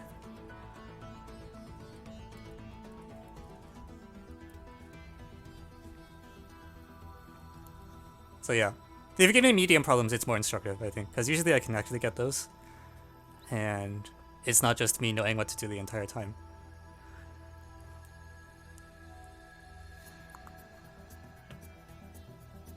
But yeah, whatever. Propose whatever you want. Doesn't really matter. Alright. Alright, hope you had fun. See you all next time.